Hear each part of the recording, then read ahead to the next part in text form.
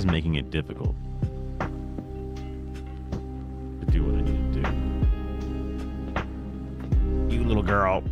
Ew.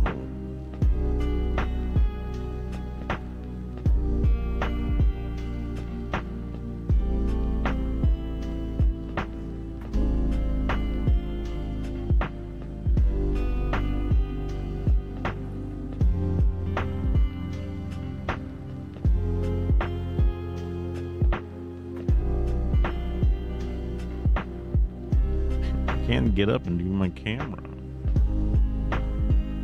You little stinker. You little stinker.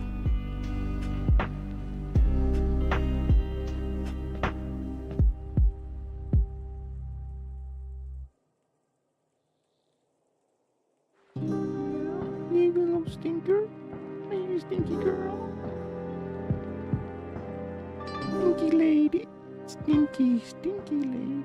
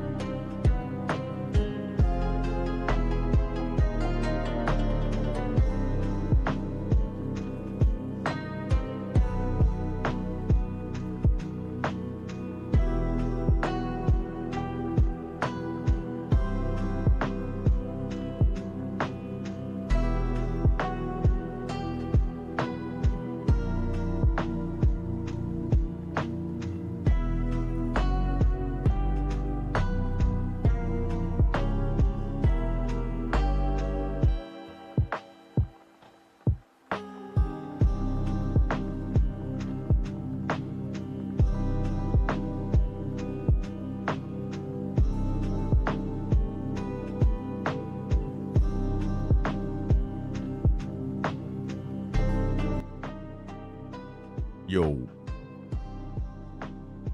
Yo.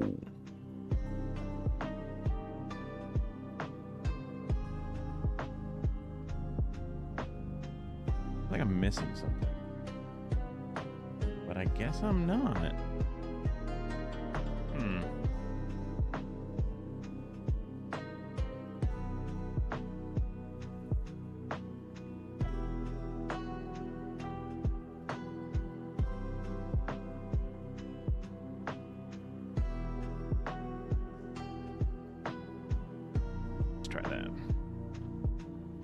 feel like my hair is always parting in a weird way now ever since the haircut, but it'll figure itself out.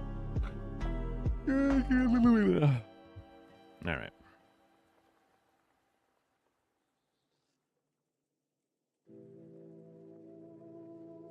Apologies for not being on last night. Last night, I figured I had two really important things to do. One was a doctor's appointment, one that I had already missed. I had to pay an extra $35 because, oops, my bad. Just literally spaced it. Was streaming and did not realize that I had an appointment that morning. I gotta have a better routine of going through my fucking calendar. And then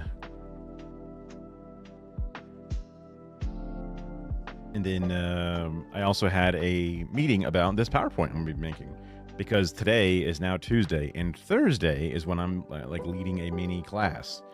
So in true procrastinations style, I didn't even think about it at all beyond, oh shit, I got that thing coming up. Better be ready to do that thing. But it was, it's not an actual super hardcore thing, so it's not that big of a deal. Oh, speaking of yawning, I should take my meds. Blink, blink.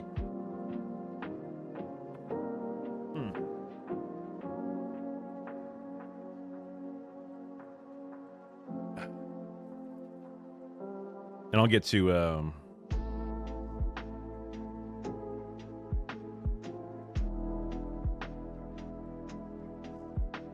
do some more nerd stuff, because it's going to involve me doing things that I feel like I'm ready to do, but haven't actually 100% done yet. One of which is mirroring my phone to the stream as seamlessly as possible. So, the thing I've done in theory, but have not actually set up properly before.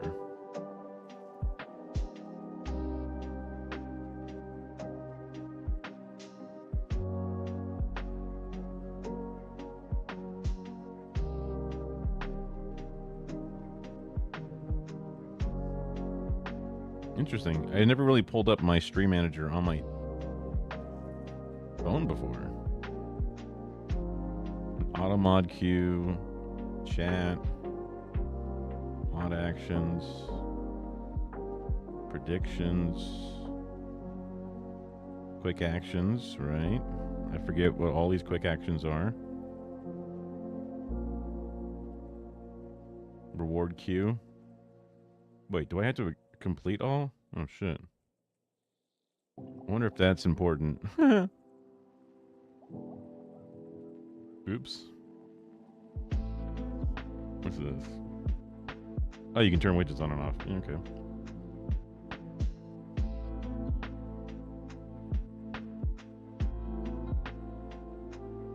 Interesting. Probably handy to have in general to double check things in general.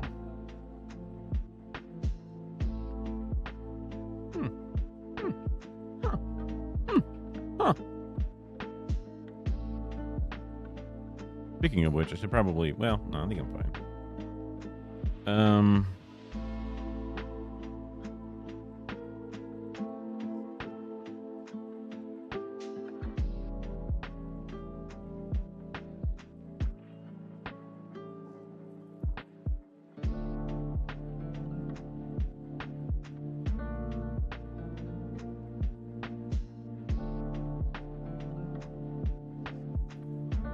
Select screen to share.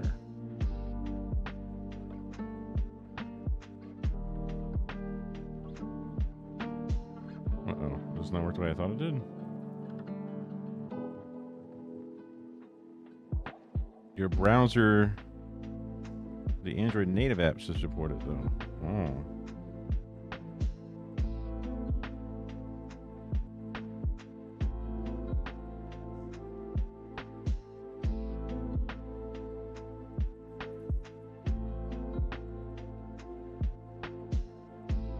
Chrome? I think this is Chrome. Copy link. Open it in this instead. How about that?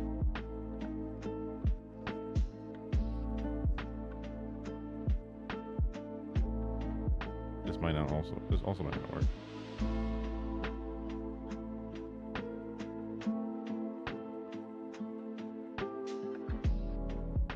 Android native app. Web. Internet. Okay, buddy.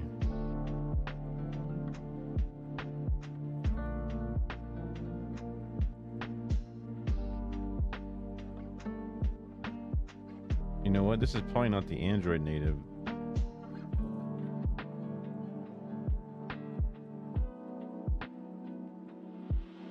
This is Samsung native, isn't it?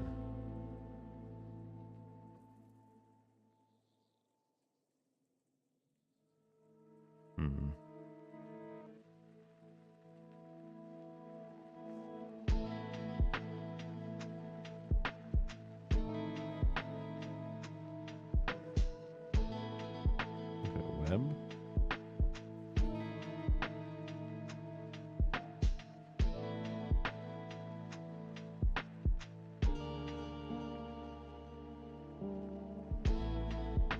Web browser. Yeah, I guess that's the one.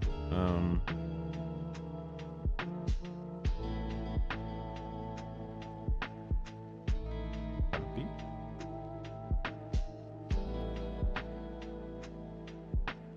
Paste.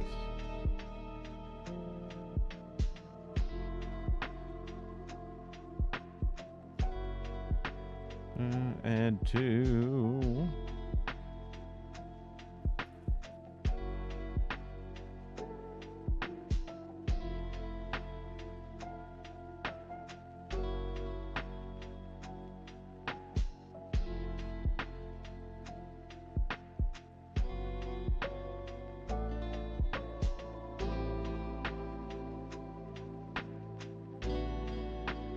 Uh-oh. The browser does not support the Android native app. Oh, you mean that? Oh. Well, that's different. That makes more sense.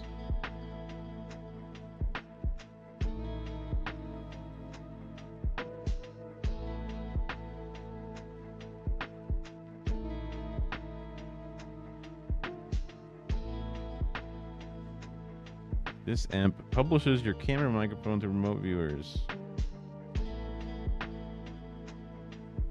Yeah, no shit.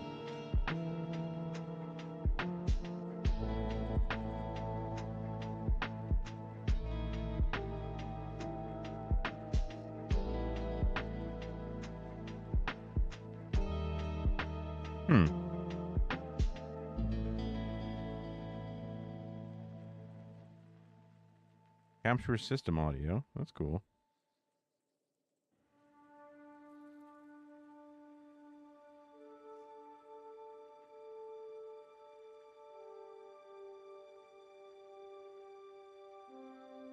Okay.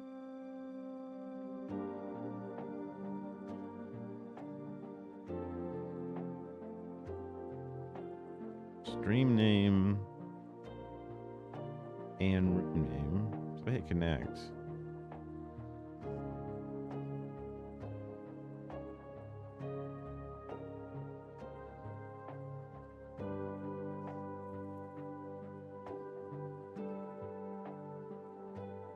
Oh, nice way to get banned, loser. Okay. Now I see a bunch of options down there. What is this?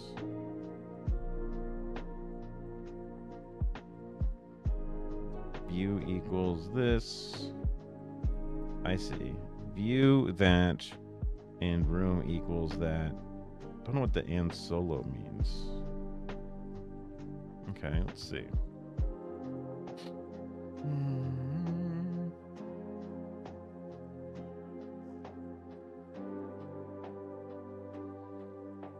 You already have a browser source for this. Let's see.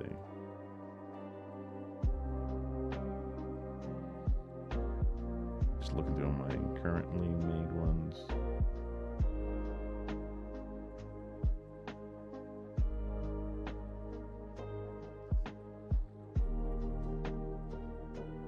Those are all my nutty ones.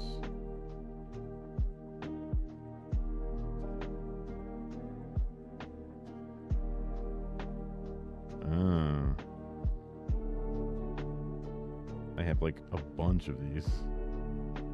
Let's try the middle one.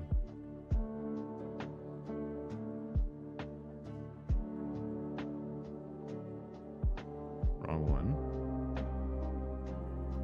Delete. Add.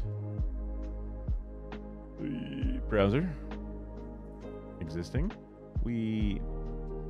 Let's do the last one.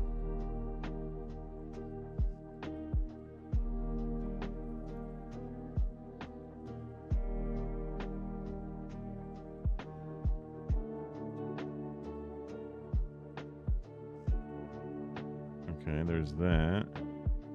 And put this.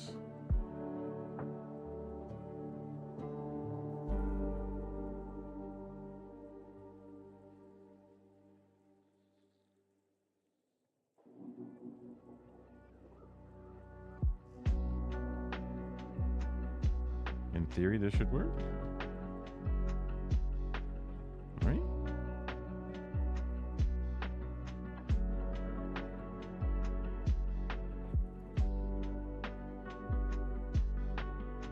This is inactive.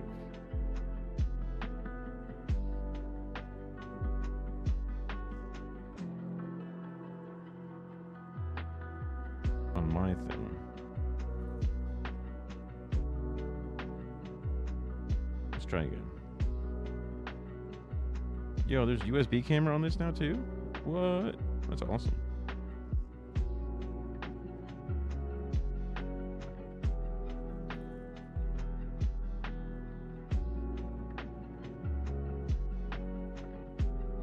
Wait, what? Why is it seeing itself?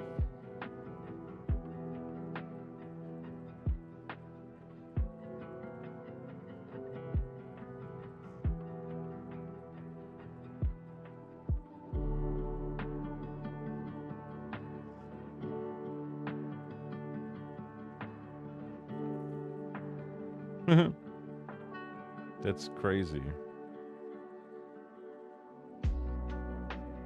That's view.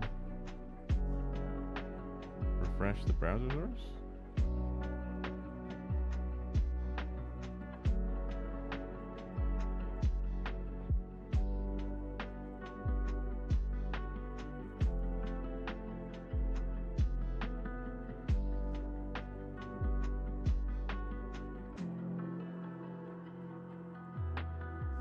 Get rid of the and solo.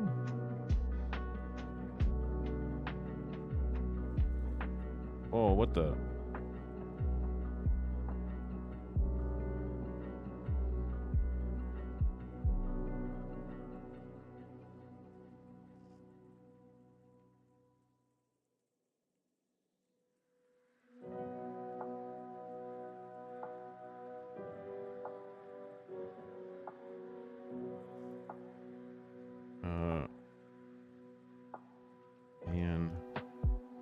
And solo.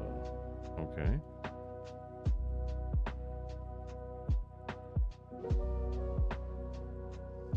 What if I just have the thing without all this?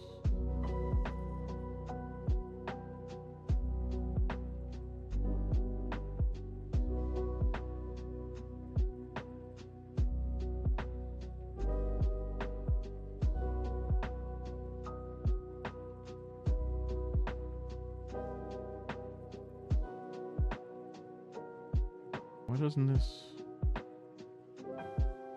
How to use. Follow the same set of camera sharings, so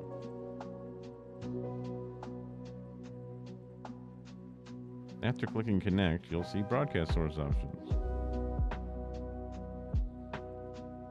Broadcast service.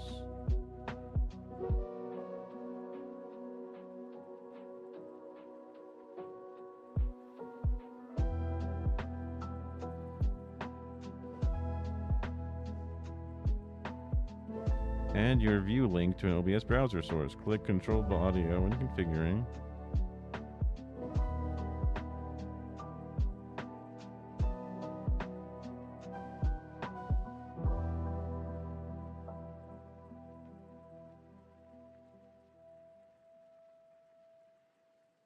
Basic view link.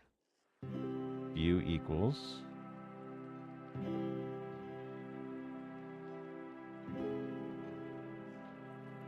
What's it?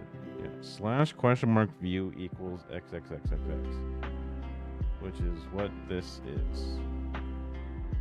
Oh wait, I'm seeing a little spinny thing now.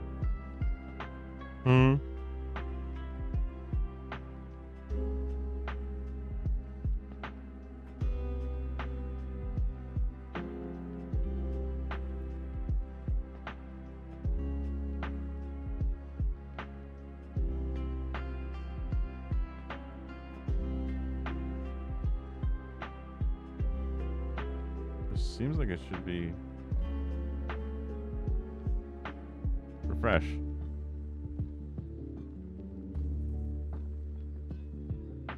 Why is it not working?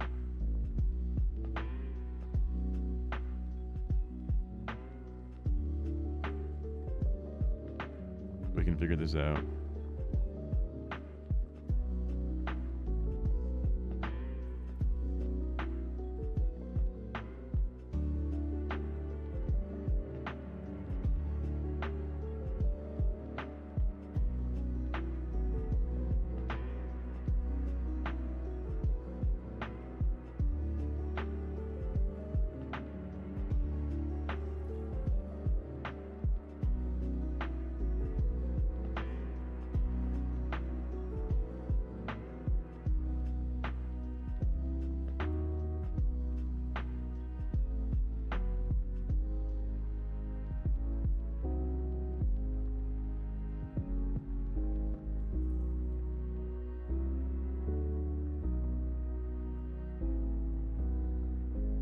Video Ninja.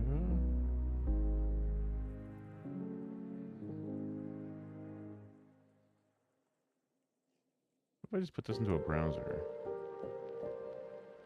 this is OBS.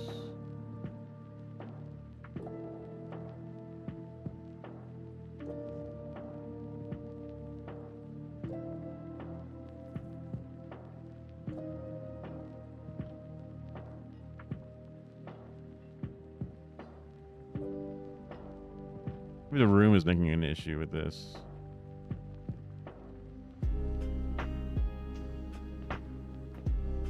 No room, please.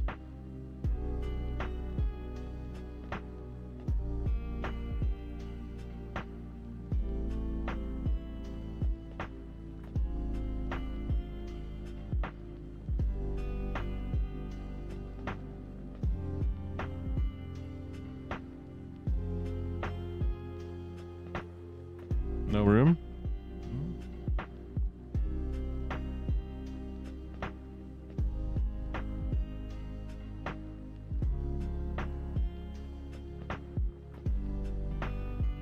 What did back camera? If that works.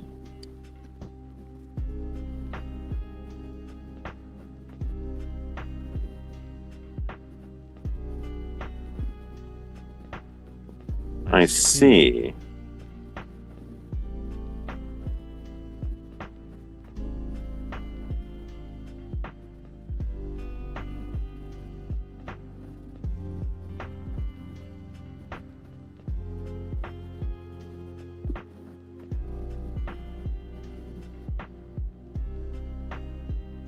Also, why is there a giant play button in here?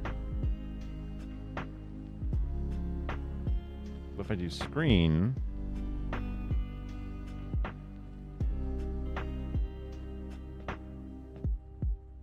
wait, now it minimized it. Is this gonna work? Doesn't appear to be working.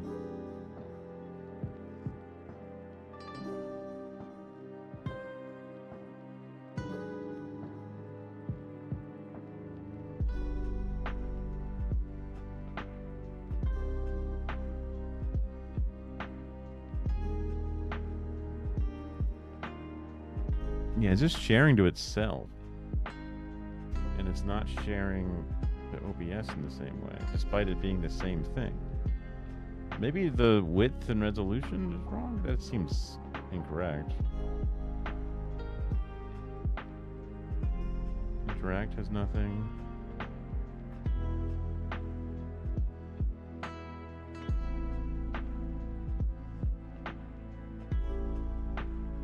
But if I do the same thing with the camera, it's fine.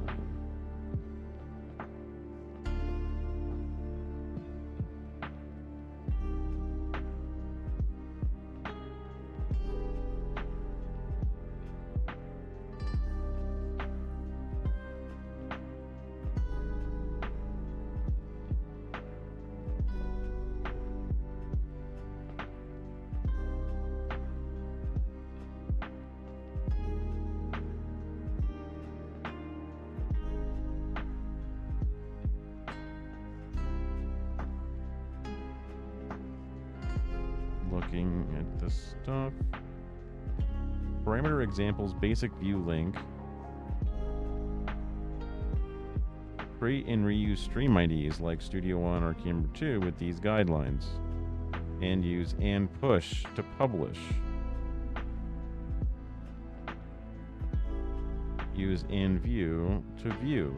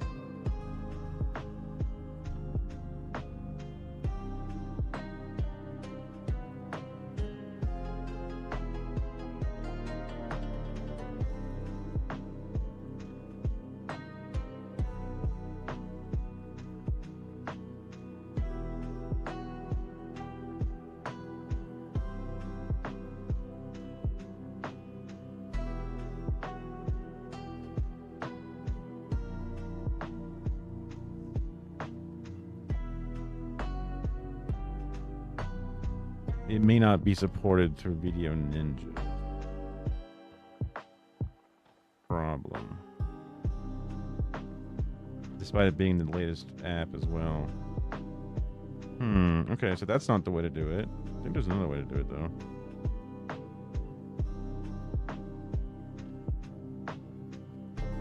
I thought.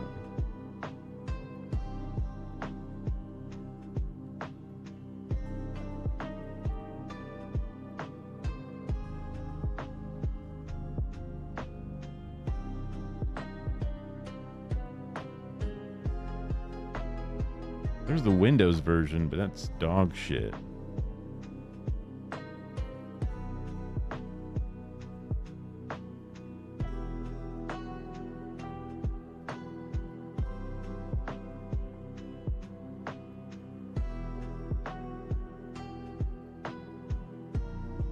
Isn't it? Or is it not dog shit?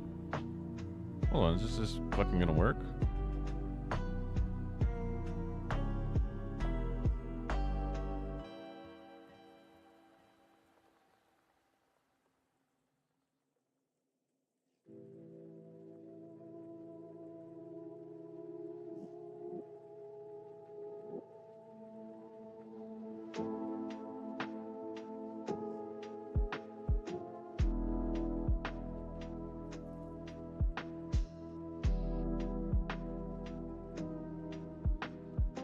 Oh, hell yeah. I think this just works. Uh-oh.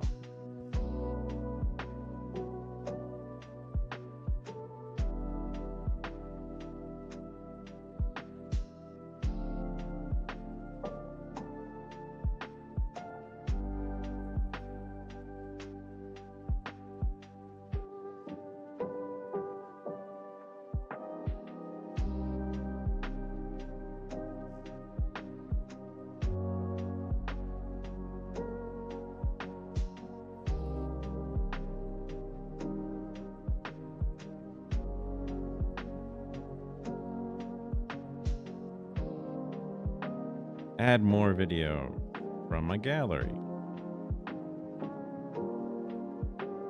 Oh my, a lot of things with my cats.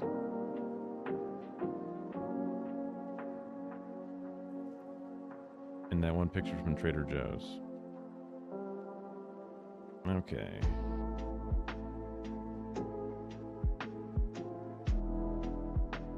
I thought there was more videos.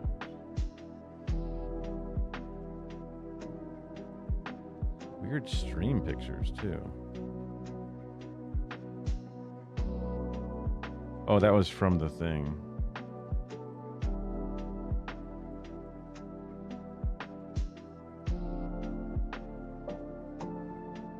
Da, da, da.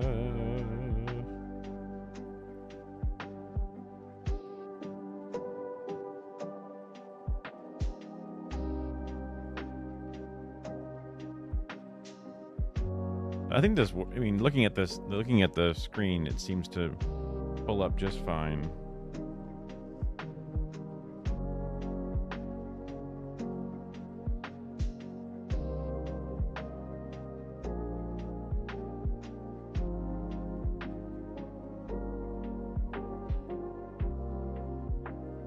And this editor looks pretty simple.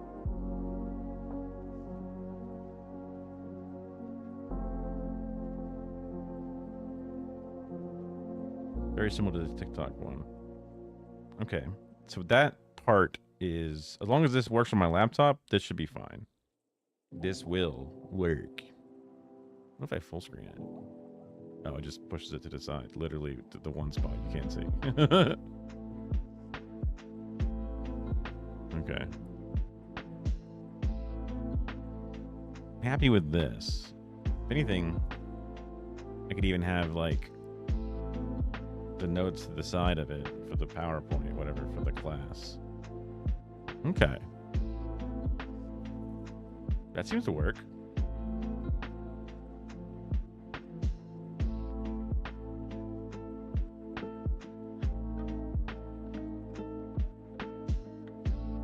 But can you hear from it?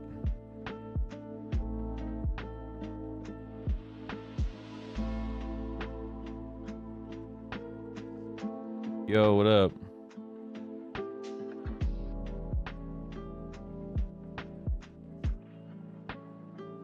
You can. Perfect. You couldn't because it was going to the wrong audio source. But wonderful. Okay.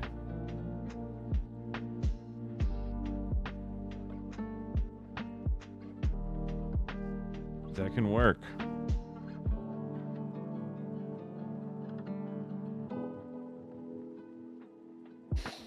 Oh, one step down. Oh, now I need to actually do the work. Work. All right.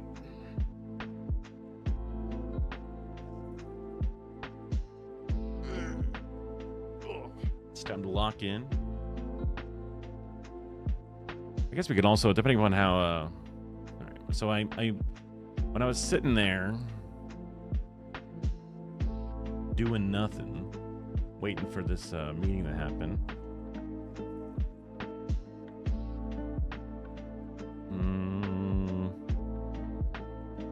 I was just kind of, immediately just working on a thing on its own.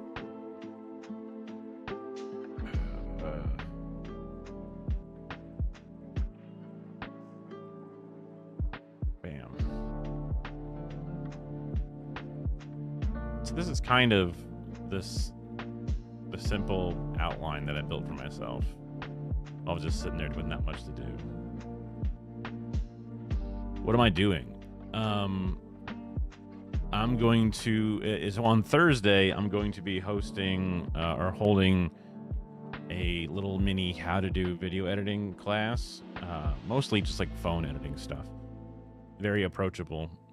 But people in my local DSA have been interested in learning how to do video editing and stuff. And the person from our who's kind of in charge of all the social media for the DSA was like, hey, I would love some help because there's too many working groups and too many things, and I can't do everything for everybody. I'm trying to do social posts and whatever. So people that were interested in stuff were kind of went to this thing to say, hey, would anybody be interested in learning this, that, and the other?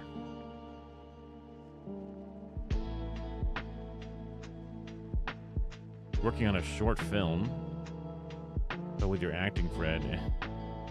If your acting friend has not already said that they're going to be the one to edit it, then yeah, probably.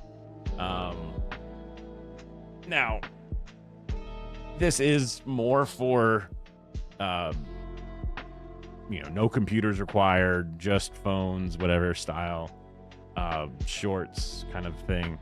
But I mean, I used, what is it? DaVinci Resolve Studio.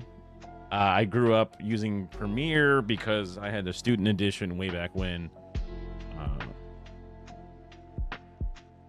But so I've been self-taught video editing for a very long time, which self-taught is cool, but it's also like it has its problems because you miss out on lots of different things.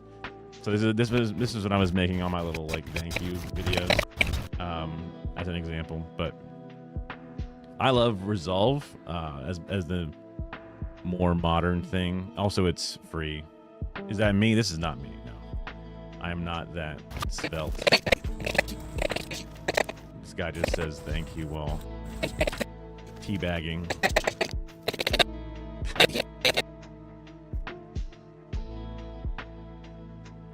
So that's for my follow alerts. What is this? Yeah, it's just a guy. Thank you. Thank you. Thank you. Thank you. Thank you. Thank you. Thank you. Thank you. Thank you. Thank you. So I just exported a bunch of downloaded it. What I use Resolve for is different. I mean, I've also let's see if I open up my is that a new project? No, I want open recent. Like this is the one I use for. If you're familiar with Cinemarxism, Brett, I've got Cinemarxism, also known as Brett, also known as Brad. Like I've done a bunch of different projects for him.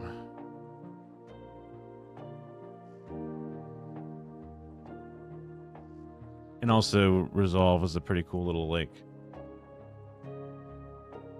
it resizes the screen for like shorts editing or whatever it is. Has built-in word-by-word captions, but I also use a add-on called Snap Captions, which is even more powerful than the built-in one. I really like Resolve. I love OBS. I love a lot of the more open source stuff. So all the different plugins and templates and things that you can get for Resolve. There's loads of dudes on the YouTubes or whatever that will give out some free assets as well as lots of classes on things. There's some really, really in-depth stuff with like Fusion that I have not gotten into with all these little nodes and setting up these other things and like attaching nodes into the chain, and then it's a whole thing. So I don't know if Resolve is open source, but it's definitely more open than Premiere is, right? Sony Pro Vegas. I've heard of it. I think I've seen the editor once or twice, just like through screenshots and stuff.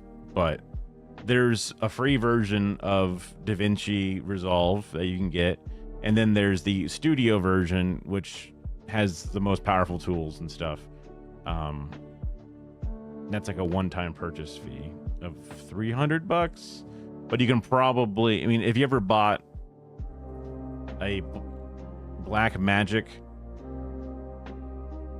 camera, they usually come with a free code to get the studio version. If you buy any of their weird, switchers and stuff, you also get the code. It's like the ATEM Mini. Oh yeah, it's really good. The color page is where it kind of got its start, because this is where people make LUTs and stuff. It was kind of like introduced as a color grading thing, and then they sort of built out. So they have the Fusion page, which is basically their version of After Effects built in, and then they also have Fairlight, which is like their version of Audition. It has all kinds of audio stuff, and then obviously just the raw editor part, which is more like a Premiere. It's almost like Premiere. There's a couple of things that are different. Some of the different effects and tools interact in different ways, but ultimately they're all very much the same. And again, there's just a bigger community online of a bunch of nerds that are supporting it because they like that it's free or that it's a one-time purchase fee or whatever.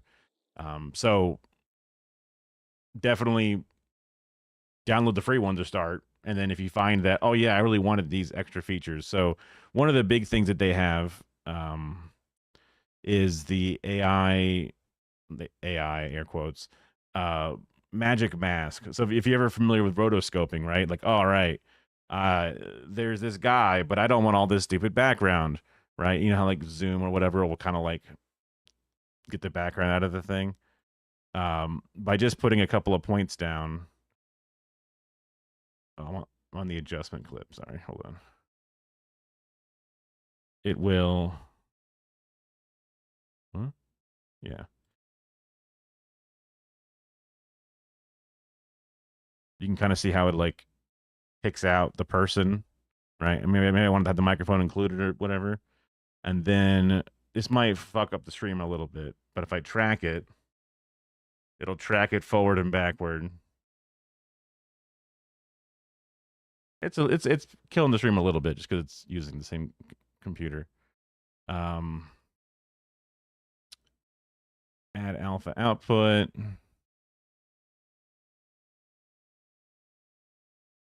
Yeah, it's pretty cool. And this is the thing that you pay for with the studio stuff, but you can see how it the background out right there. And then there's different settings. You can make it. That was like the faster version versus the slower version. The Magic Mask is a pretty cool tool for sure. Yeah, this is the faster versus better, and adding and subtracting and doing all that stuff. But it's very handy for like little goofy things. And also, I was using it way back when. Let's see if I still have this project on here.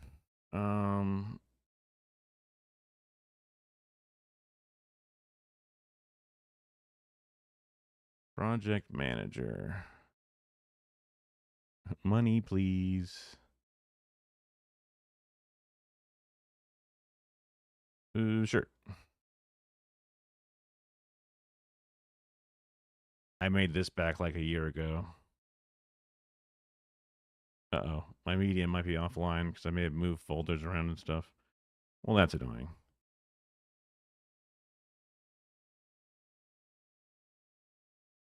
Search.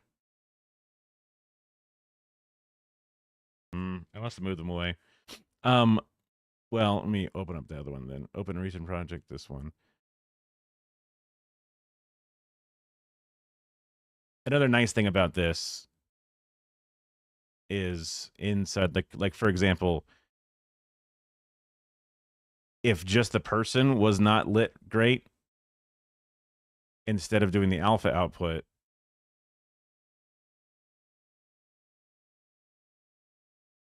I could adjust the brightness of like just the person. So that way, or you can do creative effects, like make them red, like they're, going demonic or whatever, right? You got all these different little things that you could do.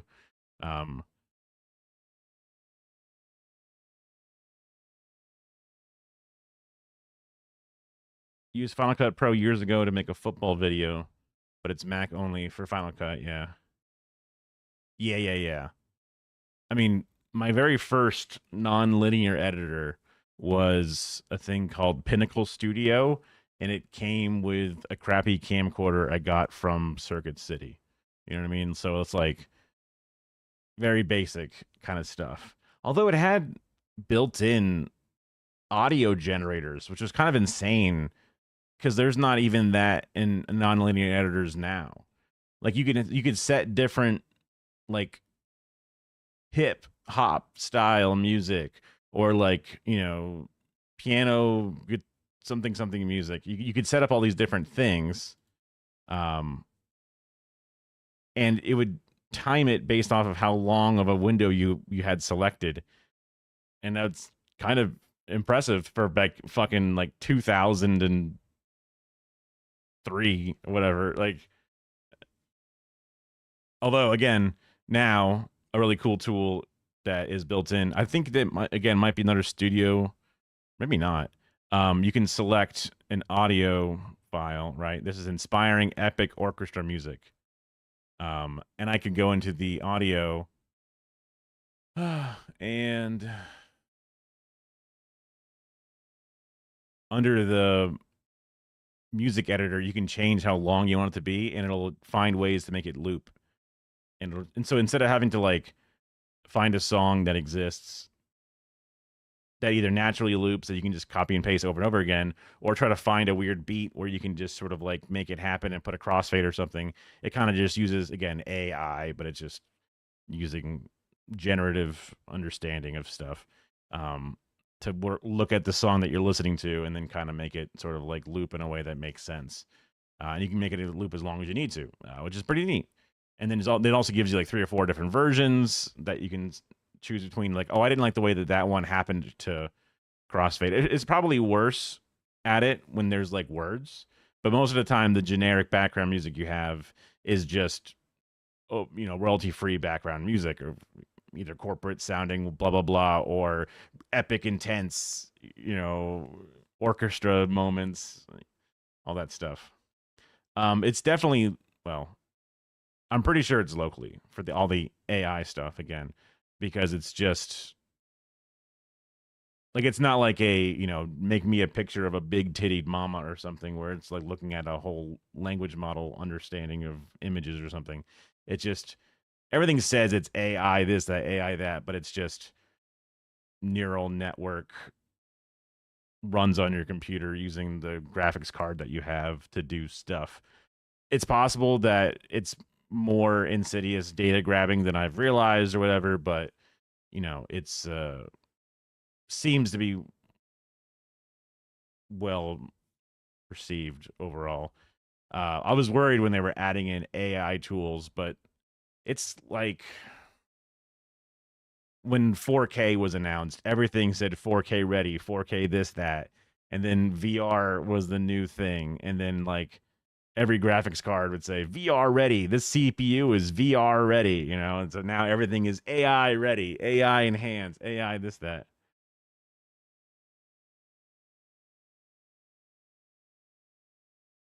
Yeah, I mean, I do take too long. Like when I write my emails, or I used to. I got laid off in July. The company decided they didn't want 2 branches of the company, so they just moved everything back to Pennsylvania.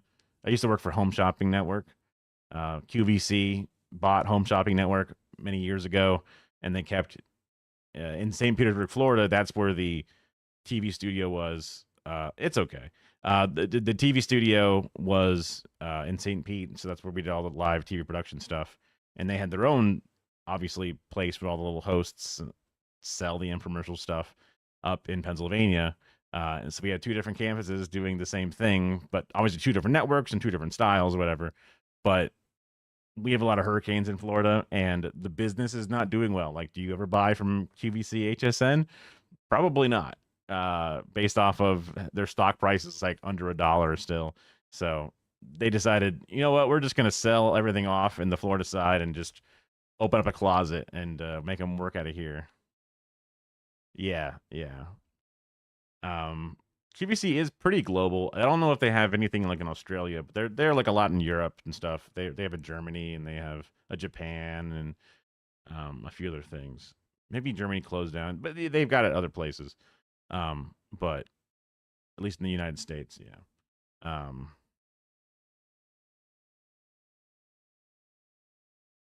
But whatever. Trying to make this work instead. Yeah. I, when I went to school for TV production, because I wanted to go to film school maybe like your friend. Um, but I realized quickly that I did not have the connections to make film school work.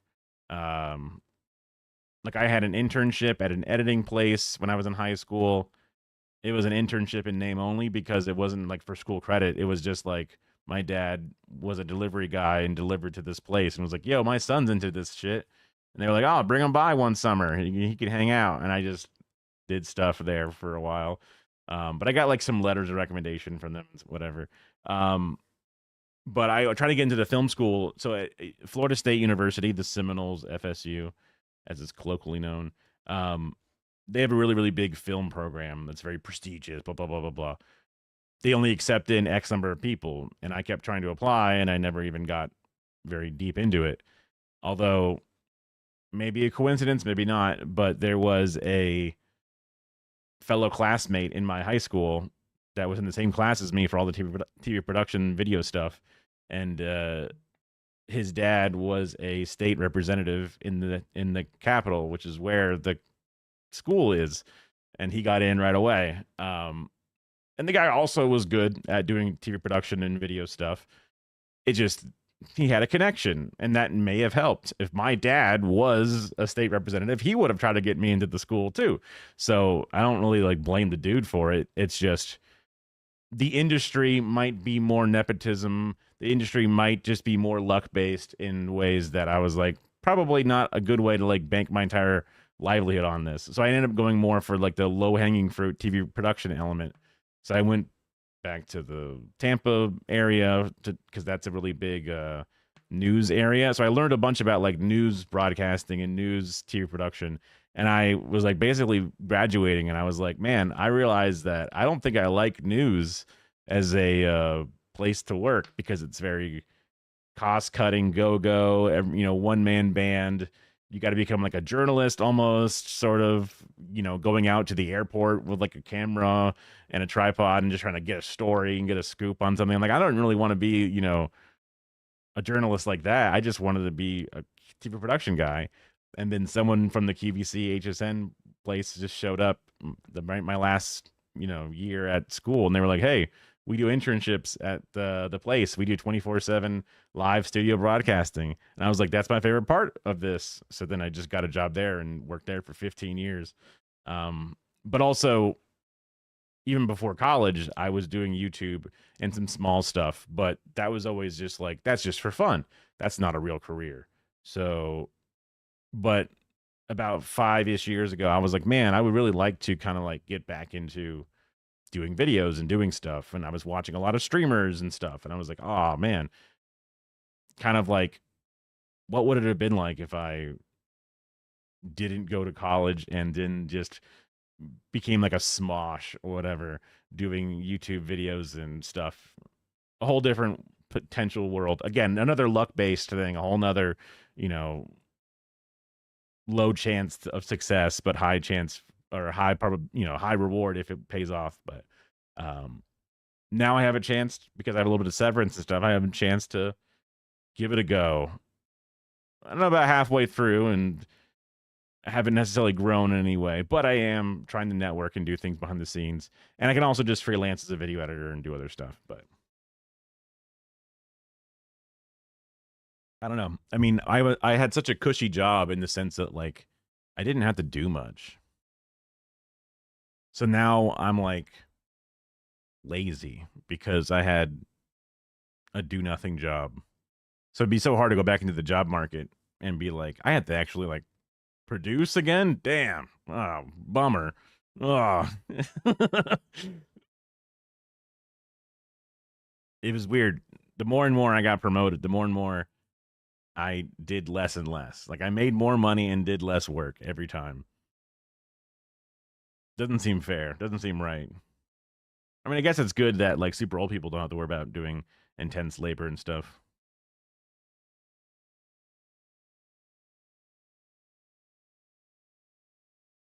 Probably don't want my dad involved in government.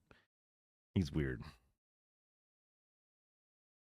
Sorry, I'm just catching up on the message. Is film school like a master's undergraduate normally? At this school, it was very like intensive, specialized program. I have no idea what traditional film schools are. Another thing that was very popular in my area was private schools.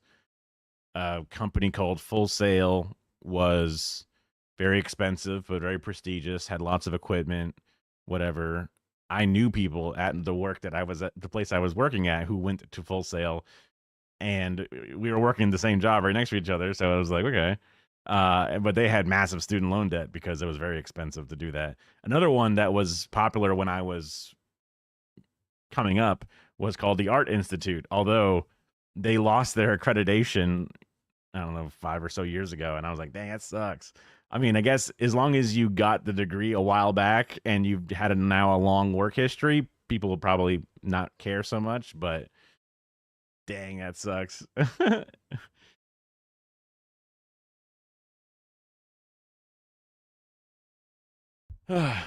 But each individual nonlinear editor itself has differences, adjustment layers or something a little bit different in this one versus Premiere. The effects controls are a little different. If you want to set up masking things, it's done a little differently. But ultimately, the principles are the same. We call it nonlinear editing because I can edit this video, the middle, and then the beginning, and then the end, and then back to the middle. I can do it in a non-linear format. Even though it's set up on a timeline, I can adjust it as needed.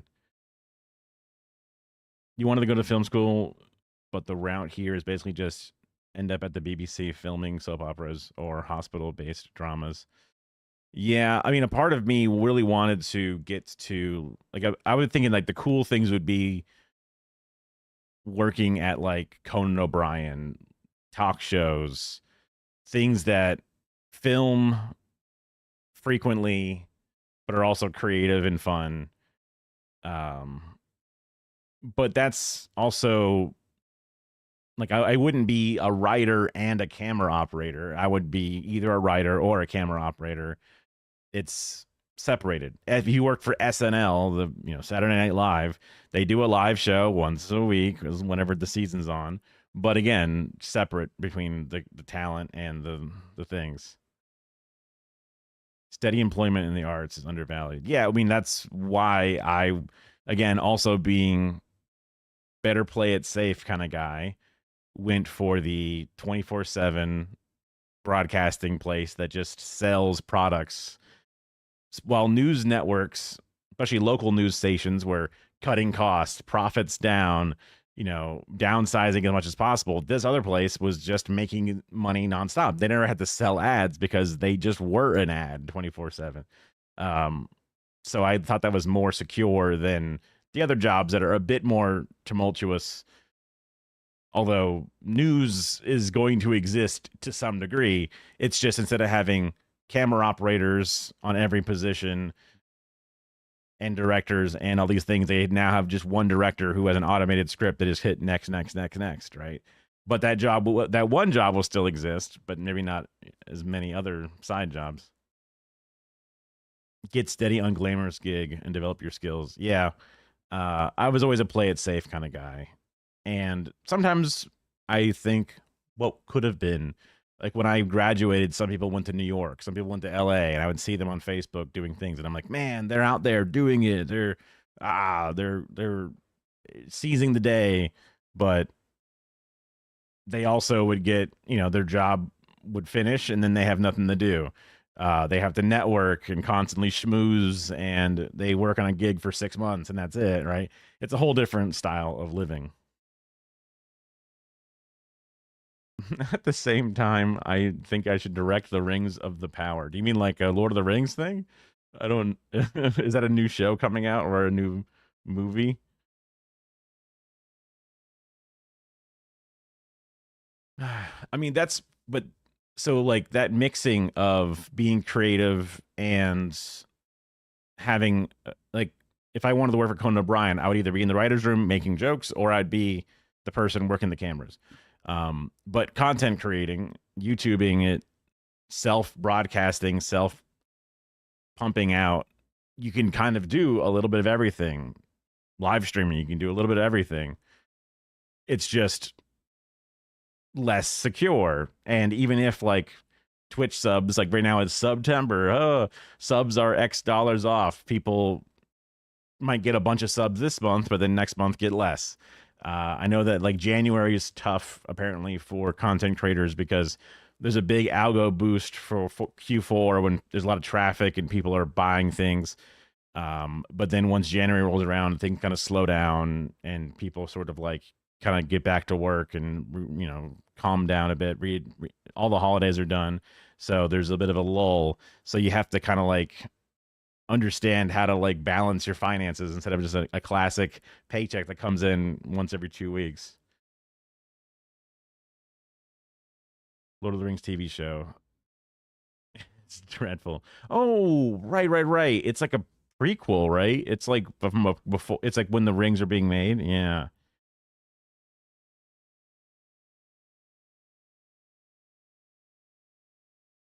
Raka Boys. Yeah, I don't know. On to serious films. Yeah, I mean, if you really wanted to make it into films, that would be tough. Joel Haver is a person that I found very inspiring and was cool. Just some guy making goofy little things. I know that he would do, I think he might not do it every year now, but when he was doing YouTube more, he would do like during the Oscars, he would hold a like 24-hour live stream or something. So while the Oscars award ceremony is on, he would make a movie live during that thing. And sometimes they're very silly and shoddy, and sometimes they're surprisingly decent or whatever. Obviously, he was the person that made a lot of those shorts with the rotoscoping kind of tool. Like, this is what it's like to be an Oblivion NPC or whatever. And they've gone on to do all kinds of different creative projects and things. I think like there's also other examples. Markiplier's like, I don't know, in the Freddy Fazbear movies or whatever. Like, there's all kinds of stuff that you can get enough clout that you can kind of move on from the more rougher on the edges YouTube space. But also some people make some insanely beautiful art that's out there that doesn't have to go through the studio system, which is cool that is more and more of an option that someone could create. It requires a lot of work and you may not get the same level of compensation, whatever it is, but you also have the insane creative freedom. An example would be the guy that made the Warhammer 40K Astartes series on YouTube ended up getting so popular and so famous or whatever that the people that make the IP of Warhammer just hired him directly to work on their behind the scenes stuff. And if you ever saw like the Secret Level TV show for the Marines and shit, all the 40K episode, that thing was fucking awesome. It was literally amazing. It's not feature length or whatever, you know, but maybe that dude will be involved in the Amazon TV series for Warhammer 40K that has the guy who plays Superman in The Witcher. He's the handsome guy. I forget his name. They used to do stupid jackass stuff, the Raka guys, and have written Talk Me and Bring Her Back. Oh. Yeah. I remember seeing those being like advertised and stuff. That's cool. Comedy's tough just because one of the things that I heard about how comedy stuff. Oh, I should have my little looping lo-fi music going. I think I forgot to hit the loop button. Yeah. The model of, at least for the Hollywood model, if you don't make enough money, then you're screwed. And ever since streaming's come out, the revenue of the DVD sales has been lost, and that used to be where a lot of smaller indie or not quite as insanely successful comedy stuff would go, and they would just make their money back and make it profitable for a studio to pump out comedies. So now the model is tried and true only sequels of things that they know is going to get a selected audience, whatever. So there's a risk aversion, at least going on in parts of the industry. That's kind of a new, Henry Cavill, that's what it is. Yeah. Now I don't know how that could have been, that information could have been 5 years old at this point, and now I'm not plugged into the actual industry, but it's an interesting thought process that DVD sales aren't what they used to be, and that does make sense that it would be an important revenue stream. And it also makes sense that streaming, Netflix, etc., is no longer, or is not the same amount, because like how Spotify, the artist makes fucking nothing off of their songs being played compared to how the radio would have paid them. You get a wider audience, easier to break in, but also limits the total success, and it's a bit predatory. I think still the streaming websites are very cagey about their how much they actually, how much audiences, how many the ratings, how often people watch certain things, because they don't want the artists to get the revenue that they used to get off of distribution rights and stuff. So it's kind of weird. I heard more about it during the strike period, when all the artists were like trying to push for not being their likeness being stolen by AI and a bunch of other things. But that was a part of it, is that there's still this sort of, at least black box as far as the outside world is concerned, when it comes to how hit a streaming show is. Like Stranger Things or whatever, big Netflix show, they don't really tell you how many views it gets, because maybe if they did show, either A, Netflix stock would go down because everyone realizes, wait, it's actually not that popular.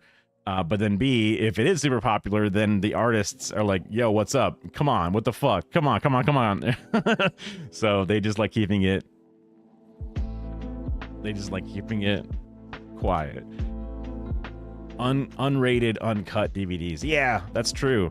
The director's cuts. That was also one of the ways they were really pushing for those sales, because it's like, oh man, you thought The Ring was fucked up. Well, wait till you get the unrated cut. And it's like only unrated because they just added in a scene and did not submit it for approval. But it makes it sound like, oh, it's gonna be fucking insane. Oh my god. Also all those stupid like Harold and Kumar, unrated, uncut. Oh no, titties. Like you're gonna get something insane in the movie. But nope.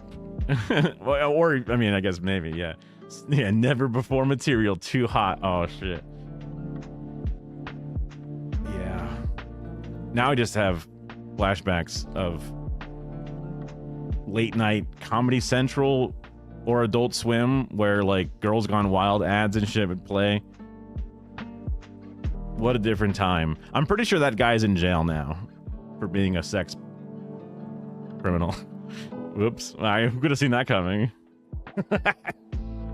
Yeah, I mean, as long as you had a DVD player, which were pretty affordable. I never owned a Blu-ray player. Although, wait, I guess I inherited one now. But yeah, I never actually bought a Blu-ray player. I was so out of the loop with watching big media. Yeah. That was my DVD player, was my Xbox for forever, basically, because I had an Xbox. Why would I need to buy a DVD player? Also, DVD menus, just like the little goofy ass looping DVD menu, a lost art, a thing that Zoomers will have no idea about. Scene selection, chapter thing, crazy. A whole different element of watching stuff, all different.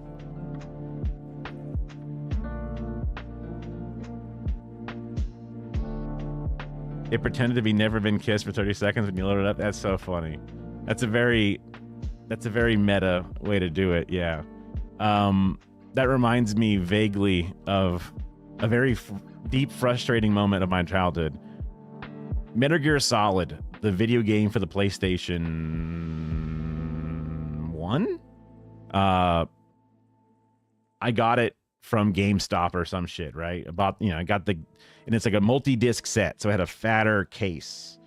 It had PS1. So you open up the middle, and there's like a disc in there, and then there's a weird little middle section, and then there's a disc on the back or whatever. You know where this is going, really? So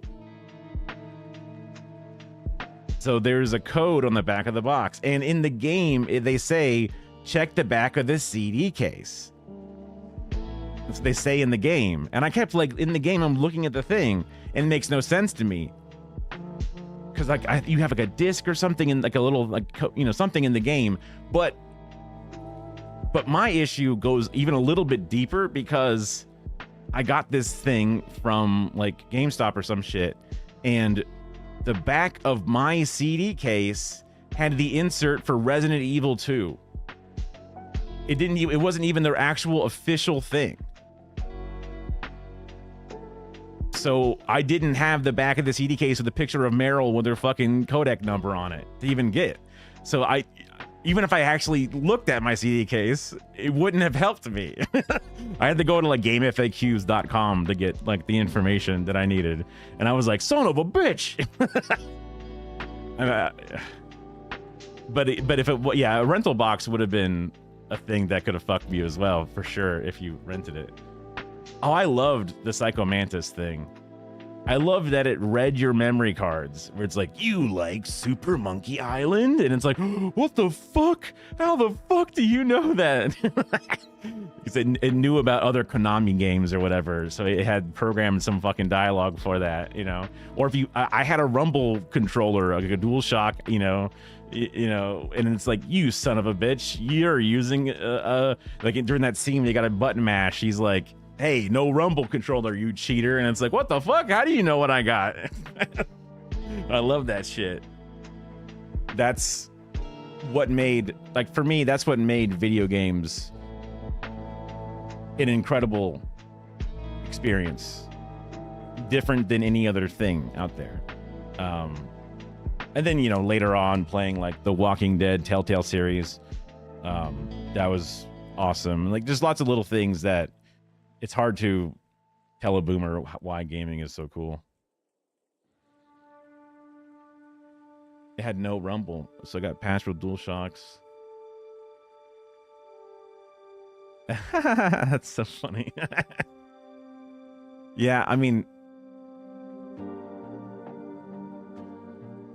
I should probably play Death Stranding. I've seen a little bit of footage from Death Stranding 2, and I was like, I had no idea. I remember tuning into some Daft streams when she's playing it. And I'm just like, this is way more interesting than I thought it was. I literally thought it was a Strand type game where all you do is run around and do shit. But it's interesting that there's a lot more otherworldly elements to this and stuff. I never really played too many of the later Metal Gear Solids and stuff.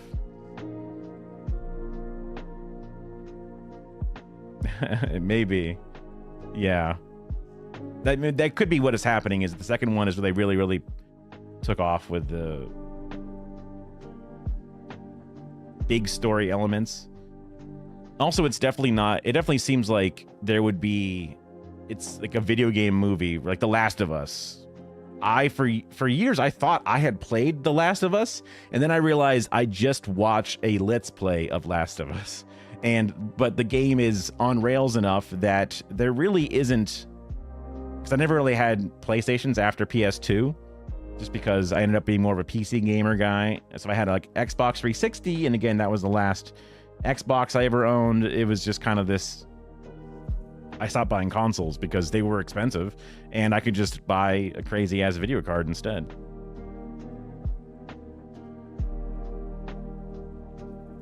Yeah. The Kojima. Very, very cool that a dude like that is out there. Multiplayer? Wait, really? There was multiplayer in that? I didn't realize. I thought it was just like you fighting against the fungal face zombies. And the story of, you know, surviving as a little girl or whatever. Yeah.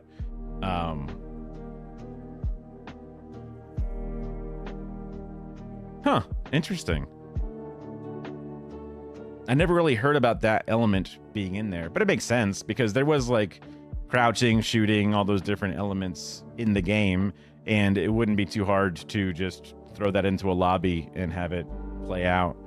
I remember really liking the Space Marine multiplayer when that game first came out. I played a little bit of Space Marine 2. It's just a little dated, or I think the thing that stopped me playing Space Marine 2 the most was the loading scenes, because it would just, even with the fucking shit on SSD and whatever, it just takes so damn long to go from like the mission back to the menu and then back to the lobby, and it's just like, oh my god, stop, can't we just like you join a party, you got to join their ship and it has a loading screen, and then you got to leave the party, then you got to reload back into the same space that you're standing because you got to go back to your side of the server instead of their part of the server. And it's just like, this all could be done in menus, man. We don't need this shit. Oh yeah, I definitely like Space Marine 2. I think it's cool that they have also been adding to it, but I don't have friends, and I definitely don't have friends that play Warhammer stuff. So pairing up with some randoms to do missions and stuff, it's like hit or miss. Some people know what they're doing, some people don't.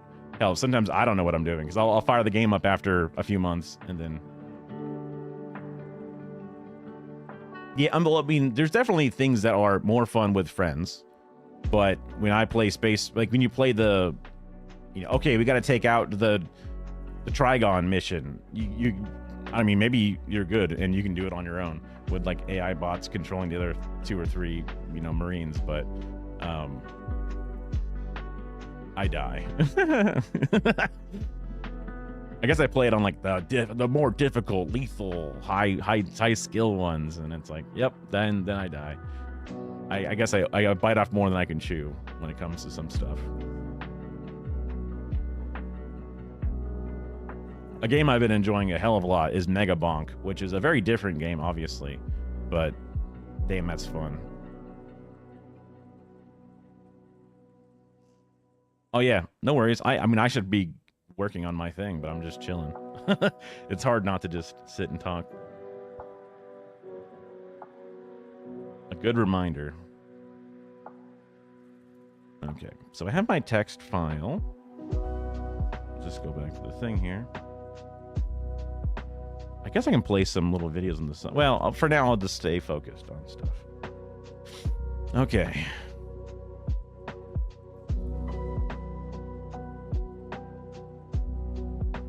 So.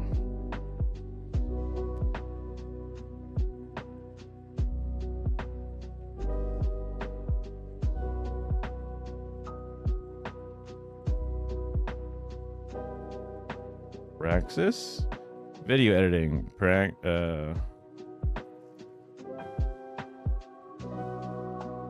New age. Let's look at some I don't know, PowerPoint backgrounds. What are some awesome PowerPoint backgrounds? Free backgrounds for Google Slides. Slide Go. Hey, you sign in with your Google account? Get out of here.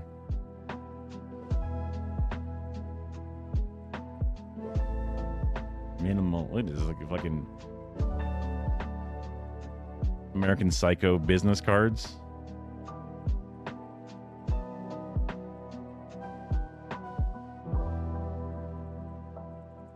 Lava lamp inspiration. Do they move? It'd be cool if they moved.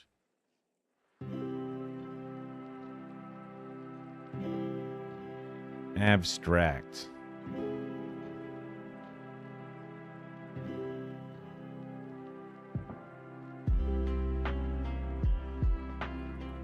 World Ozone Day.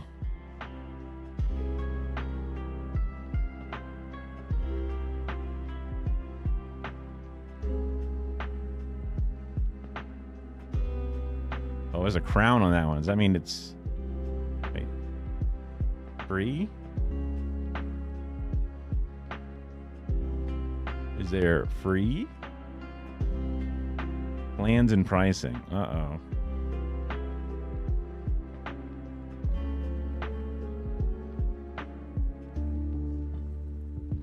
I bet if I click on this, it's going to say, sign in.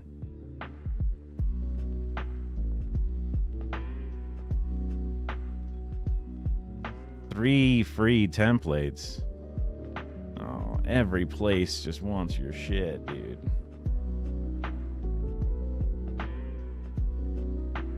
I can do this better.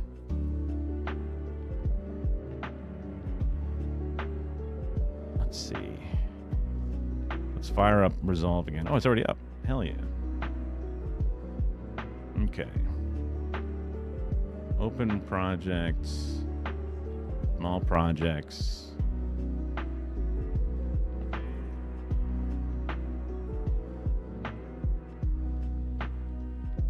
New bin. Backgrounds. Create new timeline. Backgrounds.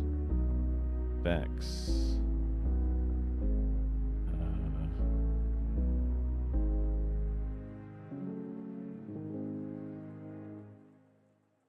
Whip.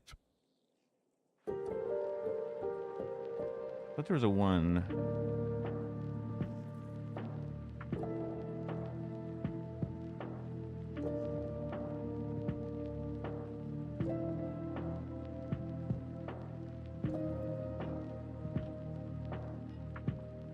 Whip background, yeah.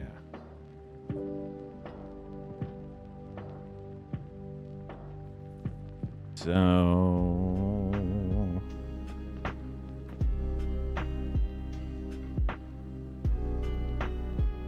it's like gradient.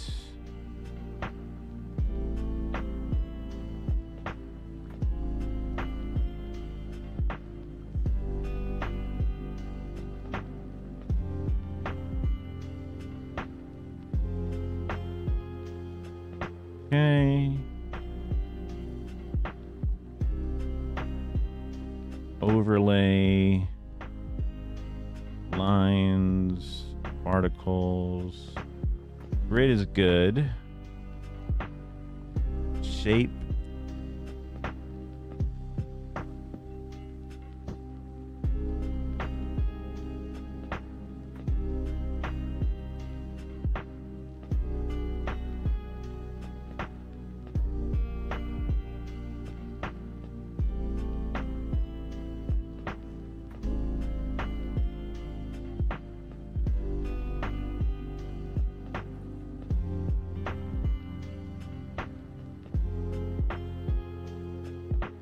Circles. Oh, it's a little too wavy, isn't it? Okay, hold on. The padding, I see. Cross. Pat.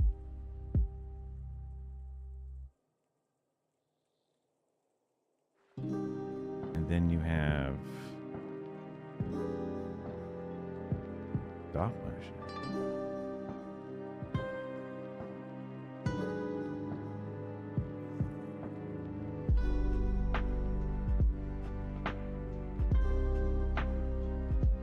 Interesting. Oh, the color of the things. That's fine. Ah, here we go. Movement. Rotation. Displace. Not very intense. Not much scale. Not that fast. Whoa, why is it all extra weird? How about no displace?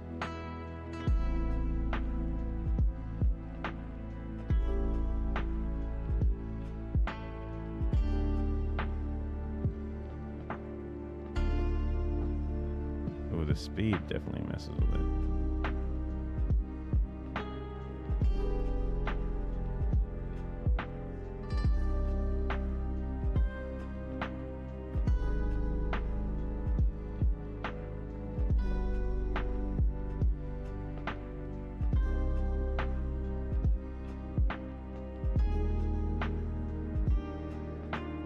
Thickness.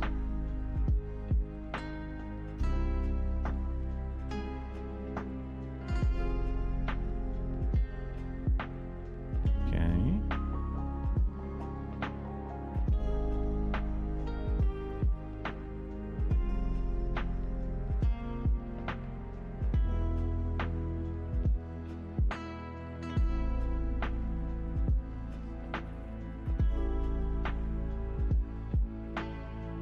I don't know how to make it loop good.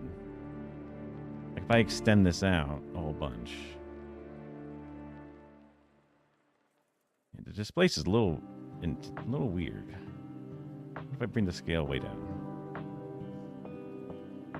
Like just these little bumps. Extra scale, no?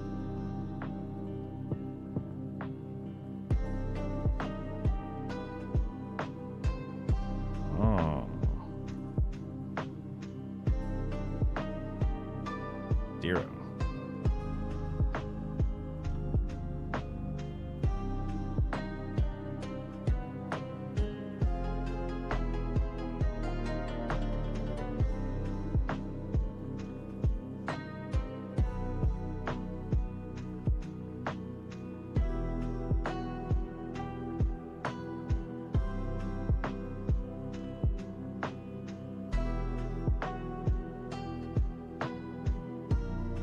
Okay.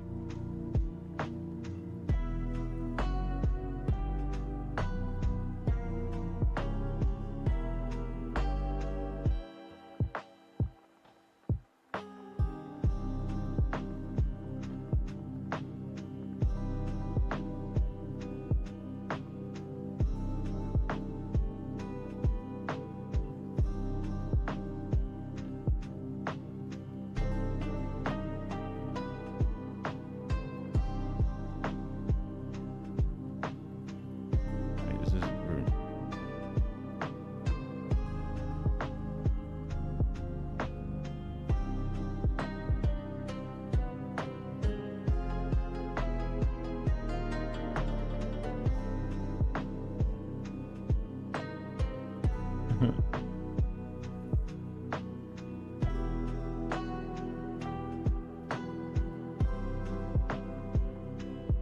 Oh, this kind of kills my shit, doesn't it?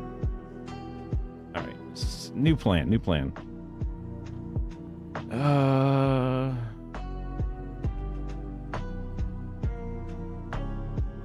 Where would I put all this stuff? Let's see. I think I may have had some videos loaded up at one point. Backgrounds. Did I make some of these? Let's see.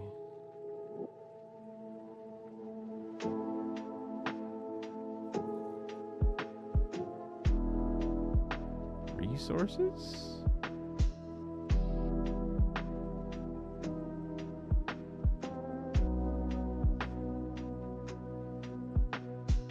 Oh my. Oh my. Right.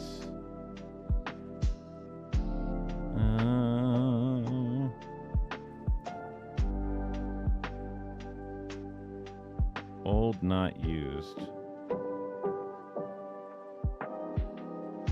Emotes, fan arts, Googled shit. Almost, not quite. Live split media looper? No. Neil Cicigero? Good stuff. Clear view. Green? Oh, those are the those things overlays. Nope. What's in here? Those are things that Karen made. Oh, they're cool.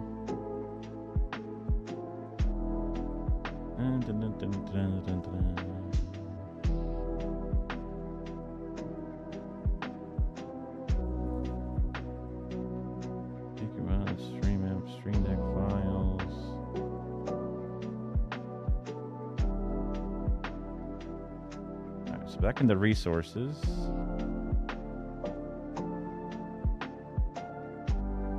Don't think it's in here. Okay, hold on. We're getting closer to it. Or I've removed the possibility for one of these. Yeah.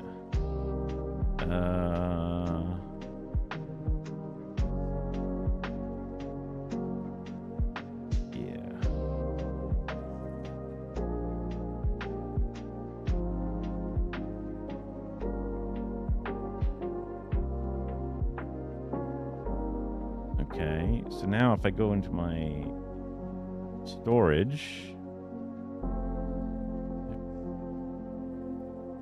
let's see.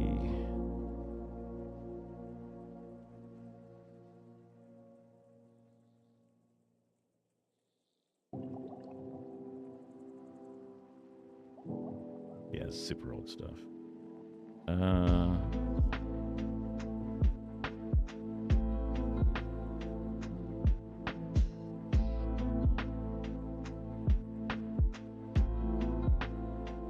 Bods.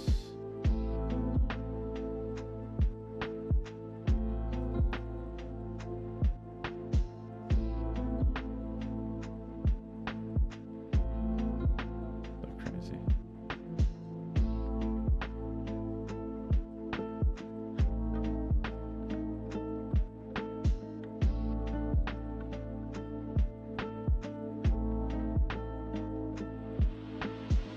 I know I had some stuff before, so I'm just trying to find where it could have been. Alternatively, a faster and better way to do this. Oops.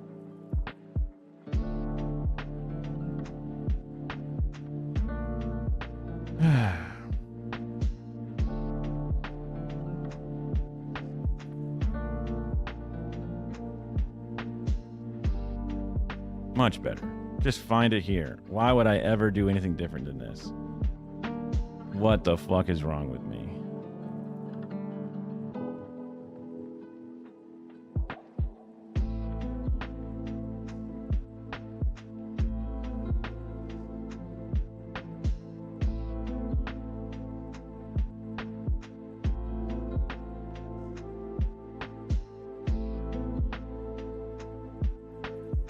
What folder do I want this to be in? New folder. This is going to be DSA class video edit 101.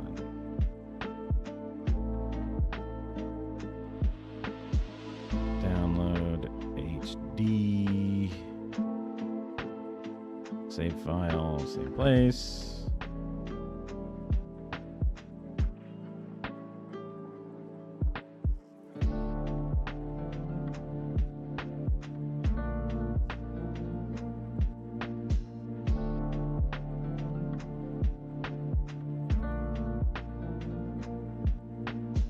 HD. Same place. Download HD. Same place.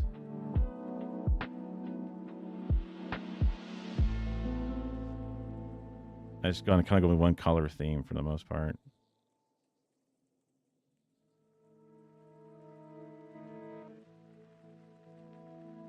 Mixing it up a little bit should be fine.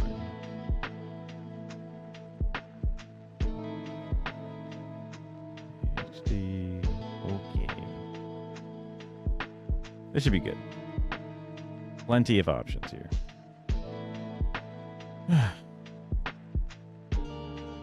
Thanks for nothing. I mean, it's fine. It was just going to bust my shit. Right.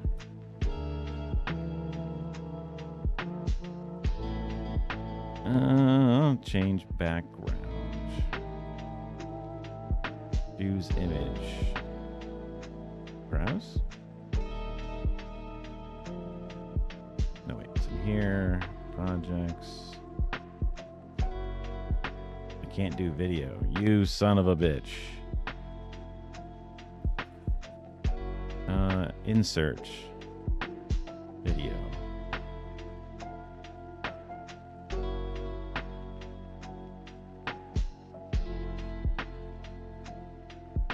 This probably won't look very good, would it? What if I...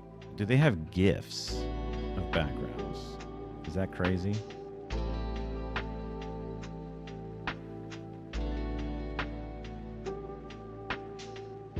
Images?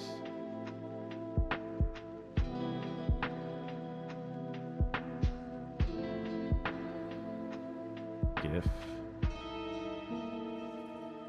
Oh no.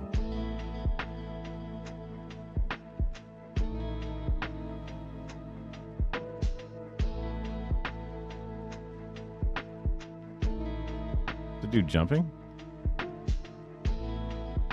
Video captured from a still. Why would you want this? Why on earth would you want this?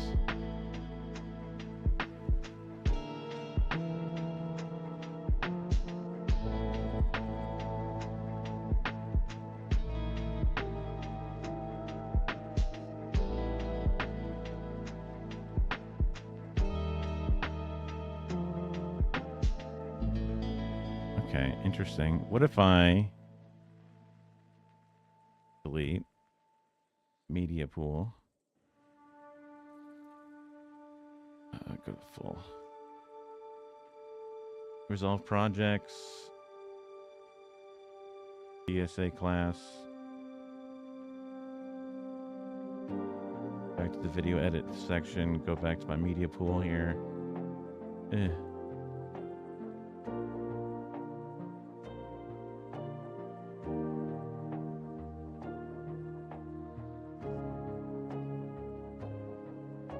What was it, Diablo 2? Because this is all lo-fi Diablo 2 music.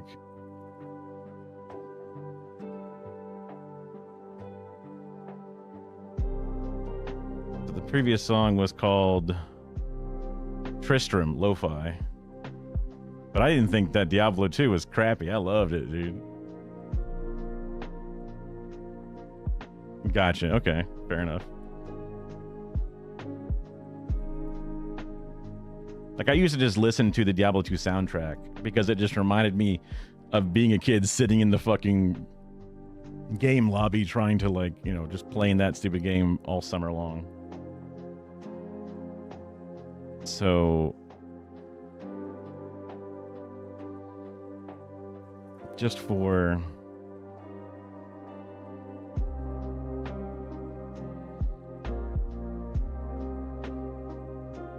just for curiosity's sake.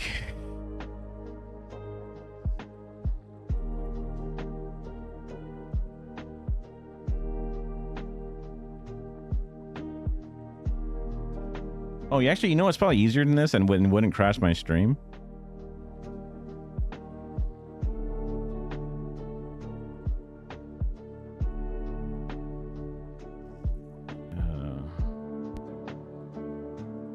Web tools.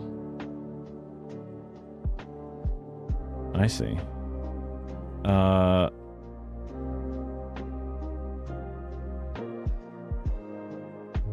Cobalt, no. This.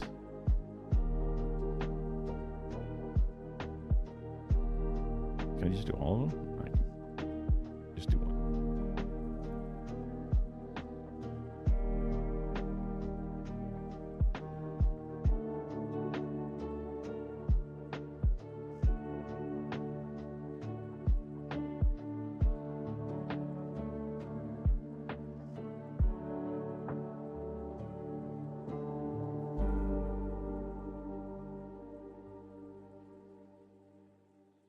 Sure, it's taking a while.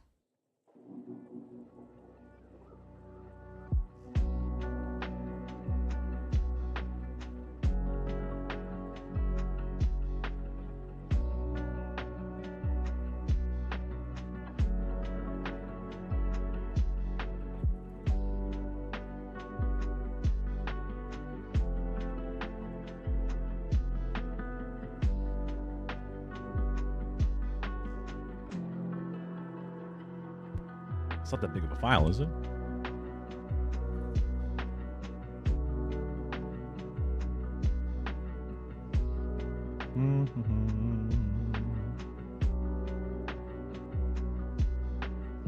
Yeah, it's 50 megabytes. Ain't nothing.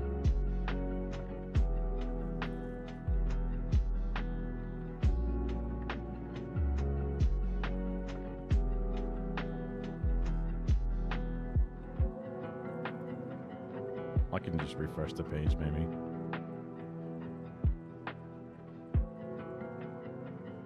Browse. Wait, you already have it. What about the other video?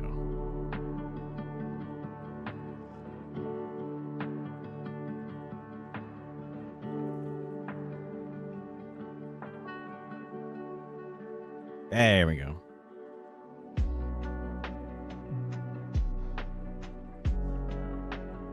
Oh, I see. This is the video. Frame rate, max 30. Wait, what? Frame rate 10, max 30 seconds. Ew.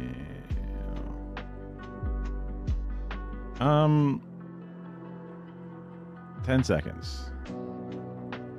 Size.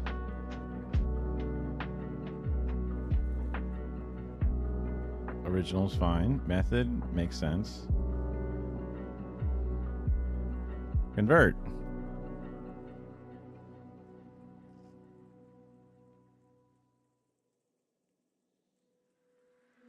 Please specify shorter GIF or lower frame rate. 10 seconds is the max length for GIF at 33 seconds. Oh, because it's longer than that. I got you. Max 15.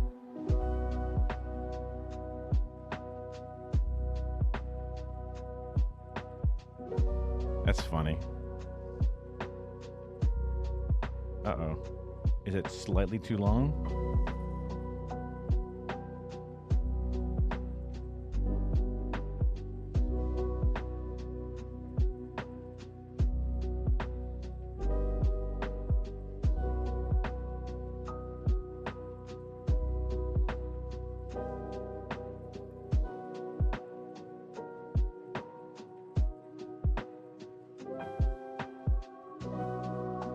Save file.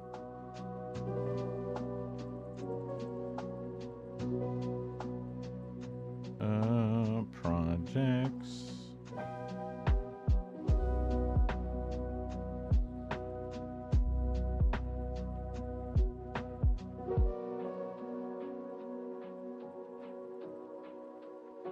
What about this?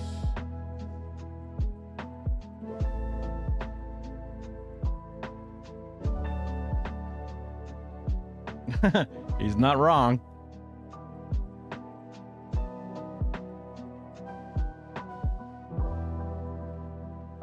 Theoretically, a condom would work, right? Length is 20.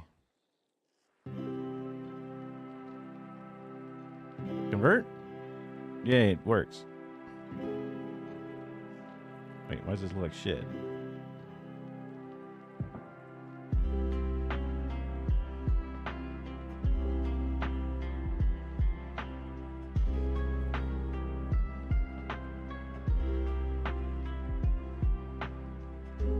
Oh. Convert.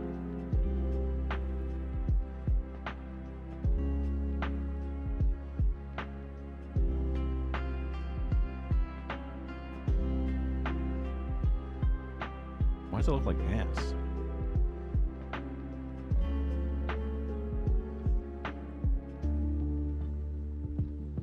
Weird.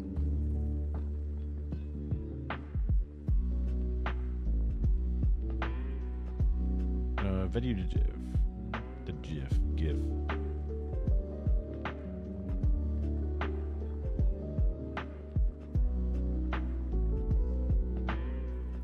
Let me see if this even works.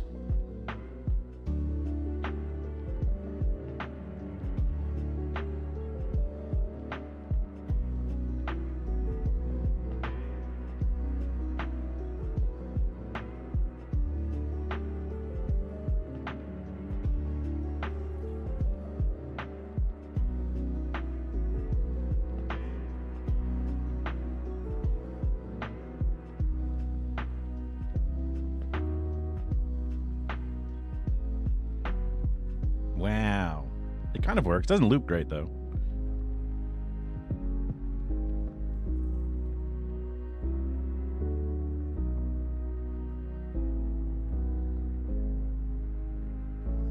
Awesome. This is 20 seconds. End time. 20.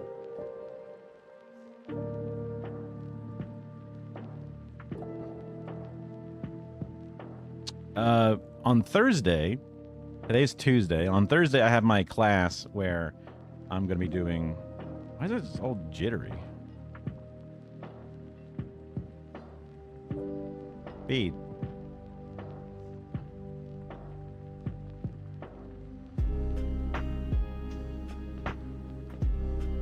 Not really. That's the thing.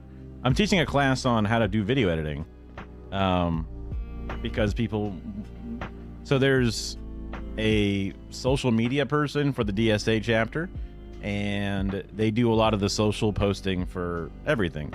But there's lots of working groups, lots of things going on, and they want other people to be better at posting and making stuff. So they held a class being like, yo, anybody want to be able to like share their talents of writing with taking pictures or making videos? And I was like, I would love to share how I make video editing and stuff. And then a bunch of people were interested. But most people don't have computers and stuff. And also most of the video editing we need is going to be like small social things. Yeah. It's some chill vibes. 400%. Oh, that's too much. 400%. Why is this GIF so fucking stutter? I don't like this. Also, it doesn't seem like it's actually going any faster.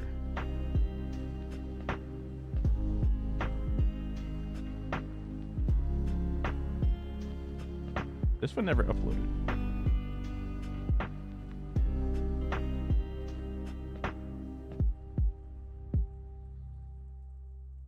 So I'll be mostly making this for the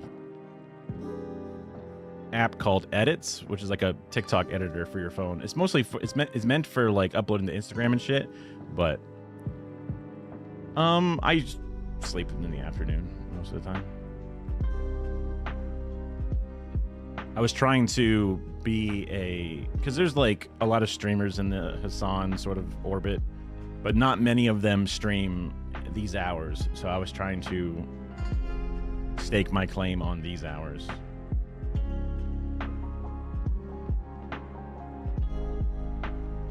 I agree. But when I was doing my I was making a bunch of TikToks for a little bit, and I was surprised how decent the video editor is on my phone. I have like a 2021 phone too, so it's not even like it's a new model or whatever. And I was surprised how decent it was. Obviously, when I was trying to do more intricate edits, I was getting very frustrated. But for the things, the simple things we need, it's nice that there are tools available, and most people don't really have software or high-end gaming computers, whatever it is. So it's an approachable way to get into it. Yeah, I have a S21 Ultra. I was really into the Note series because it was the big screen when that was kind of like more of a novelty or more of a niche category. And I didn't mind the pen, but they removed the pen. Yeah, the Note was good. The Note 7 exploded on planes, and that really kind of was like the end of the Note series. Because nowadays they want to cram as much battery in these things as they can, so I understand why they removed the pen. And I would only use the pen 2 or 3 times a year, but when I used it, it felt useful. Yeah. I'm sure at some point I'll do an upgrade. It's just like, oh, that costs, well, to get the new one, it costs like $1,000. or $1,500 if you want one of the fancy folding ones. I think I would like a folding one because most of the time I want a phone, but every now and then I would like the thing to be twice as big. But folding phones were still early adopter phase, and I didn't even mind the phone being fat because I had a big ass case. Now I'm going fucking nothing because I have my card wallet thing I've printed out instead. But here we go. Let's just look. It's a minute long. No wonder it's not going to work. Also, it must be a really weird codec because it doesn't like it at all. Browse. I guess I only have that one. That sucks.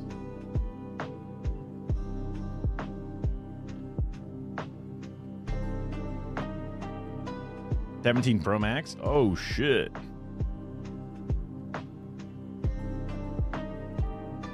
You got both? Oh, that's cool. Oh, wait, this is the one I think I already tried to do.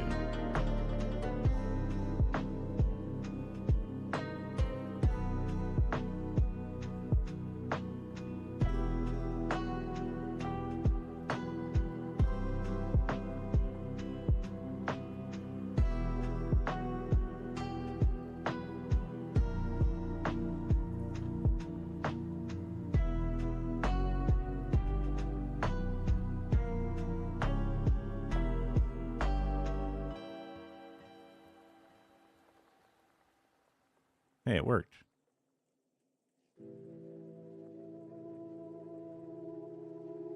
Wait, that's not working properly. Oh, the 5s convert.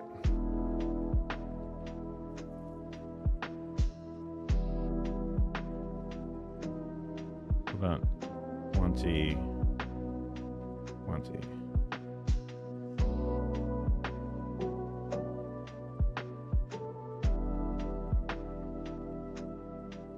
Yeah, well, the dust protection, the dust protection not being as good was one of the reasons I didn't get some of the early ones. Also, I like using my phone in the shower.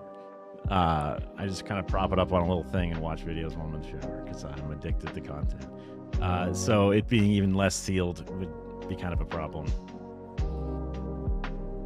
Interesting that the S24 is really good photos.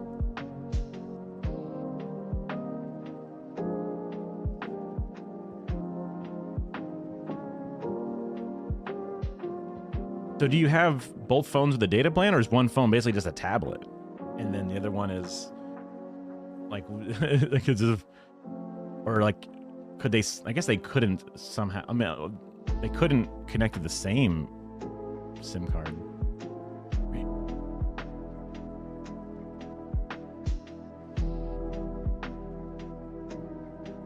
I've only known people to have separate phones like for work or something, but I guess that's technically for work.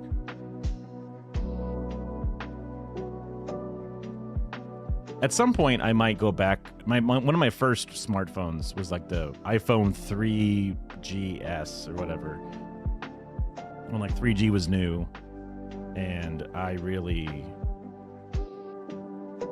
yeah, that was the smartphone of the time.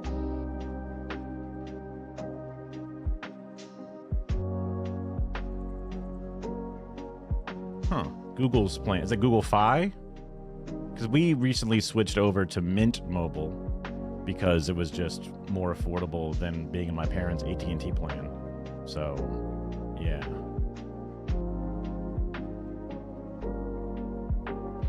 Worldwide is kind of neat as an element to it.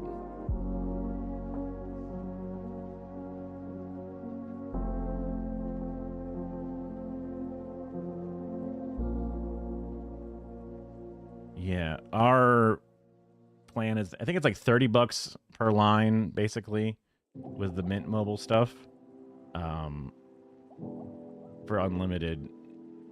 And there's like a data cap at a certain point. I was more worried about the upload cap, honestly, because if I ever did IRL streaming, I imagine I might get pretty near that upload, and then it might get throttled or whatever, which would be fucking brutal if you're trying to do a live stream and then it's like no data.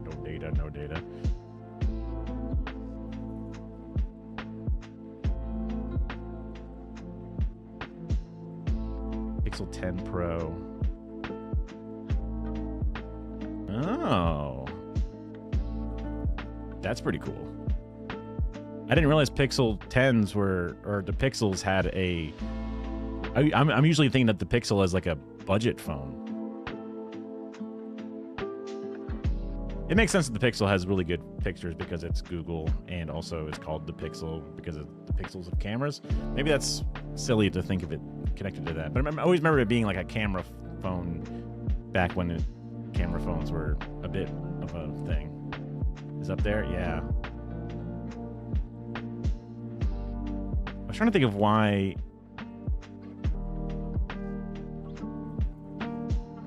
Because I mean, I think it was like AirTags and some other stupid stuff is why the Apple ecosystem seemed like it could be beneficial.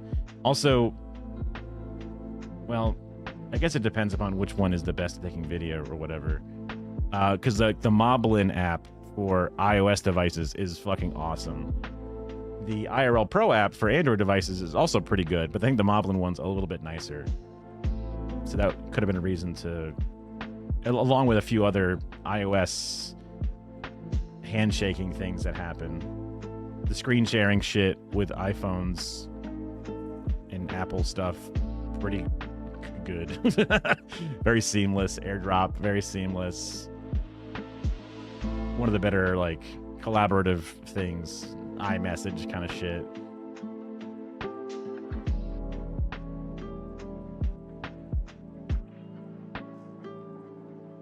I see what you're saying about the internal CPU chip.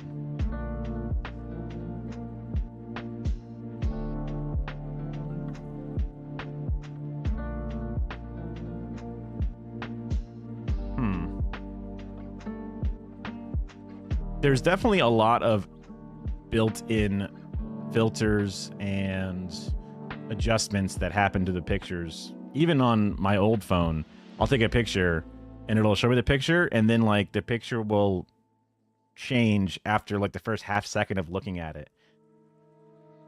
And the brightness gets kind of cranked, or a few different things. It's interesting. You can also kind of tell when video is done with the phone. There's a certain amount of jostling, and then the natural like shake correction. Whenever light gets into the lens, you can see the different types of orbs and things that happen. Like we were watching a Big Joel video, and I was like, he's using his phone to record this. And then we saw him on a mirror. But it still looked pretty decent, obviously.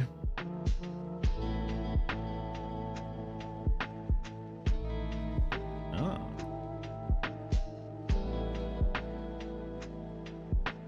You got a lot more stuff. You got a lot more stuff than I thought you would have had for a young person who was working a working job. But yeah.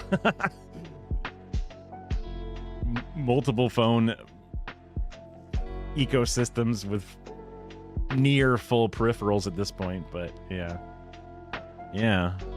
that's cool. I mean, hey, I love consuming. I love things.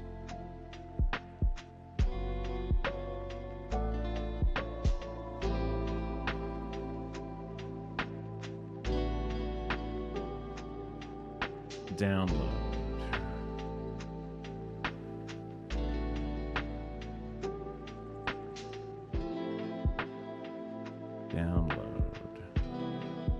I've been a bad boy, and I am not doing a good job of making all of my steps from my video yet, or my class, but we're getting there. We're working on it. We're getting through the steps.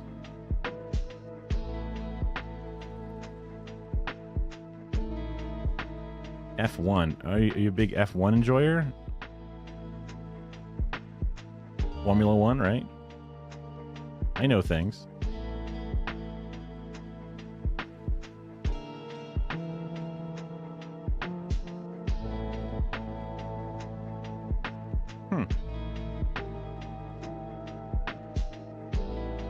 It's always been just a little different to me. Like, my dad would watch NASCAR, and those cars looked normal. F1 was like, yeah, those are just weird cars. Sure, no wonder they're doing stuff. I don't know. They were obviously faster, right? They're lower to the ground and more of an insane build.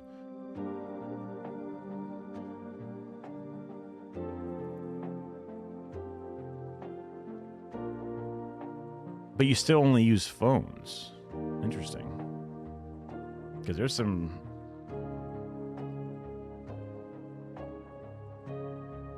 Wait, really? Then what's the point of having the weird-ass cars? IndyCar is... Wait, is IndyCar... Wait, Is IndyCar the F1 car, right?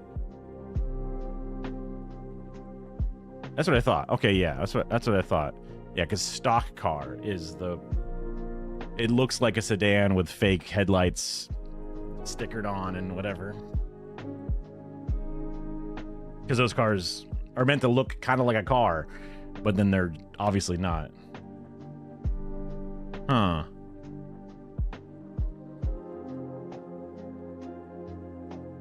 Yeah, their tracks are different, aren't they? They're more...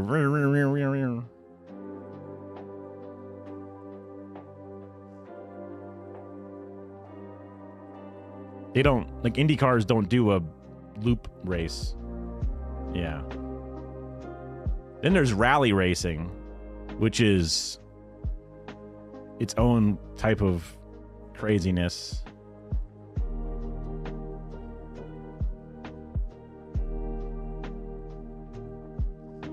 Oh.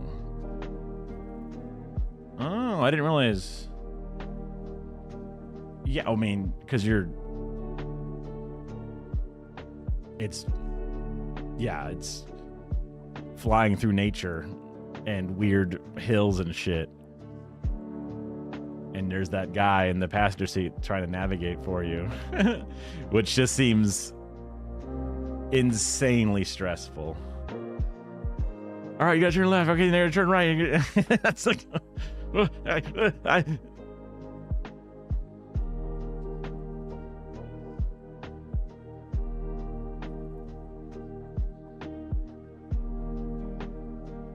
I've seen a lot of those crazy images or little mini videos of the rally car like flying over, and there's people all waiting there to take pictures and to kind of just, you know, cheer along, and then the cars like crash and explode and right near the crowd, and it's terrifying.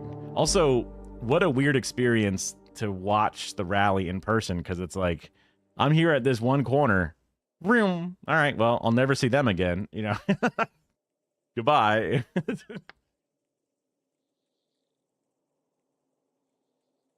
There's a whole world to get into.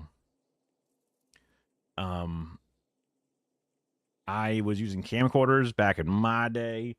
So then when I try to get back into it, I got a camcorder again, and I was like, I regret this. I ended up selling it almost for the same price. Actually, it might have even been a little bit more than I paid for it, which is weird. That was because COVID was a crazy time.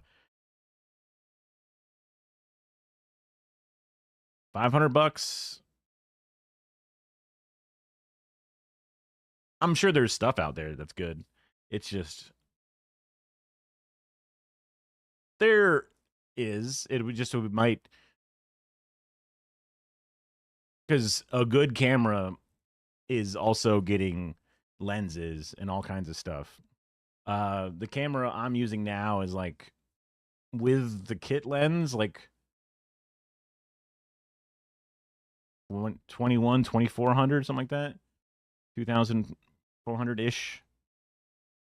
Like my A7S III I bought was like 3500 when I got it. The A7 IV was cheaper.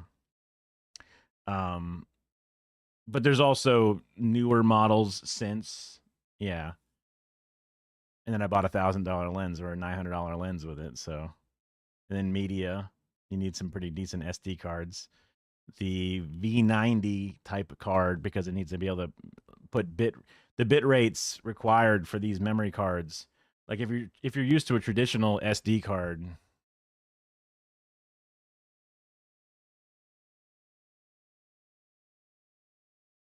they have this. Instead, they have more little chips on the back.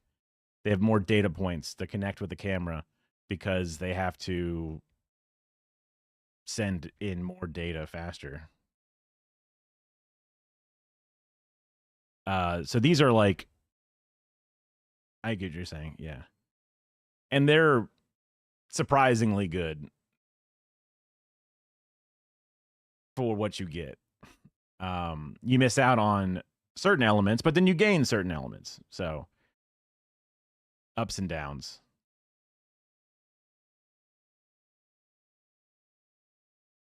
But these are somewhere around $1 a gigabyte, kind of. They might have gone down a little bit more. It's probably a little bit less than that, especially if you buy them on sale. No, it makes sense for sure. There's multi-use out of a phone. There's limited use with a camera. When I first got the cameras, I was like, okay, now I need to like start a business shooting weddings and shit. But that's actually kind of a nightmare. Excuse me. Yeah, well, that's exposure to, I mean, I understand it's just a quick example, but exposure time will give you a very similar result. Like that's how night photography is done in a lot of things, is just leave the sensor open longer. You get more, but then you also end up with these like blurry, blobby kind of like shapes because as it moves, the light comes in and then it builds a picture image.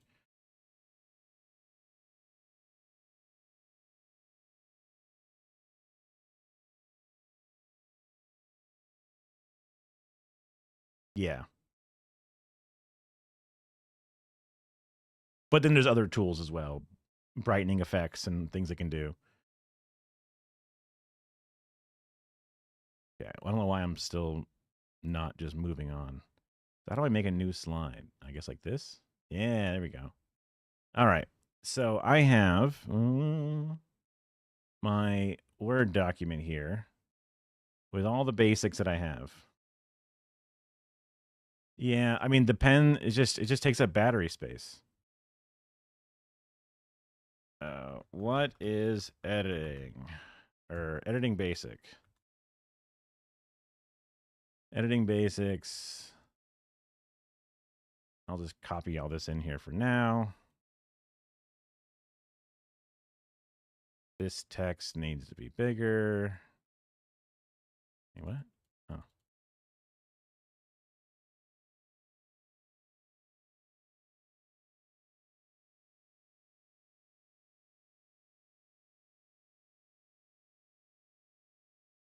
Buy a ring to take pictures.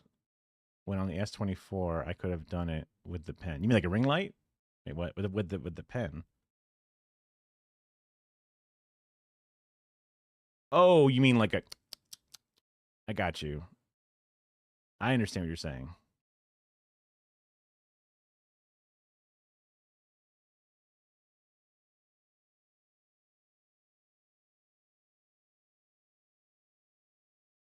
Huh. Is it just nice to have it so that way you don't have to worry about tapping the screen or hitting the volume down button? Is that the benefit, so you don't shake the camera as you're holding it to do it? To like, I guess that's the benefit. I thought I looped this music. You son of a bitch. I used to do it there. This thing doesn't actually work. Well, that's a pointless thing. Get out of there.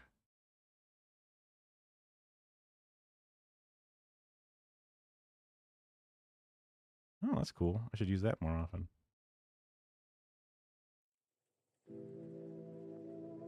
It's probably one of the features it comes with. It makes sense.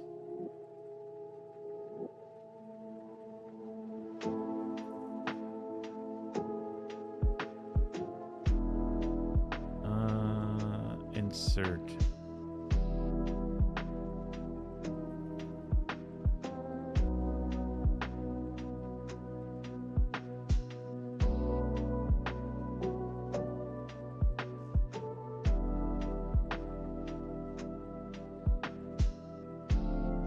Add to theme. Ah, okay. That's nice to have that built in. Let's see. Is there like a stroke or some shit? Or shadow?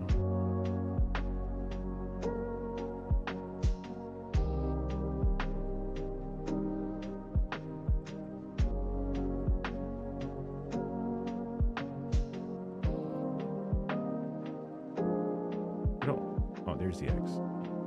Get out of here. Also, do I need this on? Oh.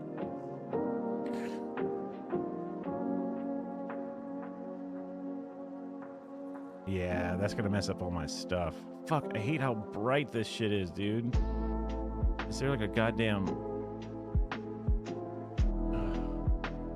Wait, don't I have a docs? Docs after dark. This does not count as Google Docs, does it? Fuck me. Hold on. I can do only for Google Docs. And then put it on like light mode and then just turn the brightness down.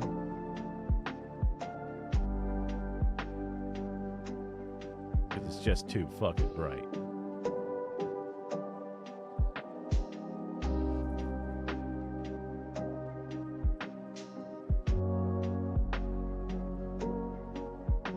Looks good with the suit. Yeah, I've just never been a chain person. Interesting that it gets hot. Oh, you mean when it's hot, it's uncomfortable. That makes more sense. I can read. I swear. Yeah. Oh, of course yeah, you get used to it. Now this looks too dark. But also this text is not black.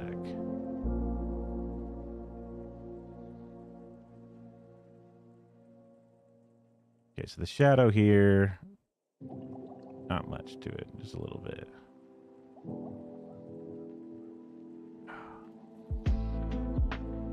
Even that messes with it, though. Fuck me. Actually, I might need it to be. That looks so cheesy. 1 pixel. That actually doesn't look terrible. Why is this?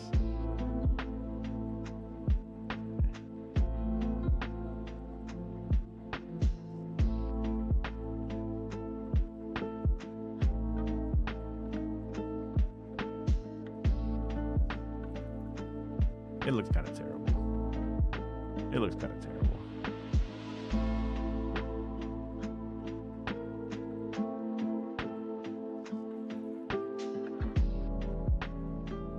This. Interesting that makes it more legible here. It's probably the background image is the problem. Change background, choose image, browse. These aren't much better. What about this one? And I save it to the thing. Probably.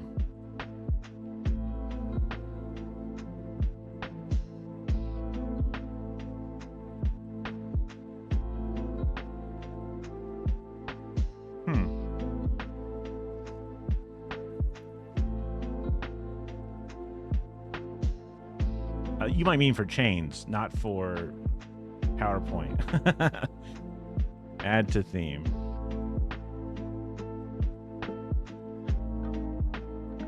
Oh, you know what the problem is probably?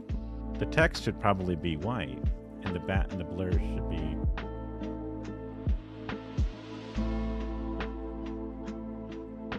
And the drop shadow should be black.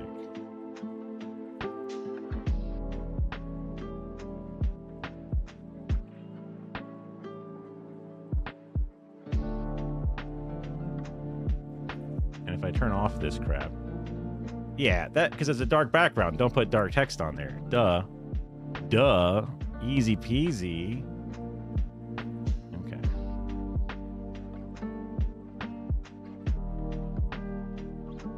Yeah, I mean, you don't even need the shadow, honestly. It's fine. Perfect. Much better. Agit prompt for a new age. This is all work in progress. Okay. Add another page. Where's my this? Oh, what's a menu? Oh. Okay. That's fine. What's page setup? Oh, that's fine. Okay. We make it white. This one is important things to consider. And then this is all white. We'll go in and add the elements, the thing. I'm just filling in my simple notes for now.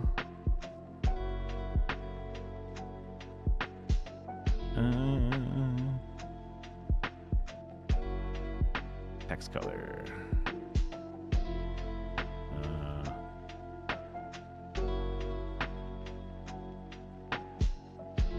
Whatever.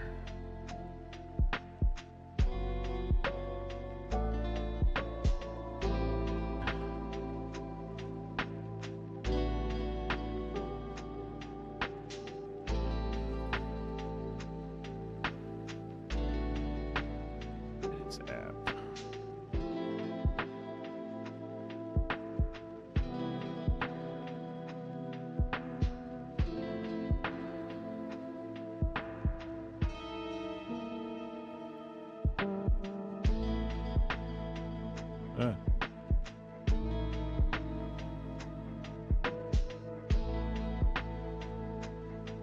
Save. Here.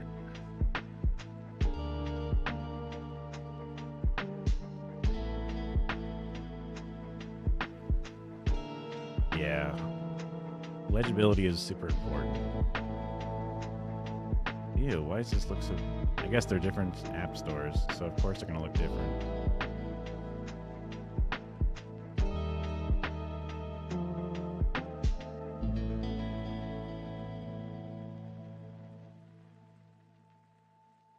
I want them to be vaguely similar in size. The image is much smaller on this one.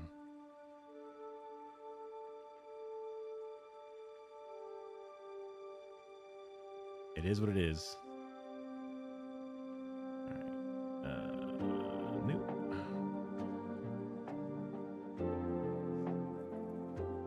Okay. Save. Get the folder.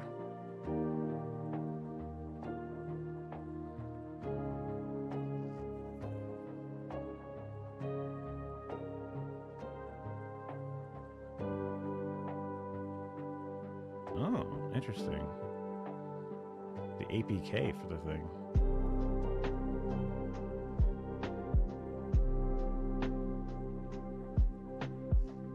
This might be a good place to see it too.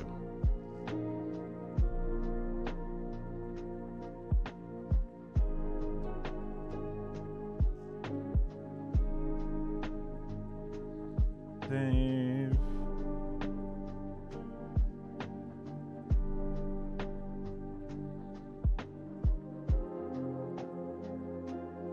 Yeah, exports with no watermark is a nice thing about it. Timeline with clip level precision, auto enhance features, AI image animation. Oh boy.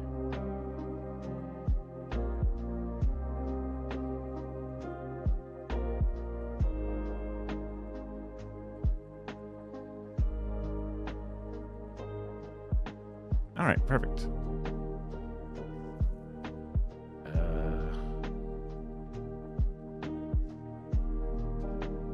Insert image. I guess I could have just dragged the fucker in.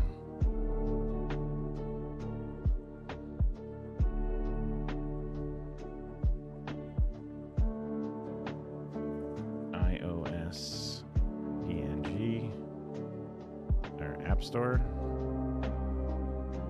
Ah.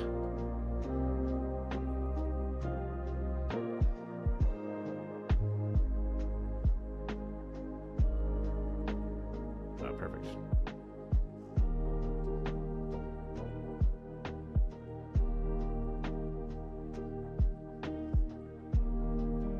Open in Figma. Ligma.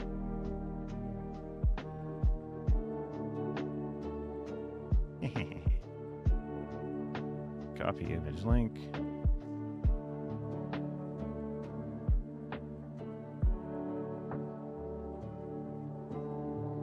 What? Oh, wait, copy image.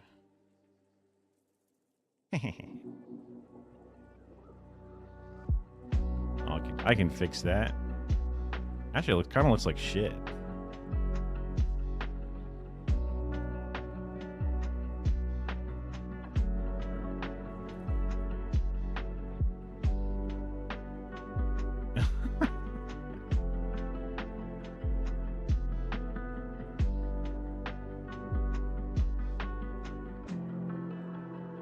Yeah, it looks fine. What's up with that, like, fucking little bit of white there? Yeah.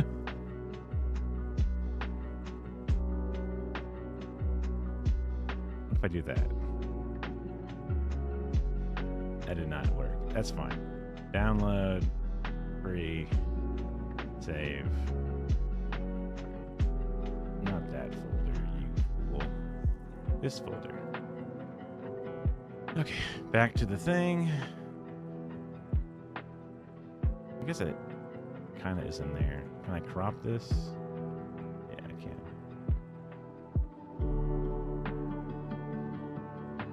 And then I could probably just drag this fucker straight in. Like this. Yeah, of course you can.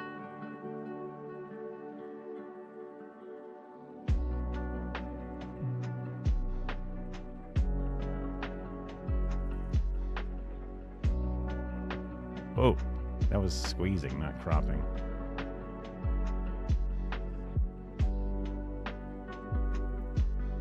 Yeah, there it is. Just to make it easier to grab in the future when it's all exactly the right size.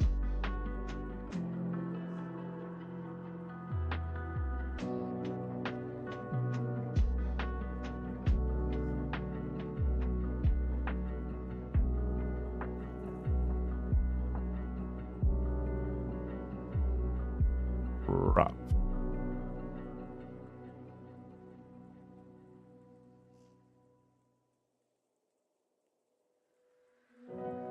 Sure. Again, it's just a PowerPoint. Why do I care so much?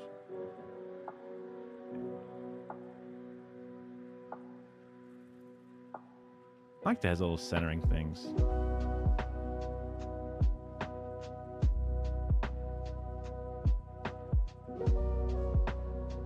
Oh, I think I fucked this up, actually.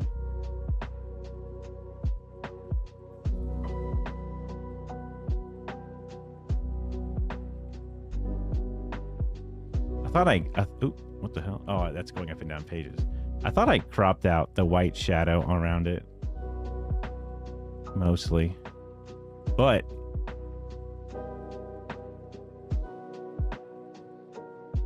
if we add a drop shadow to it, problem solved. Even then you can't see anything.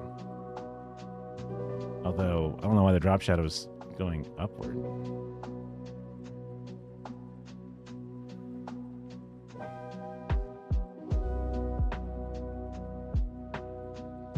Huh? Oh, there's two of them. That's weird. I did not notice I had two of them there. Wait, there's...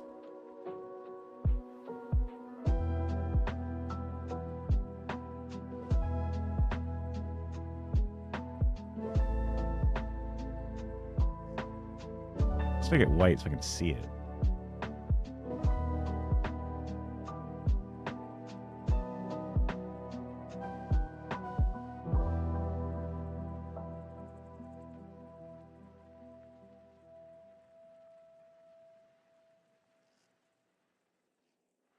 Something like that. Oh, I may have, when I was doing this, I might have like alt dragged it to make a copy or something like that. I don't know. Something like that. Okay. That's for me as a note.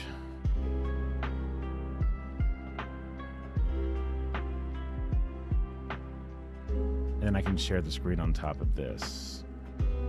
So everyone will need to download the application. I'll show everybody how to make projects. We import media. We load up our timeline, which is basically automatic. We make cuts and trims, show them how to do titles and overlays. I did not spell the word corrections correct. Okay. Any extra elements, and then how to export it. And then we share it to somebody. Okay. Scrolling doesn't scroll the way I thought it would scroll. Oh. Resize this page, then zoom in. Maybe there's like a fit to view thing. Fit. Boom. Easy. Corrections of correction. Yeah. Okay.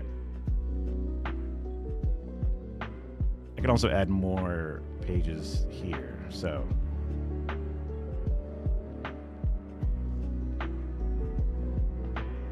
non-linear is a timeline. I mean, I could also just talk about it. So non-linear editing means that you can edit your thing anywhere. You can jump back and forth, the beginning and the end. You can edit it in a non-linear fashion. You can go forwards and backwards. Time is your thing to play with. But there always generally is a timeline where the first second, the last second, everything in between, and it runs by the unit of time that you set. Aspect ratios, frame rates.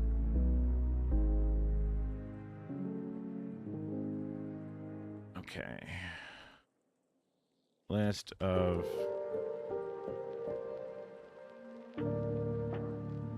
aspect ratios.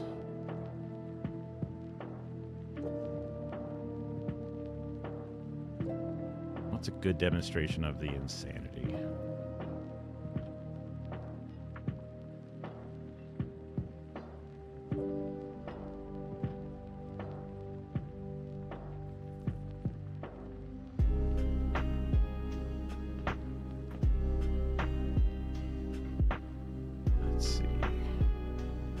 Because obviously some of these more like obvious ones that kind of show off all the different things. This one's not bad. This one's fine, but it's just very like, what do you call it? Clinical. Just boring square boxes.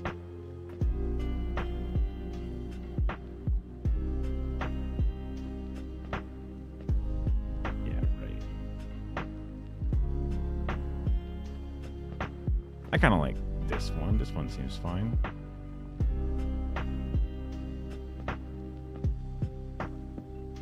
Shutterstock. Also not bad.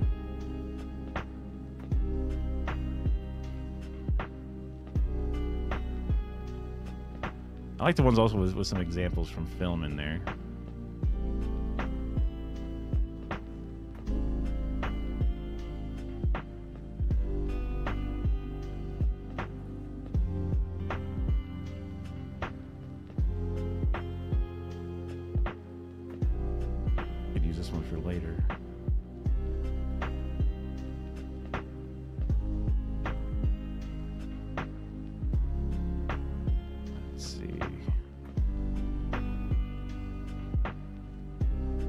Aspect ratio examples.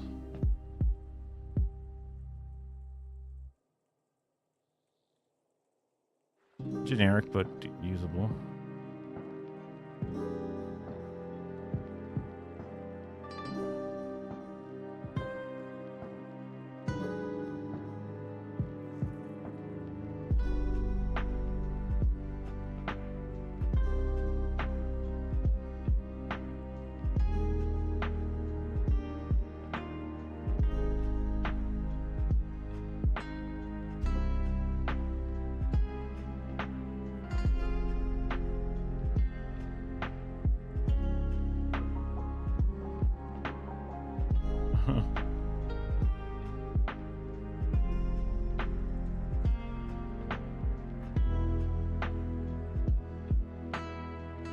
don't know what that is.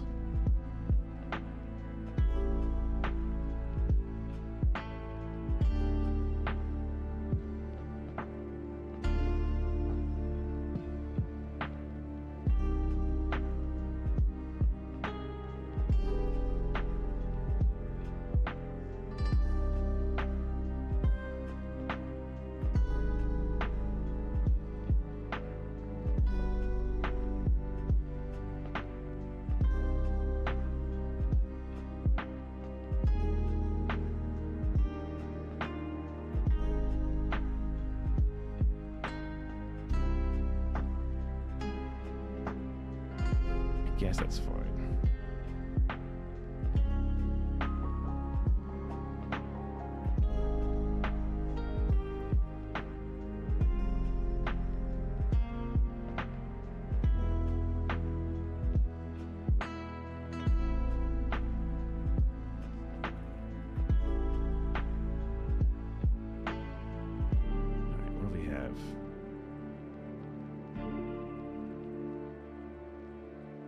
Save image.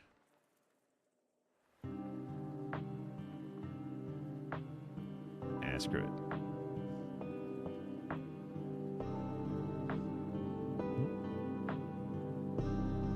Oh, this ain't an image I can steal, huh? You think I can't steal it? Think again, fool.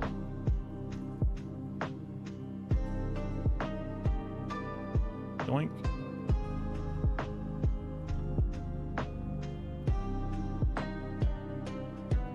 Again. Yoink.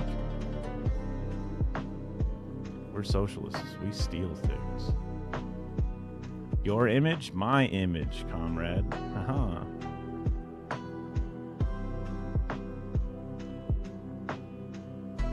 Get out of here. One more. One more for the road.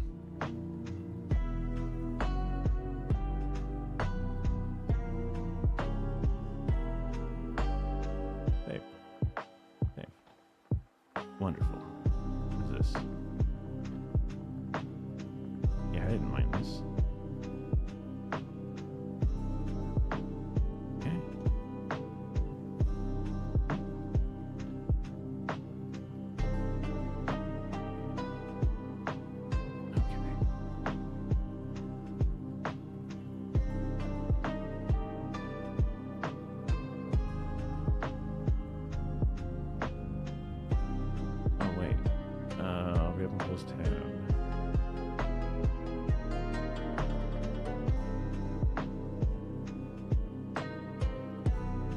Probably make this like a QR code or something. That'll be smart. QR code maker.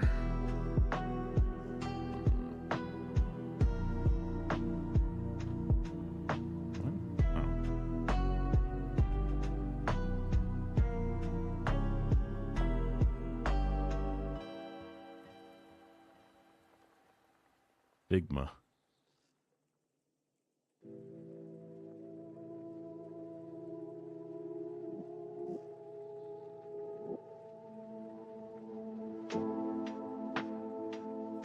The URL might have a typo.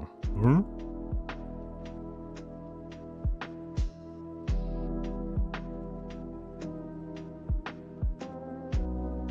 Copy link from that.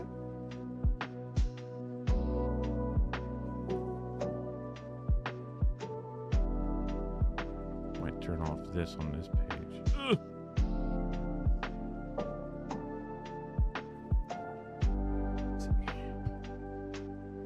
Does it work?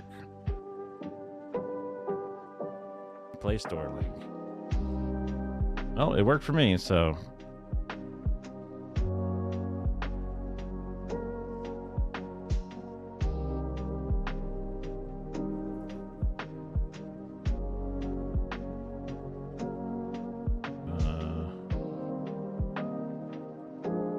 You probably make it like illegal to put like an image in the middle, right?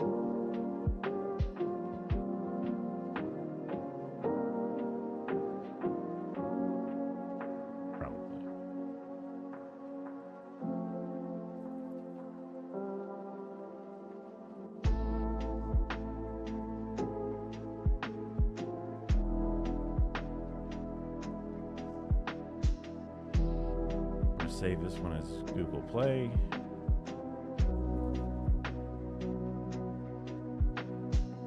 And then going to go to the Apple Store one.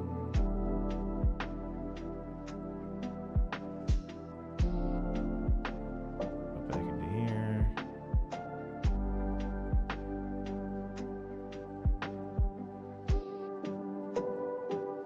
My phone is not an Apple phone, but I'm going to assume this works.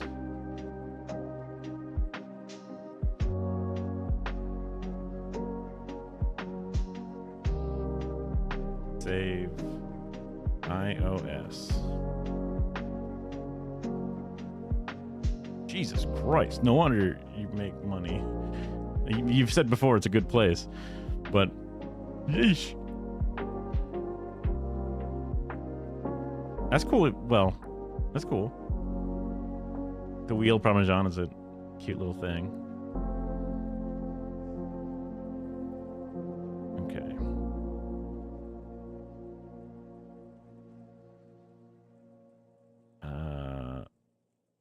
iOS. Don't want to shrink it down too much. I'm sure it'll be fine.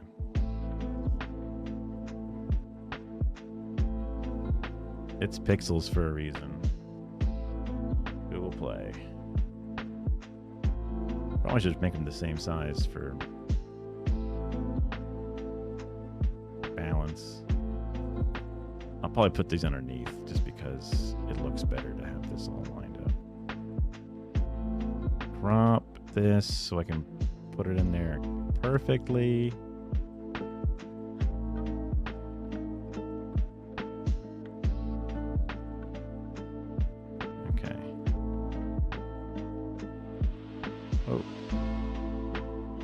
I see that's moving it within the crop. Very unusual, but I get it. And now iOS can go here, and this one can go here, but it needs to shrink a little bit, so that way they match. Perfect. I don't like that. They look gross.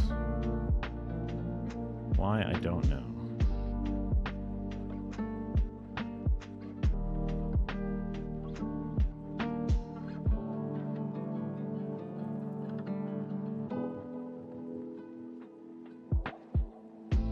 Is one still bigger? Well, they have different size, like... Oh, they're definitely bigger.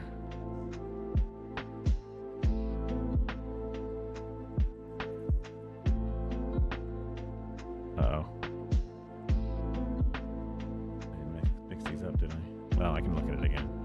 The one with the thing in the center is Google Play. Okay, got it. The boxes here and the pixel density is just different because they're just a little different. Different codes. That's reasonable. There's no like center lineup. I guess because that's not an individual image. Like there's one there, but that's not helpful.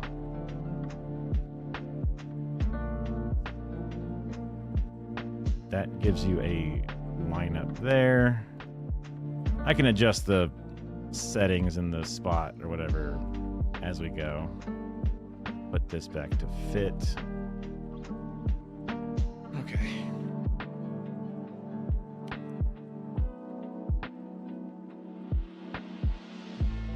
Italian food's good food.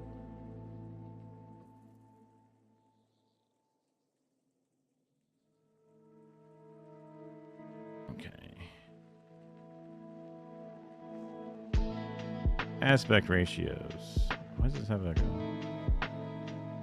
Why is there like, is there a space before it or something? Why is it so weird? Undo.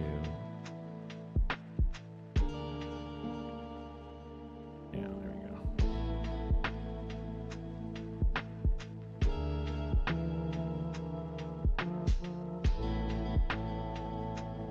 Aspect ratios. Frame rates. I guess I can just put that as another one. Whatever. Okay, so we're gonna add some images. So aspect ratios we can add in this. You can also add in the one with the different things.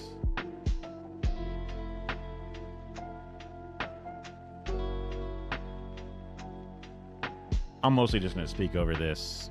Obviously, we're gonna be using the 9x16, but just so if you see these mathematical equations, you don't have to worry too much about it. And different aspect ratios have been used over time, as you can see by all the different ones there. Whatever. This is this current song, Tristram. Literally just Tristram. Lo-fi version. There's Rogue, Tristram. This one's not telling me the song name, but yeah.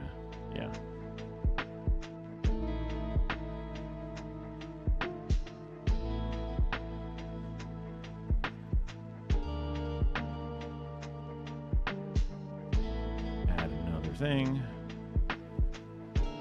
Frame rates.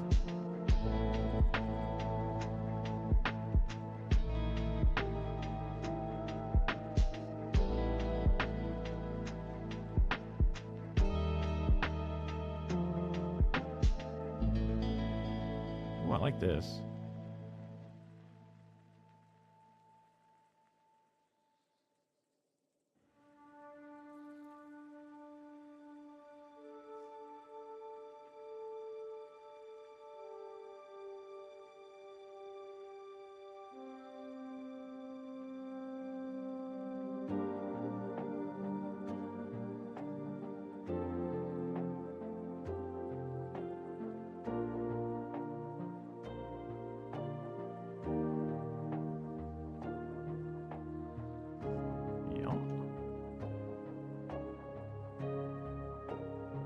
This might be even just a better, smaller version of the same thing.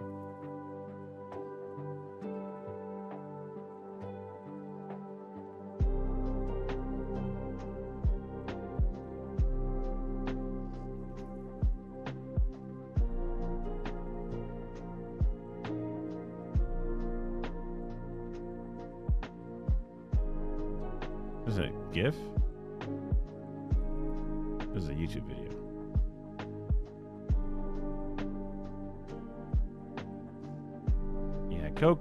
Coke Zero is really good. I like a lot of the zeros overall. It makes me happy that there's been a lot of research to say that it's probably not deadly to drink it, because it's like, wonderful. That makes me feel good. I've, found something to confirm my biases. Excellent.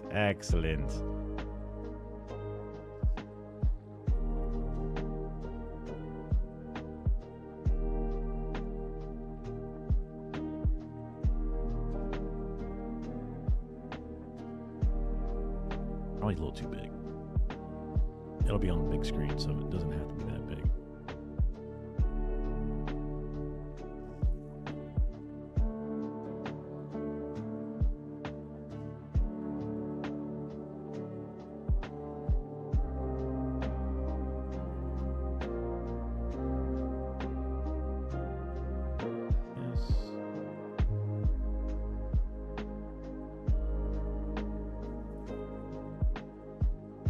God, yeah, absolutely.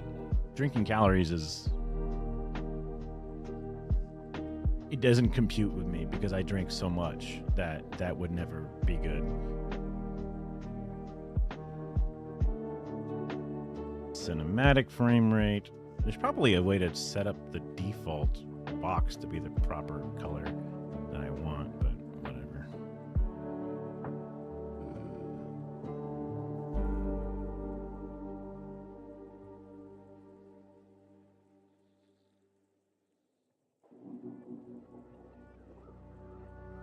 With gas? Like, you mean just better? What do you mean?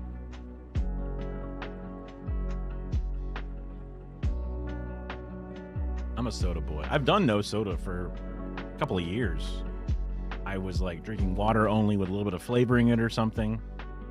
Oh, carbonated. Understood. Yeah.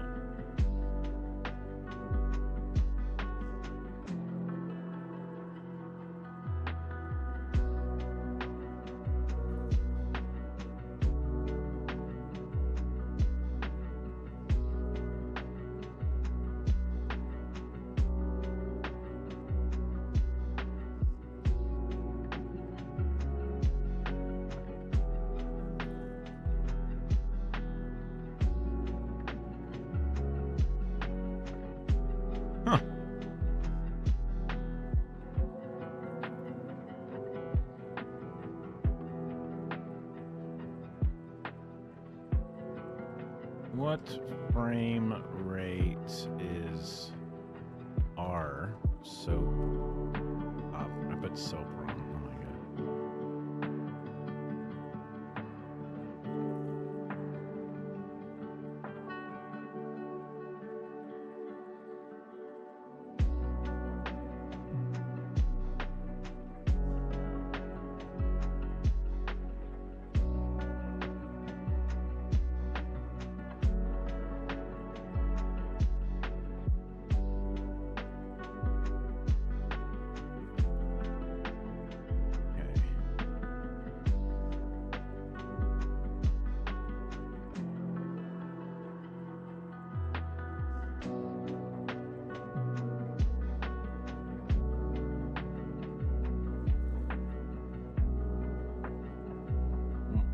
What? Why are you backwards? Huh? Copy, paste. Okay, what the hell? Only 3 more months to your next cheat week. Week? Wow. Okay.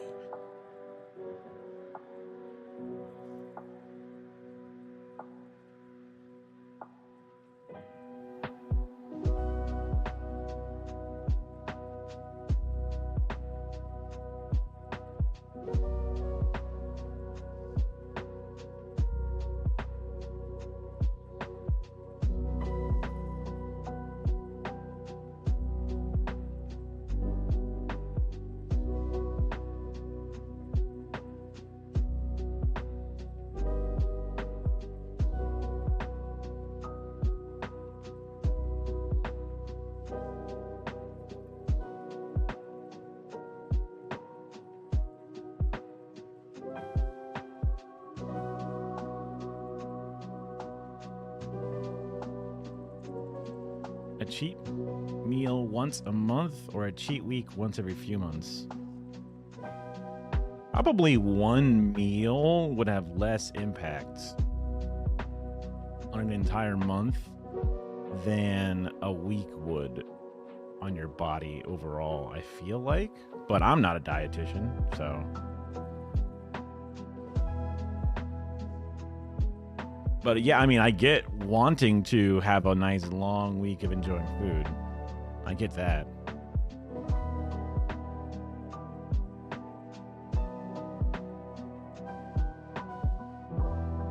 Huh. Dude looks like he's got like an insanely strong pectoral, but then like almost like disproportionately strong. Looks super thin otherwise. It's kind of crazy. Doesn't look as buff here. I guess maybe it's like the up stroke, the jiggle.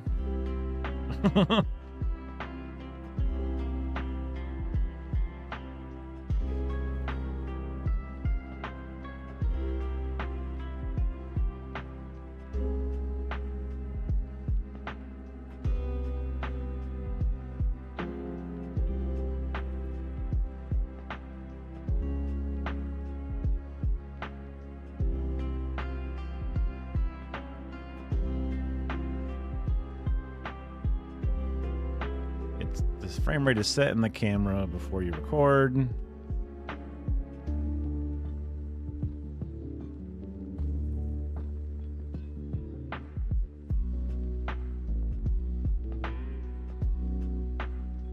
Most online stuff is 30 or 60 FPS.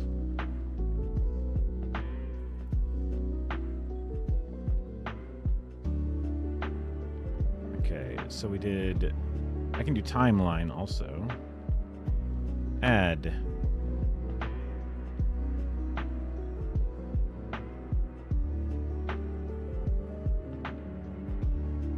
Timeline. Images. Editing. Hilarious.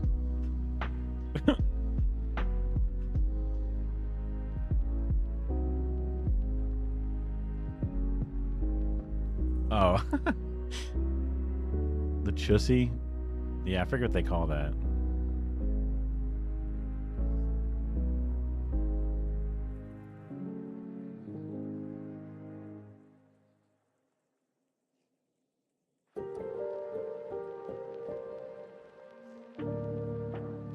Yeah.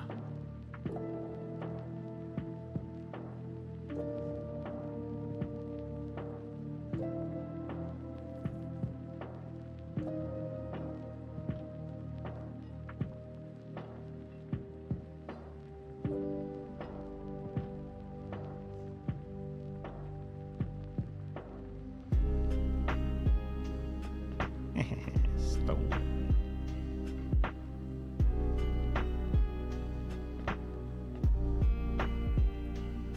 Actually, this might be better.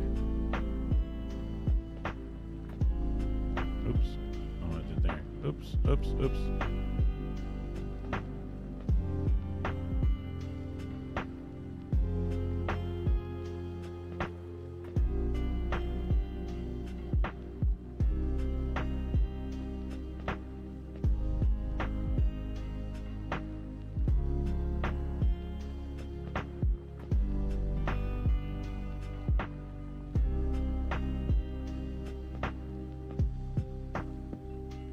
Are they using Avid? What is this?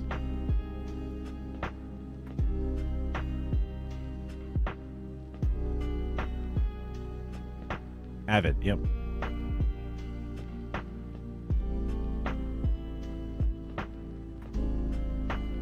So ugly. Crazy.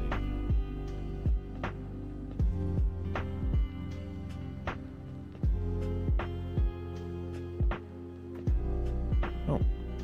Resolve for iPad. Neat. Okay.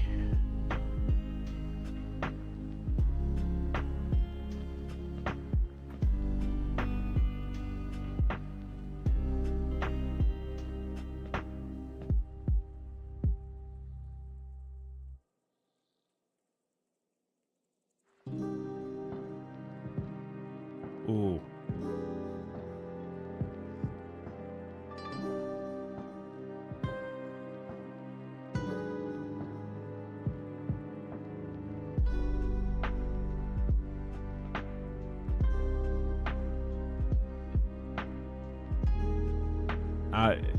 Y'all ever been to your parents' house and they have the smooth motion turned on their TV and you go like, I need to turn this off right fucking now. Oh fuck.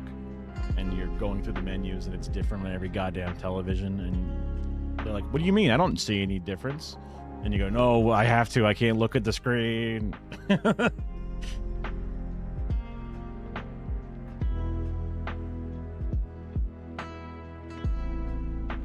Timelines. This and this. I think I like this one better. So we go crop it. Keep it tight. Oh, it's a lot of white space. I'm not super in love with that, but oh, that's the wrong way. That's cropping. Yeah, it's fine.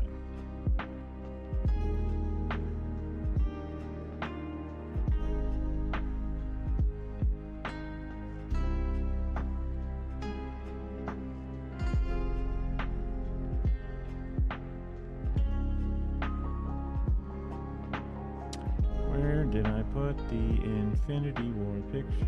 Ah, here it is. Actually,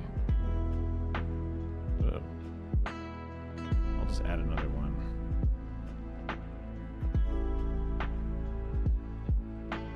Here.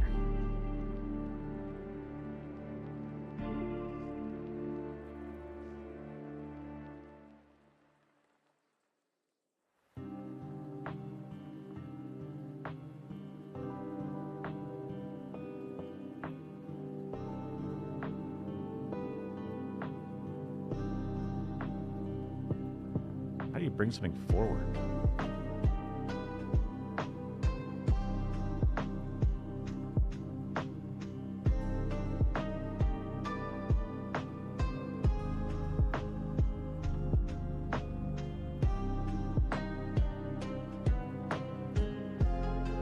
I'm sure there's a way to do it. You just need to 72. Yeah.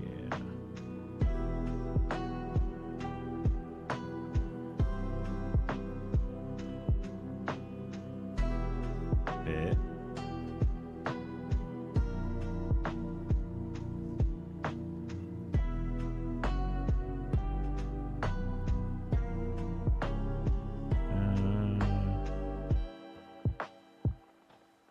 Order. Bring to front.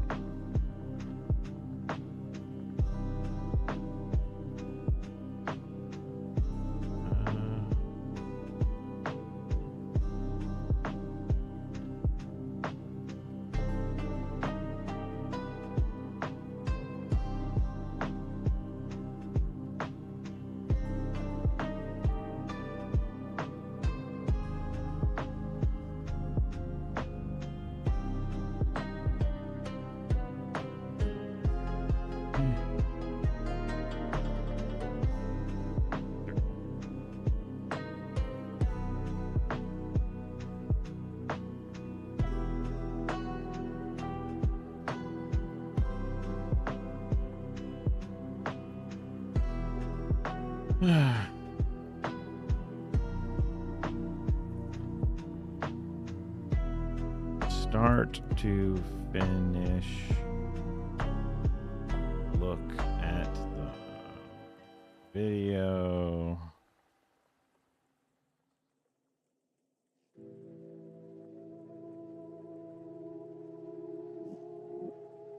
To scale. Look at whole.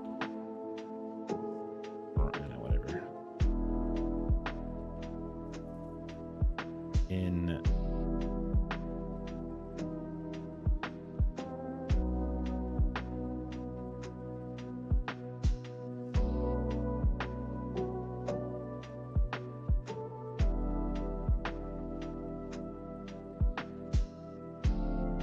way to look at the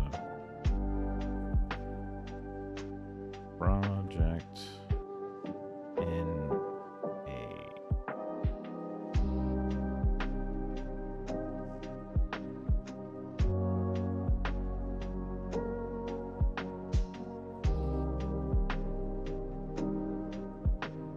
what's the Wikipedia say?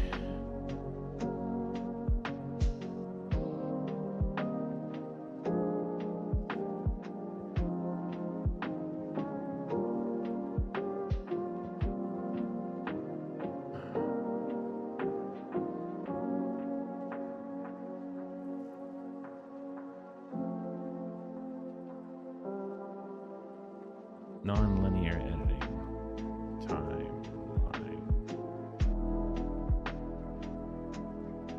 And I'll only define it.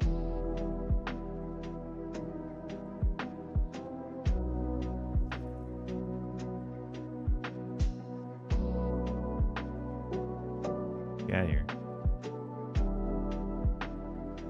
NLE.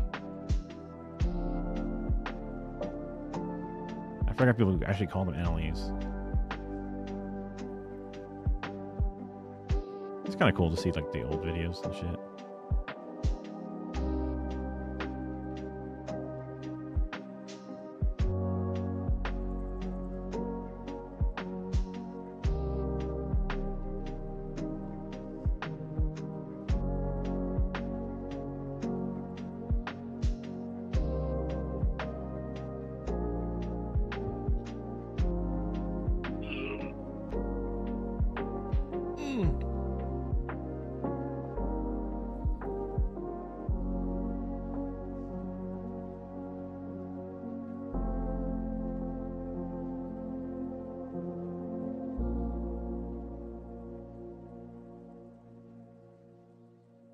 Working on the...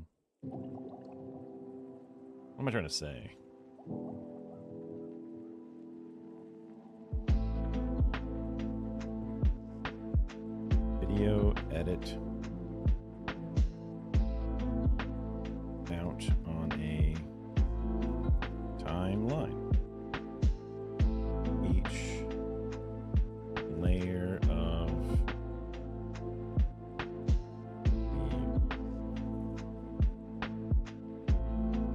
Essentially, the video is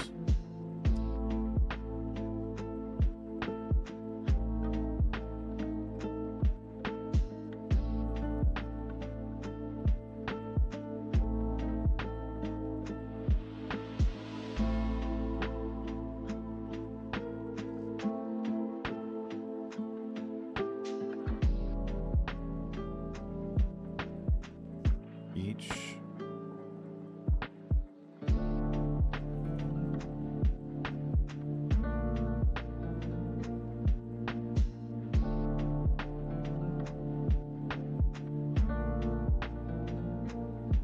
of both and video.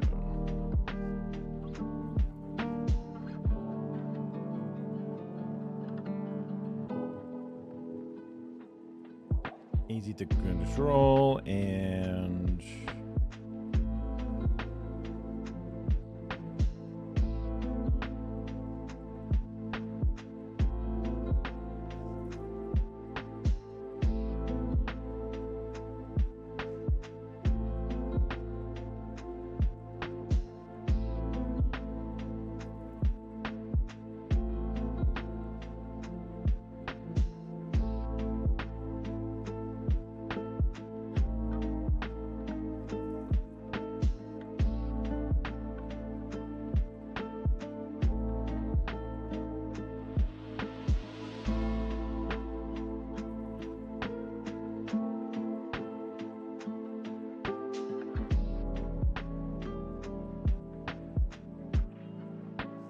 can be simple or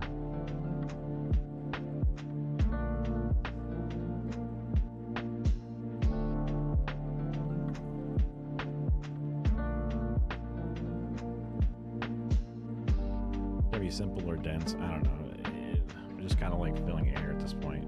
It's more of a simple part of the process, not too much to talk about.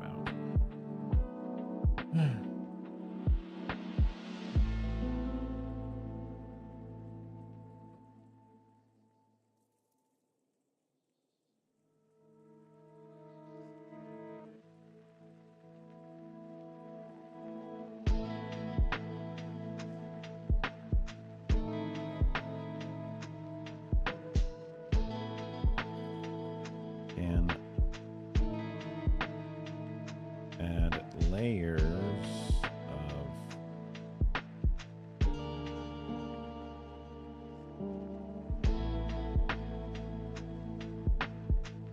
and see.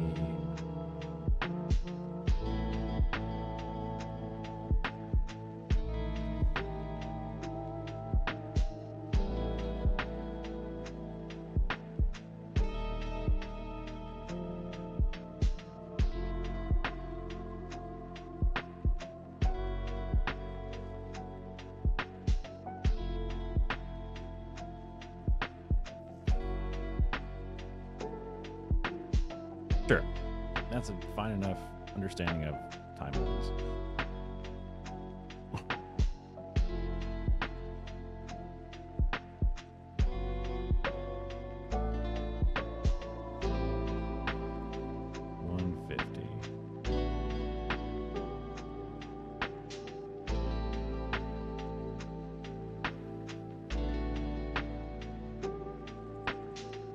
Okay. After timelines, aspect ratios, analog versus digital. Ugh.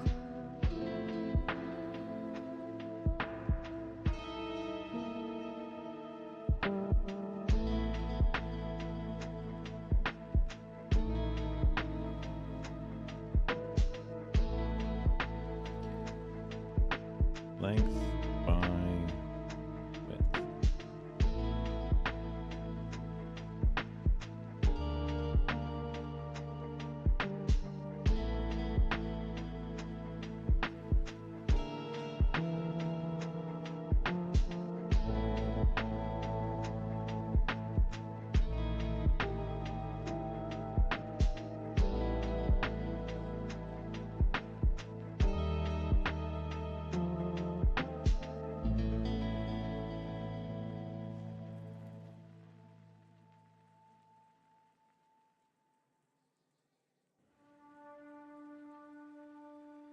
vertical 9 by 16 or square 1 by 1.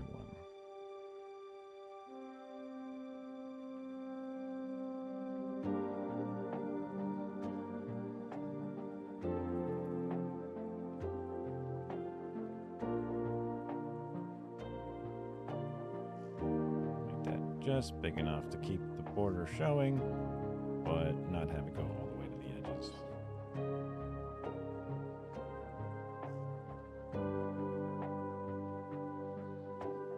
Connect these two like that.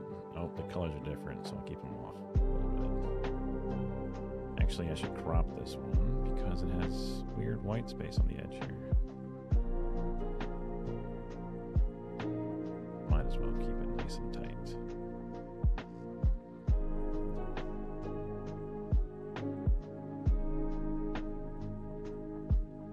Okay.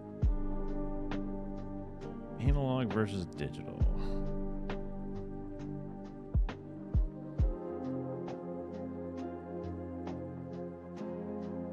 It's not, I don't really need to cover that, but I could.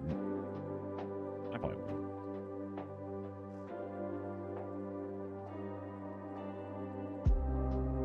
Audio and visual parameters. So let me see here. I go into my edit here.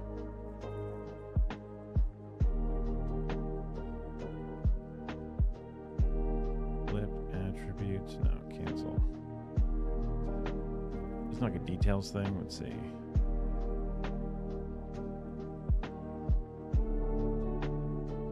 Inspector, right? Yeah.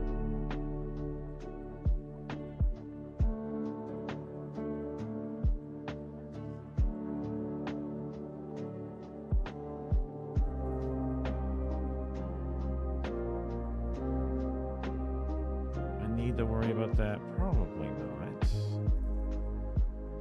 I'm trying to think if there's anything that can be weird and annoying to see. Bit rates, resolutions, dBs. I guess resolution could be something.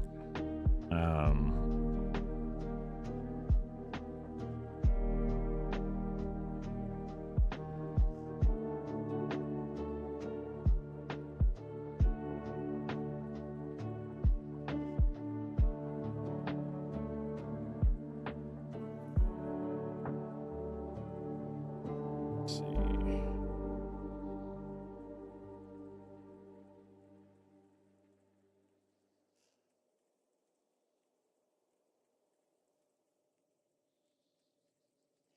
Resolution, bit rate,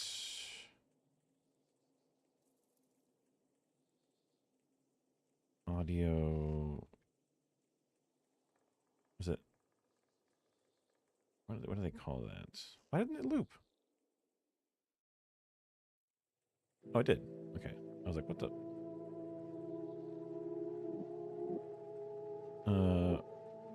Did they call it sample rate? I have to find different clips, obviously.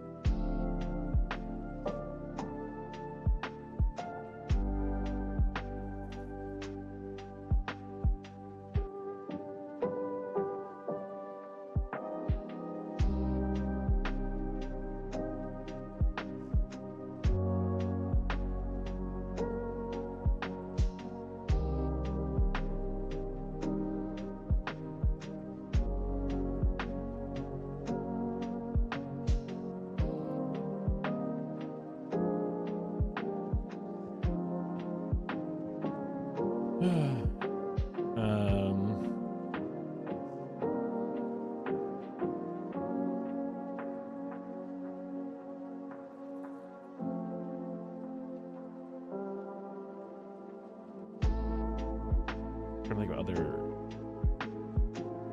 elements that they could come across that might make them go like, I don't know what this is, I don't like it. time frames, resolution. Doesn't seem like there's too much. If I pull up a video,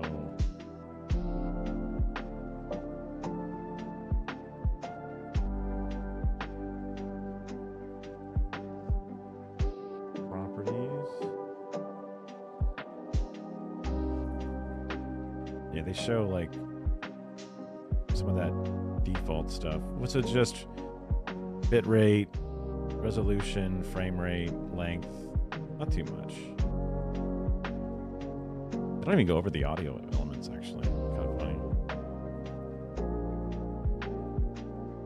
Or it's just left out. Oh, because there's no audio on that thing. That makes sense.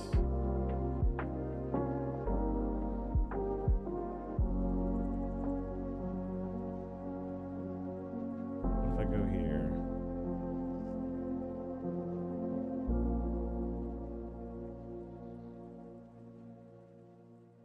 This is an audio file. Yeah. Channels. Okay. I guess I can just do a snapshot of like one of these things. Let's see.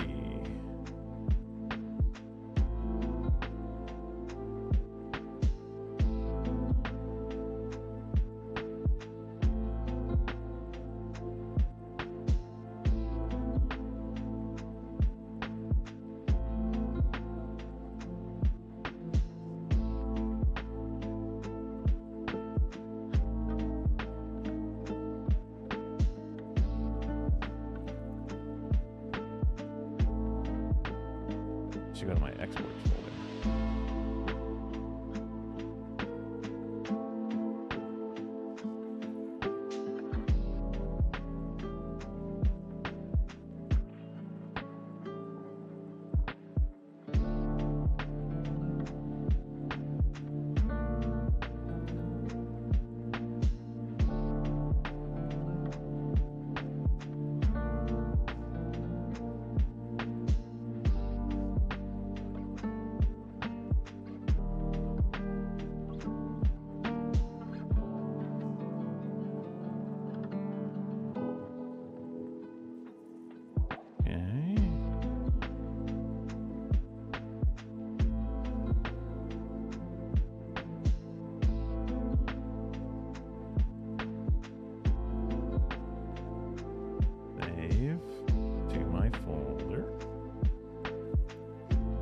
I use so many snips nowadays.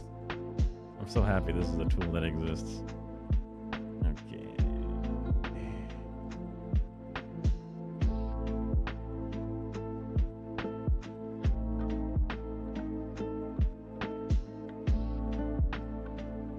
Maybe I should do a different video. So the one where it's like kill yourself thing. And it should be like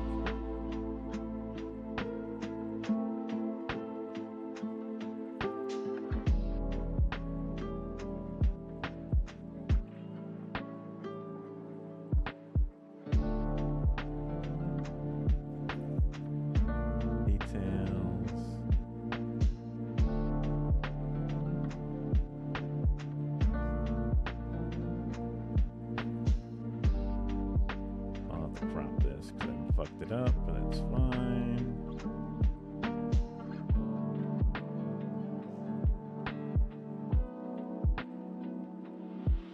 What if I do this? Unsupported, that's fine.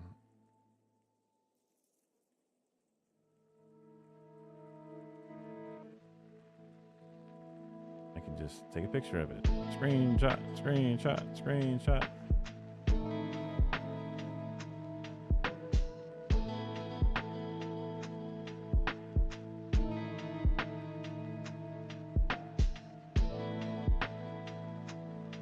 Save. Save. Alright. Yeah. Yeah. I went to click the X button. I'm so silly. Crop. Bring it down. Bring it in. Bring it in. Bring it fit again, please. We can shrink this down a bit.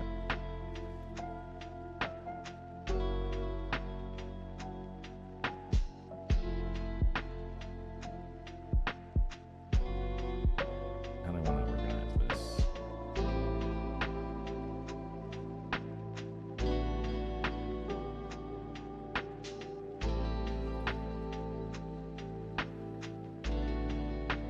I'm going to shrink it down just a little bit more.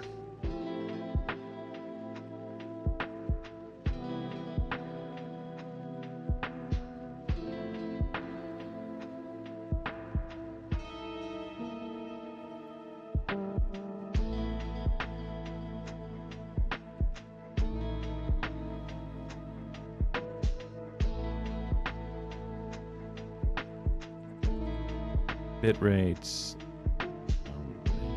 Bits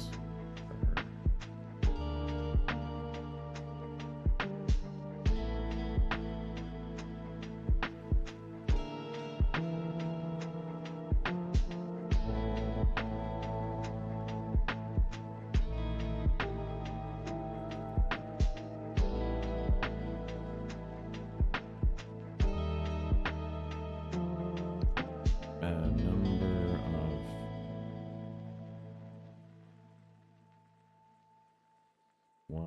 wide/long pi.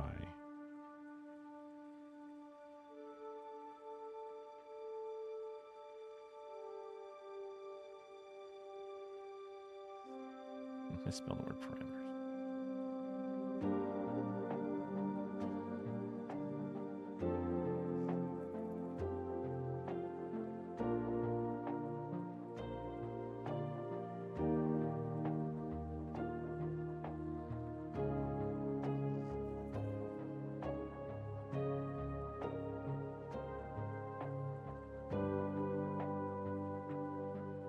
Resolution. Let's see, does this make sense to have in here?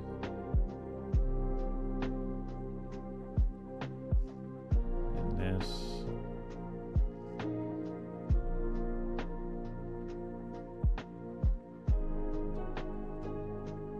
Maybe just increase this a bit. There we go.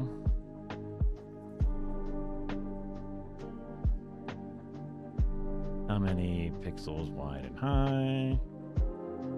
Bit rates, how many bits per second? Audio sample rate. We're pretty much going to be using 1080p for pretty much everything, probably. Or less. Even 720p should be fine.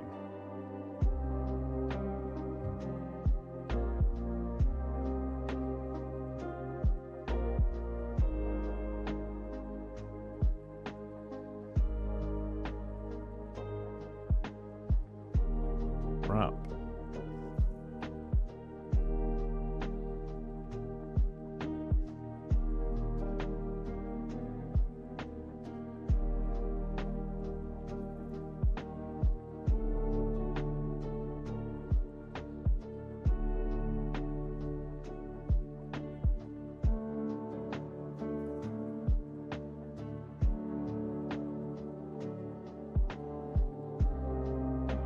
Don't mind a little basic overlap. Maybe a little bit lighter though, like this. I think it looks nice. This can probably be a little bit smaller. Yeah.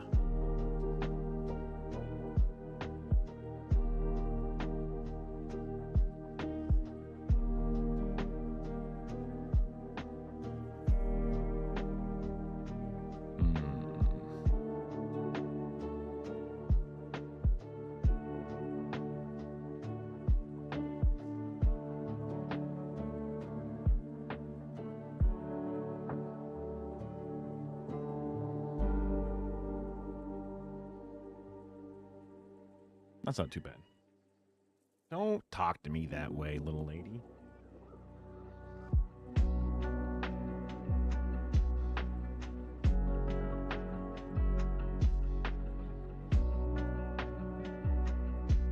So rude.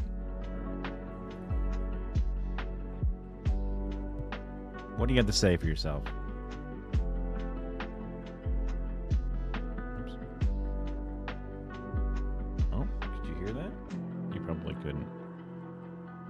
Ugh.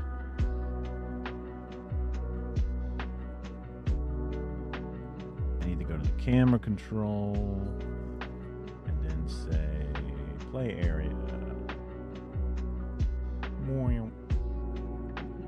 do you get to say for yourself, huh? What do you get to say? Could you hear that?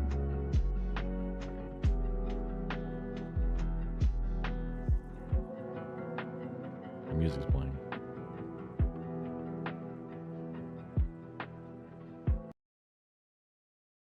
Go on. Go ahead. Tell the people.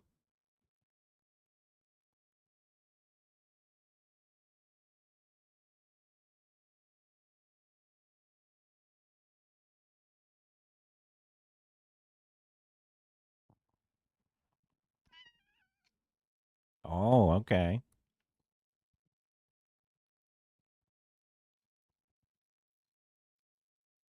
Yeah, she had this sweet little scream.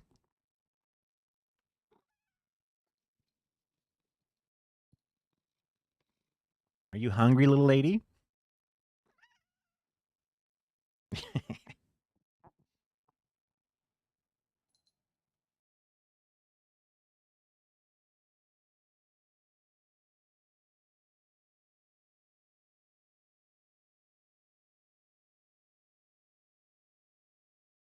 Okay.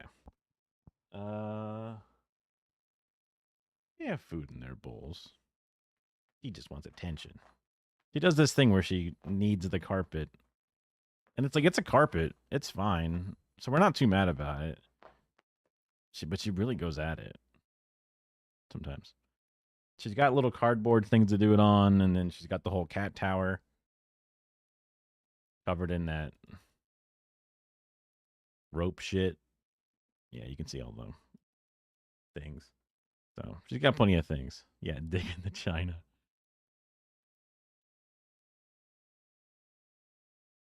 She'll just sort of wake up and come over and be like, yo, yo, and just start yowling. We're like, what? And then she's like, nothing.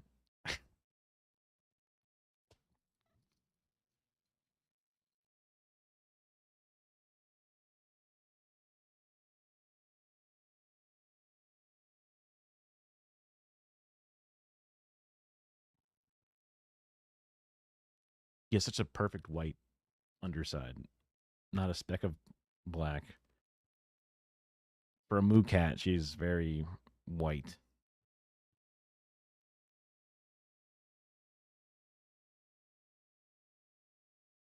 you want to play with the looking little mouse thing?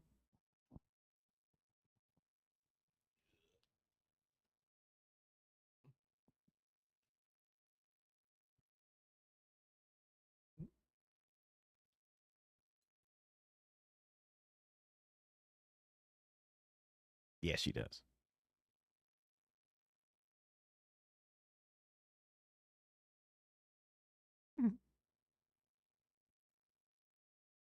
Oh, the mouse lost a feather.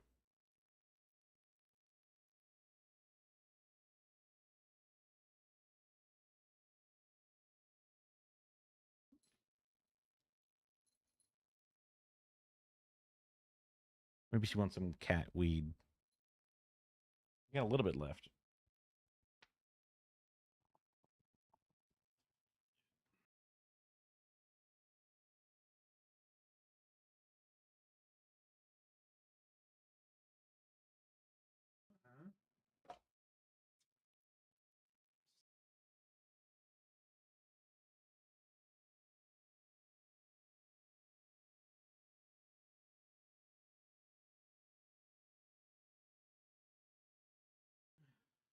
Oh, now Philco hears. So here he comes. Philco.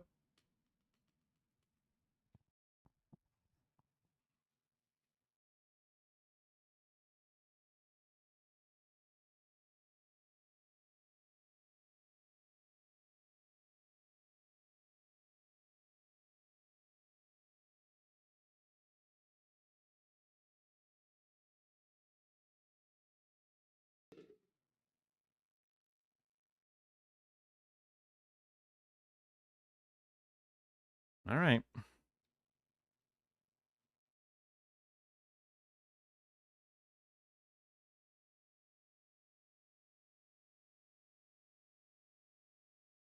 Little drug addicts.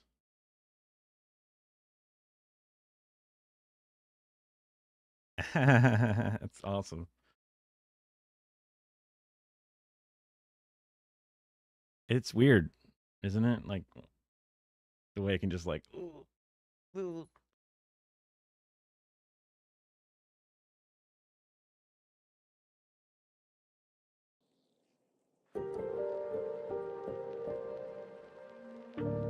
right, where was I? Oh yeah, here. All of this is unnecessary. Going over all this different stuff. Lighting is probably useful.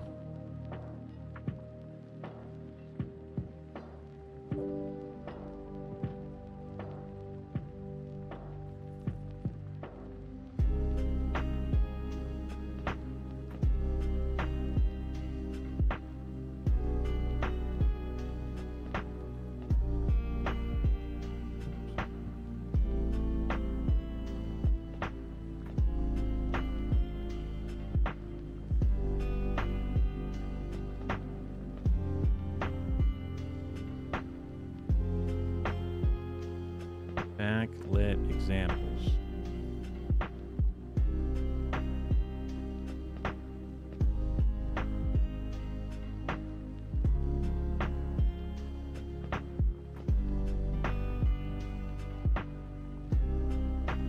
No, I didn't want to.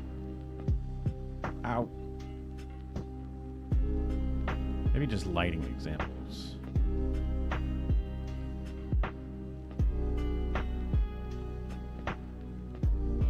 Kind of.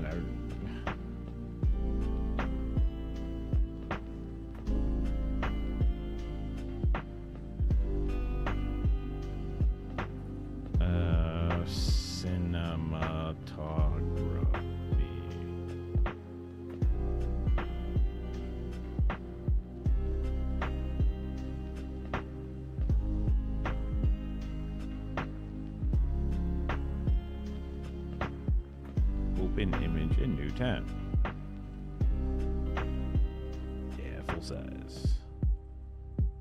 Sometimes they're not. Sometimes they're just a thumbnail, so.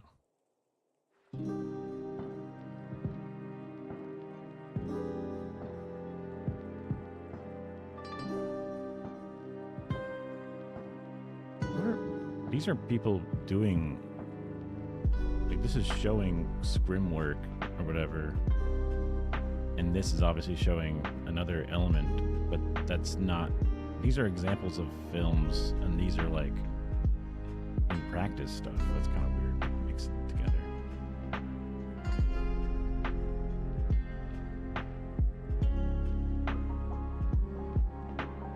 Ah, the classic.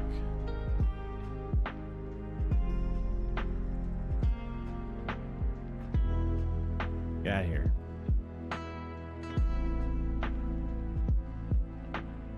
Web it. I don't know if that'll even work.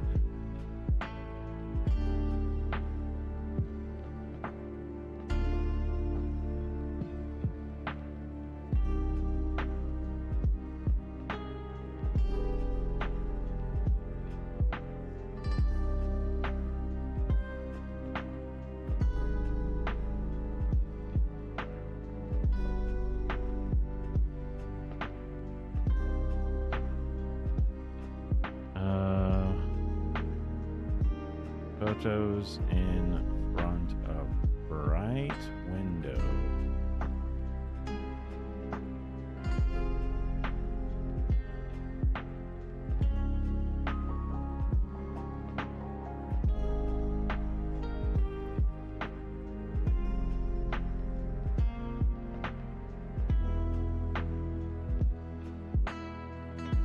Open image in new tab.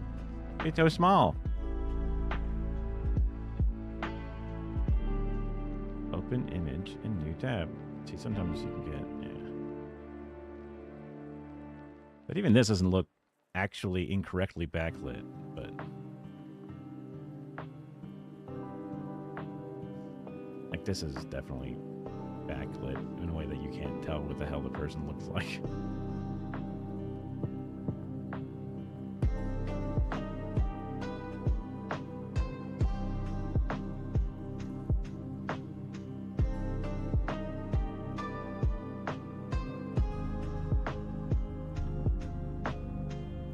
Bad example.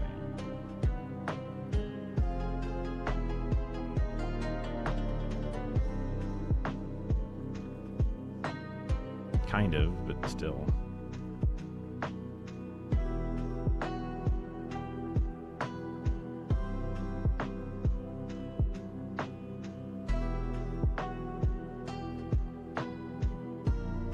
This is probably a better example. And we're woke. So we can have, you know. That doesn't happen too often, but I get it.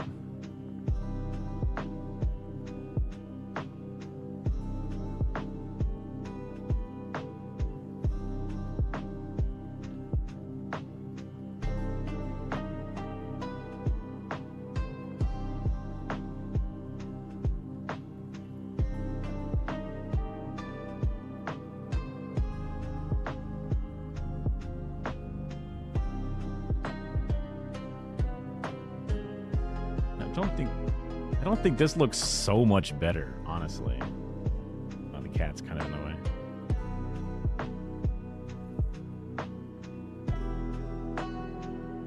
Like, I understand the problems with this, but that kind of just looks bad. Yeah. Like, this is a better example of the issues and the benefits.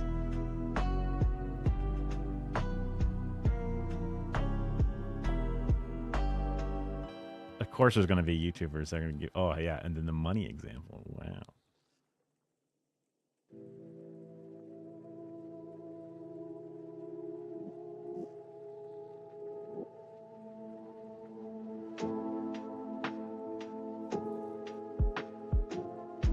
Okay, I think I got the ones I needed.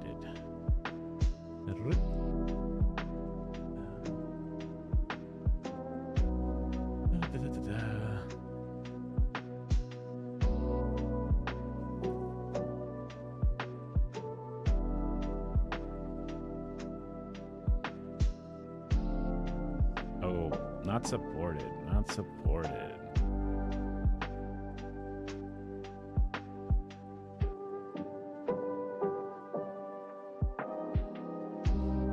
This was it. Do I recognize? I see this image in here. Why don't I go back and it keeps going back to the same thing?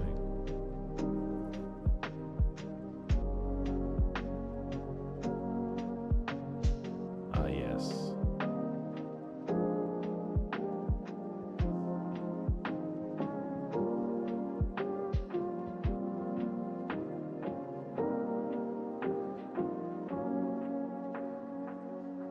Image, new tab.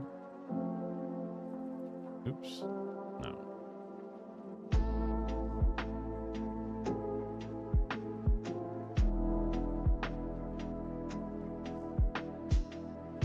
Yoinked.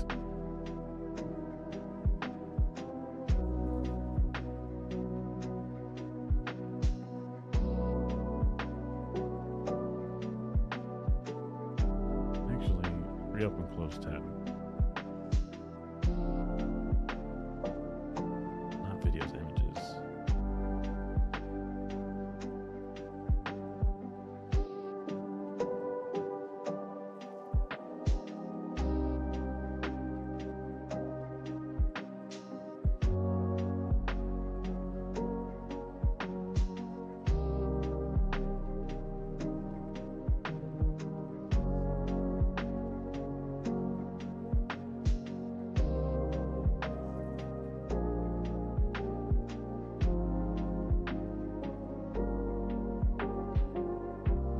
Can we just web it again?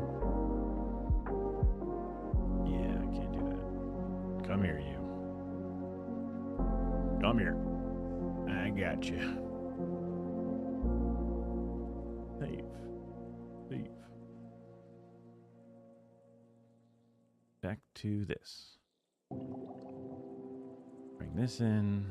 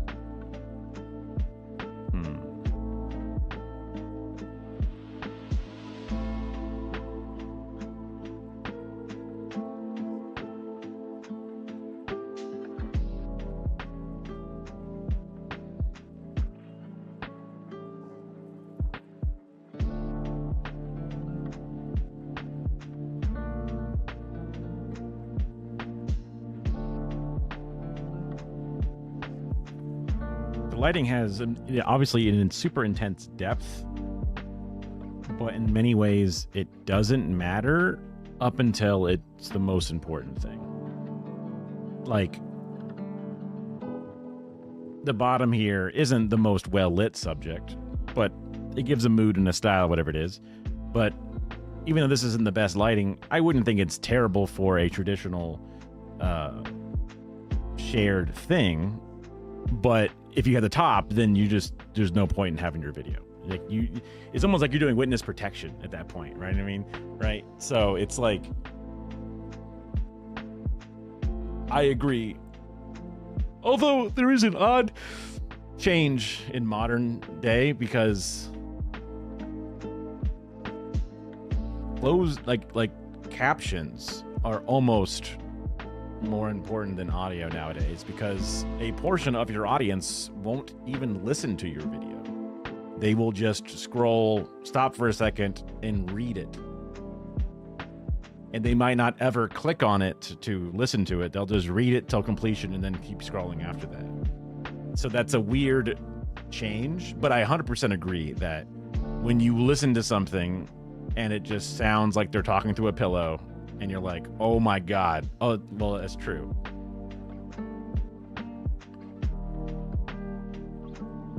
Well, I thought you were saying that with bad audio, even your auto captioning will struggle to get the audio correct, which is getting better and better. But I mean, you should always have good audio. Yeah.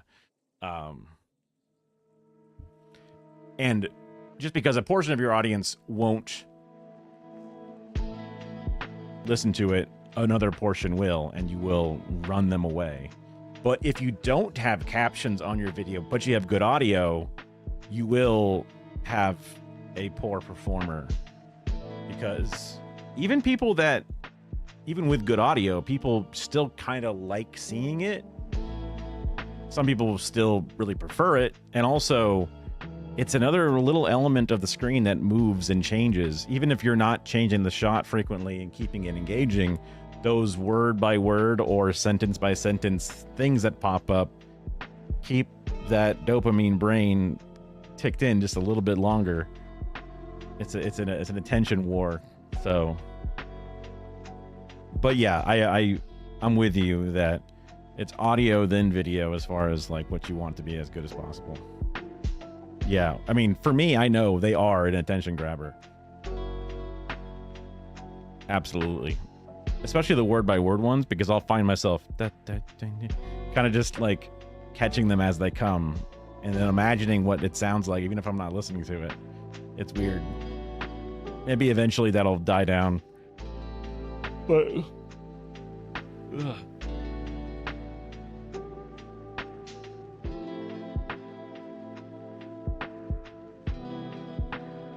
Does not need to be perfect, but when it's bad, it's bad.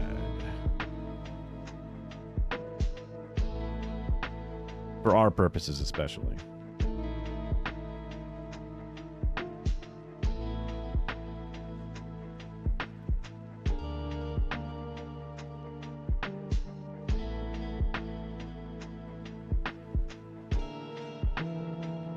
How long is a good amount of still image to be shown without movement?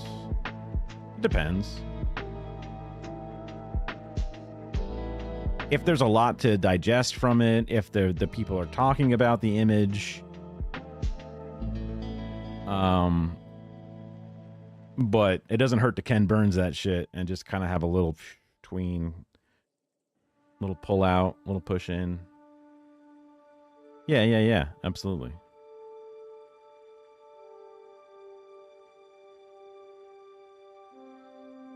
Hell, I've seen people throw the 3D effect on images and shit where you're like, you know, orbiting around. And then people will throw shit into like weird foreground background dividers where they take like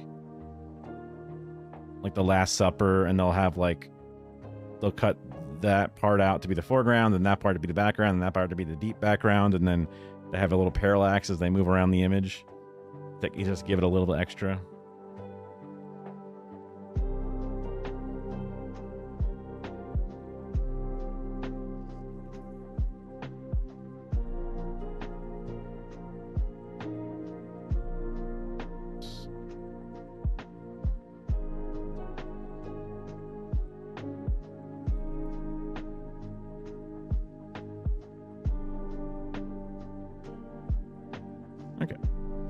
Good enough to just kind of talk for a couple of minutes about lighting. Not too much. Composition.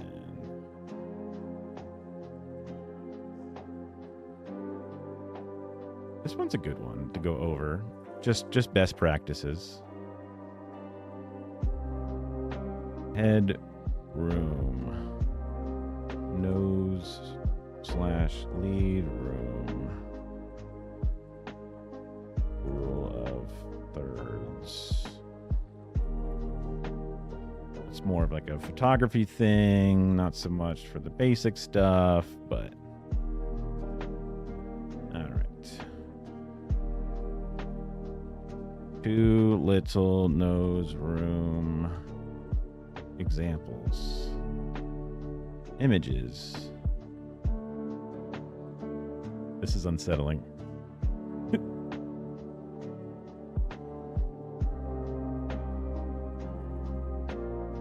I need room.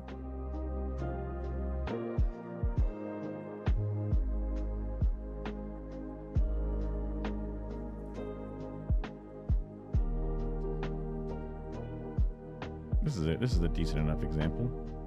Image in new tab. Kind of small. What is this anyway? Composition in video. Too much, too little, just right. Yeah, okay. Images are kind of small, but you get the idea.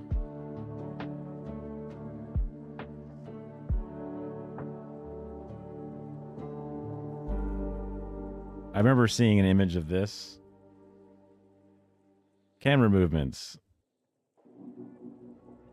Like,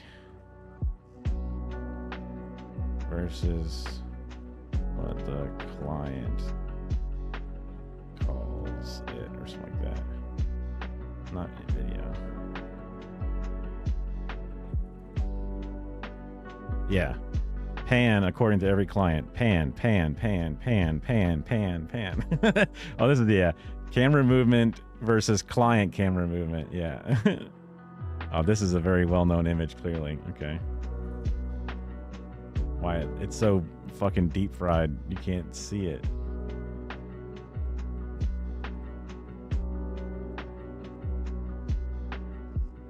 Pixels. You got any more pixels? You get the gist. I do it too. It's so hard not to do it.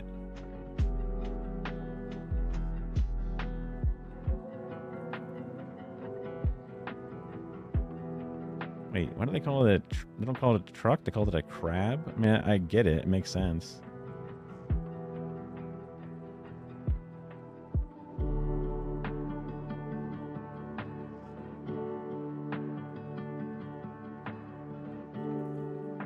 The way I remembered between dolly and truck is that dolly has two L's that are like a train track going forward and backwards, and truck has the capital T at the top, which is left to right. That's how I remembered the difference. But it's a needless difference other than when you're being specific with a whatever, a nitpick, or you're writing notes for someone else to do the job or whatever.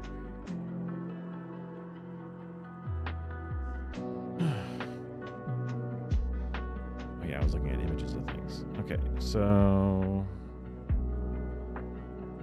and rule of thirds of a thing.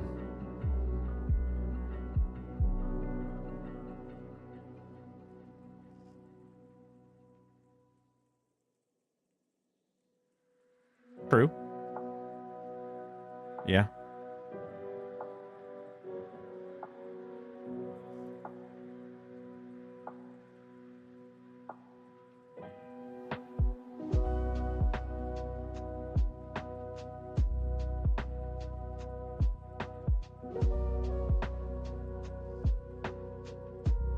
Rule of third.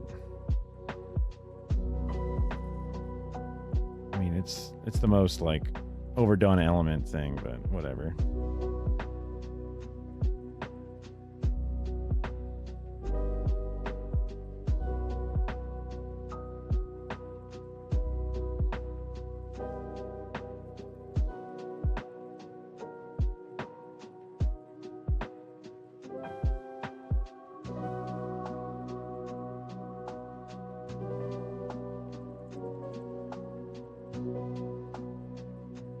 I don't think about the rule too hard. Maybe that's what makes me a bad photographer. Fibonacci going on.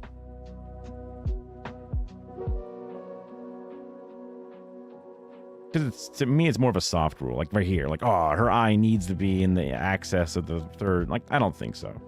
I think it looks fine that it is, but if it was a little to the left or right, I think it would be just as fine, honestly. And really getting into it and trying to figure it out,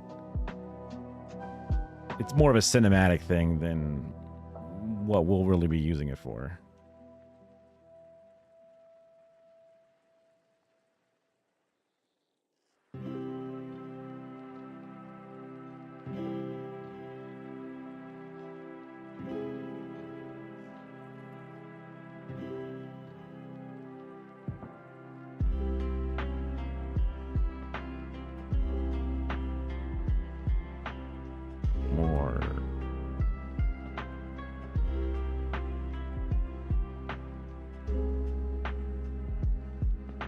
That's Chris Pratt. It sure is.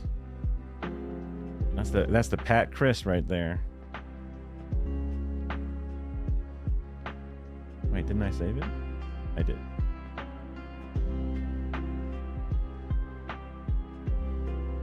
Let me get those little worked up white boy.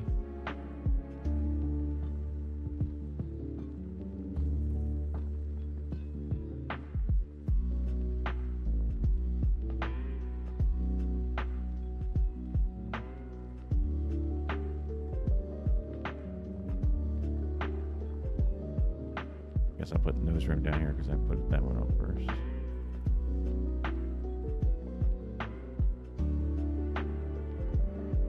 Let's even these out a bit.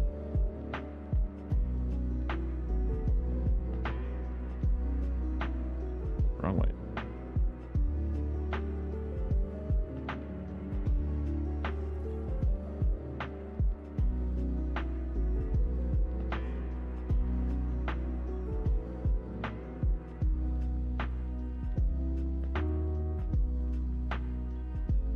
And I even think, like, between these two, you could be okay with it. This isn't terrible, but if they're looking off to the side, you want to give them a little room. Just give them a little room. But you know, if they're also looking dead on camera, it's fine. Like, this is looking dead on the camera there. They went with the rule of third there, and I don't think you need that full space.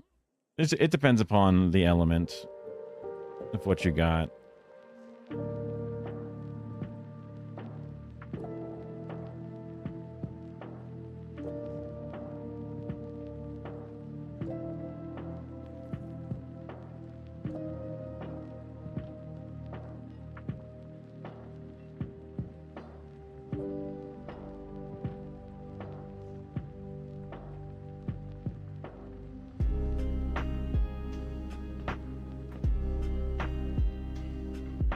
guess now I can bring this down. Okay. Graphics, effects, filters, B-roll and voiceover is kind of interesting. Transcode encode, I don't know if I need to go into that detail, but I guess the codec and compression, transcode encode kind of all go together. But with the app we're using, we're just saving to a file, and you have no option. It just renders it one way.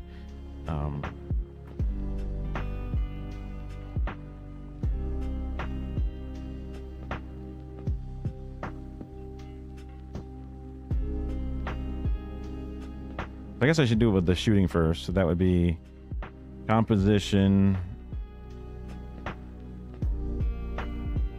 I guess I could make one for audio as well.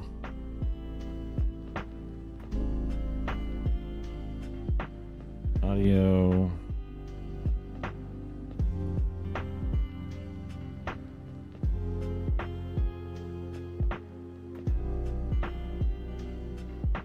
Critical.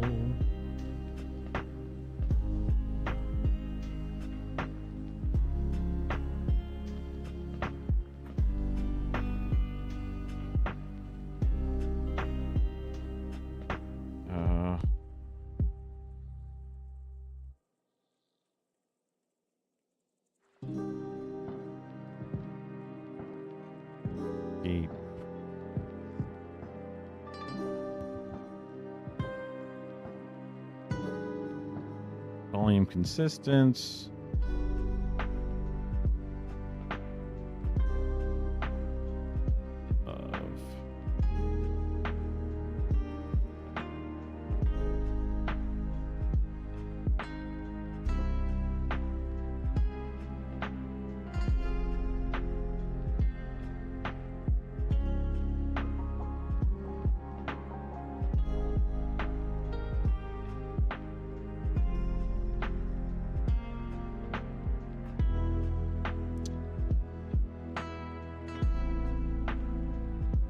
Handling noise. Oh, I always LE and EL. Oh, drop the E at ing. Handling noise. Noise.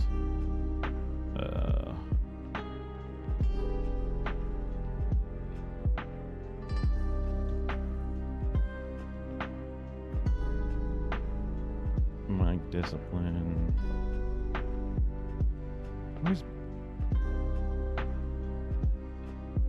Why is that always backwards? Oh, that's why. That makes sense. It's like, oh, this is the beginning of a word. Plosives. Plosives. I did switch my WinMuff back down to the regular size WinMuff. I feel like, because I have a very slight return of my own audio coming back through my own speakers, and I can hear my own plosives sometimes, not most of the time.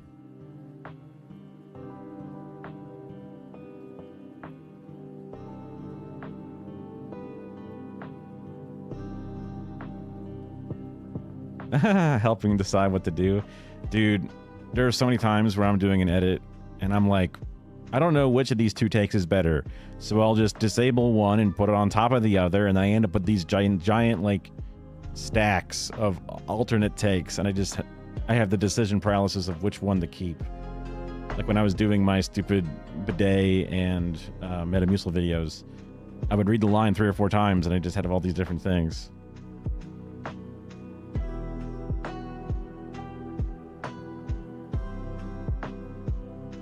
Sometimes you just kind of go with one and hope for the best. But it can change a lot of little things.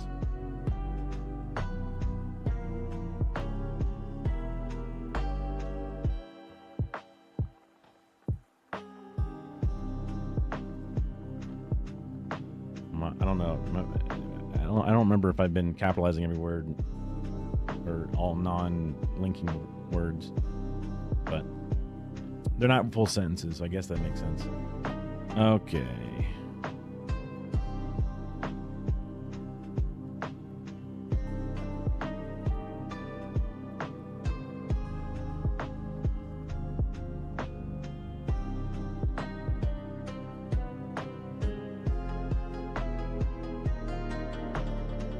New filters are great, but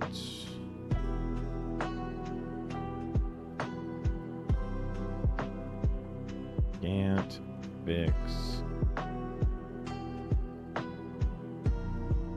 garbage. Oh.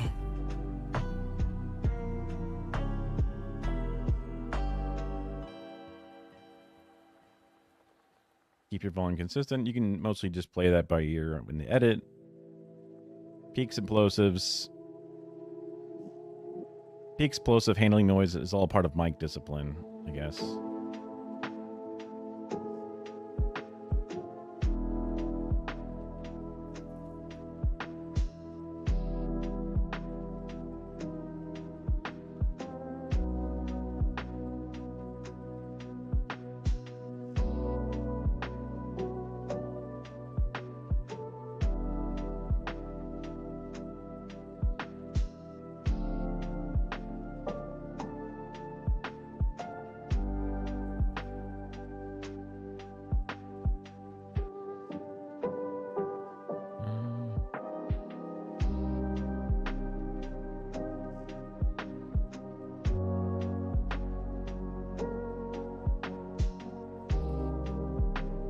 Because it is a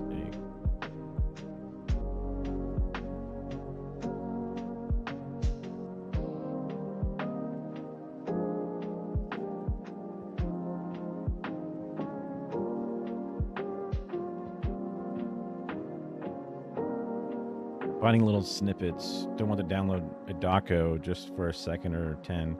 Watching on streams, you can clip it. Yes.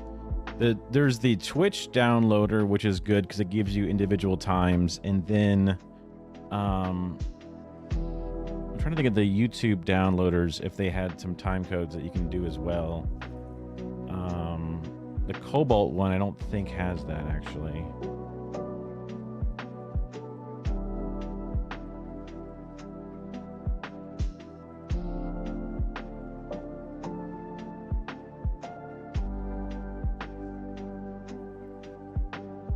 Remuxing.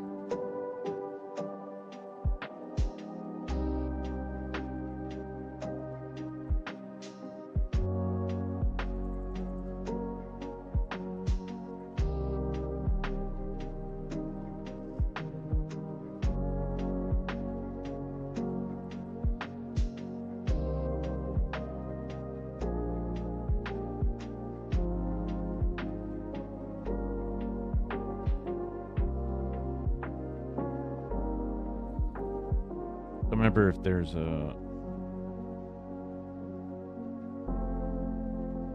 YouTube's definitely, I mean, even sometimes Cobalt doesn't work very well. You have to try multiple times or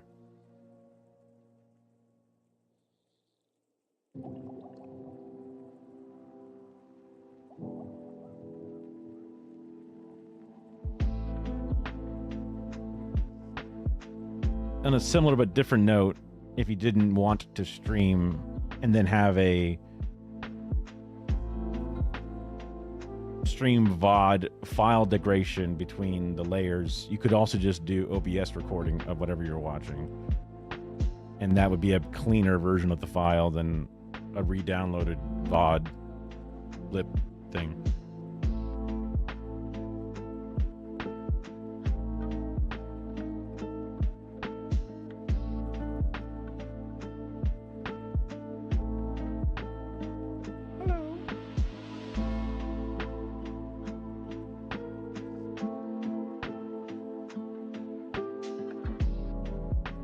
Oh, the OBS stuff? Yeah. It was I had a lot of plugins, so I had to redo some plugins, and then because I use portable mode for OBS, it took me an extra day to remember how to do my Stream Deck.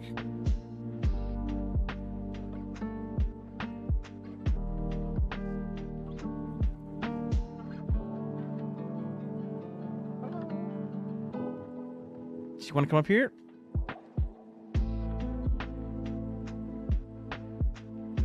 Want to come up? No? Just wanted to yell at me?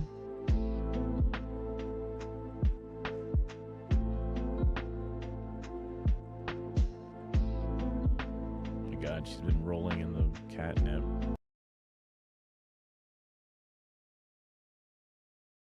Yeah? Yeah? Mm-hmm.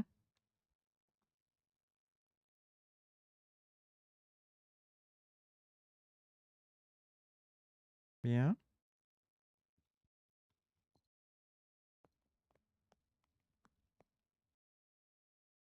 Coming up?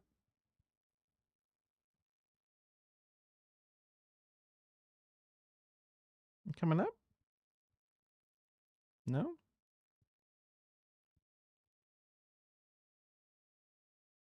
Guess not.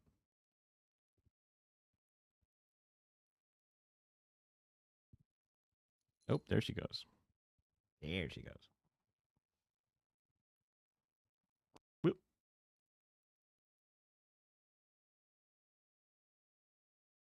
You little lady. Whoop. Getting on the desk? Not much to do on the desk, I'll be real.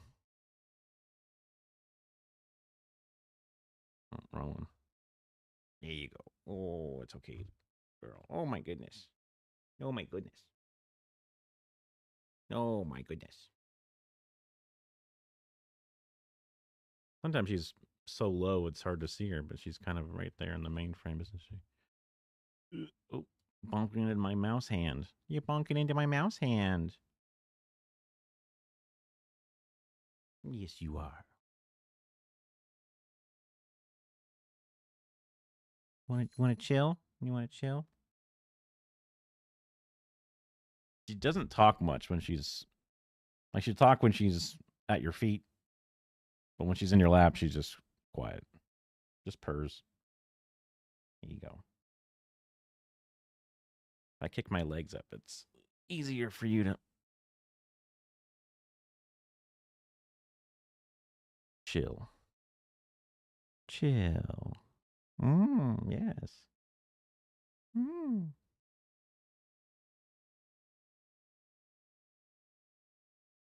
I really want to get good at FFmpeg. I just need to learn all the fucking code. It's, it uses command prompt to really go in and out of it, but it is one of the best tools for being able to rip videos and download and re-encode on your own without having to go through a fucking website and shit. The real nerds know how to do that. I am not a real nerd. I'm a poser nerd.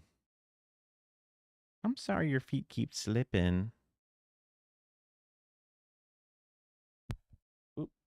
Here, if I put a blanket in my lap, does that help you not slip between my legs? Is that better? Kind of not. Interesting. I guess that's a valuable element.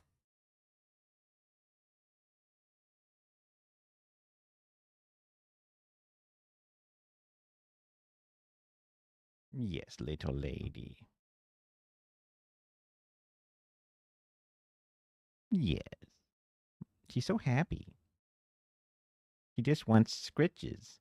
Could you imagine your whole body being covered in hair and being so goddamn itchy all the time that you want some hairless ape to just scratch you randomly? Like, I've never seen a cat not want their chin scratched. And it's like your chin must be just so permanently itchy that you can't handle it. Must be fucking torture.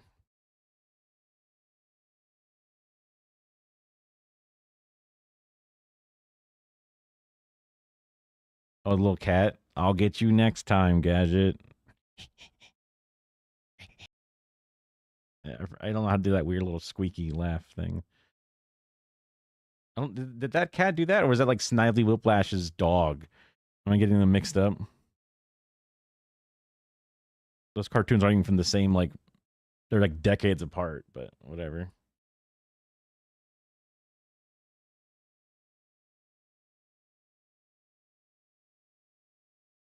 Maybe it did. Maybe it did do those little things. Yeah. But Claw or whatever definitely did pet its cat. Because how can you not? Poor little kitty.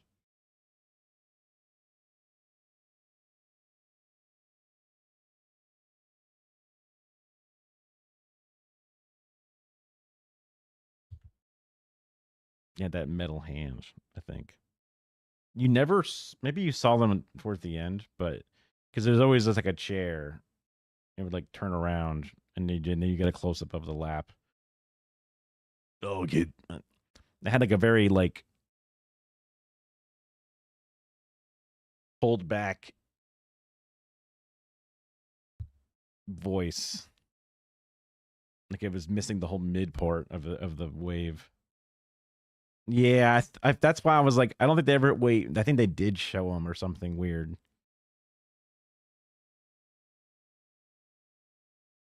And it turns out it was Penny's mom. Oh, this whole time. I don't know.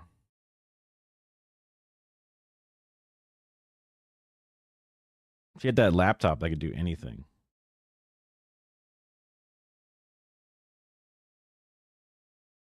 I think her name was Penny. That sounds right.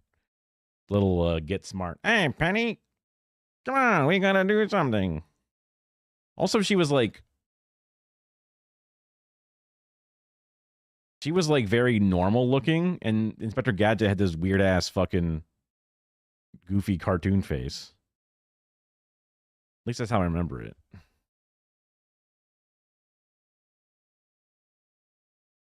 Yeah, it's like he had this long, goofy nose thing, but then I'm pretty sure these are like weird 3D versions. Yeah, like she has like a normal human shape.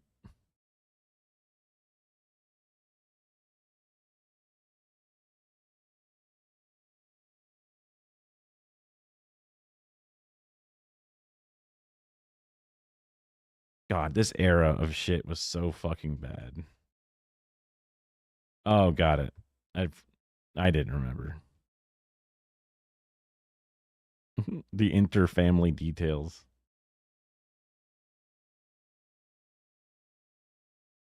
This game was probably ass. Some movie tie-ins and different properties were pretty decent, but a lot of them were pretty bad.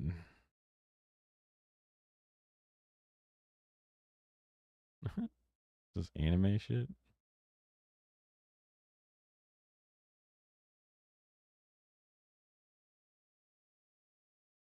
Probably. Honestly, probably the original version sucks. We're just not children anymore.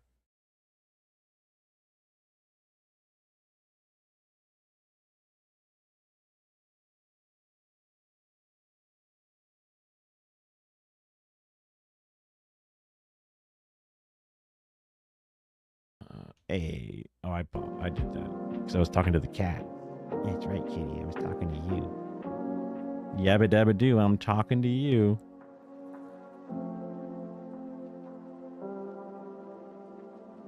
Well, even young, you know, late teens, whatever. I don't know. Like I was watching Naruto when I was like at the end of high school, going into college, and it was like cool. That means you were an 80s kid for sure.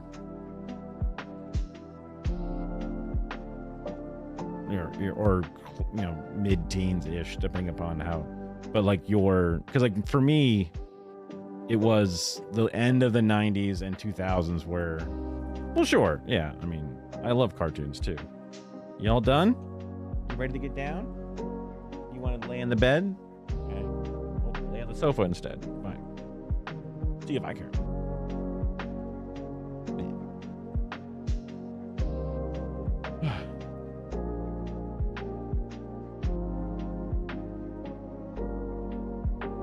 At least she gets bored quickly.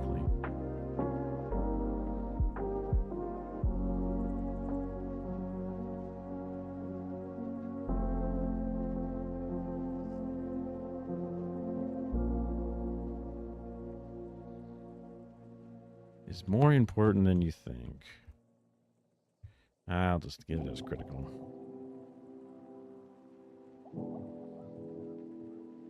Just trying to think about, let's see.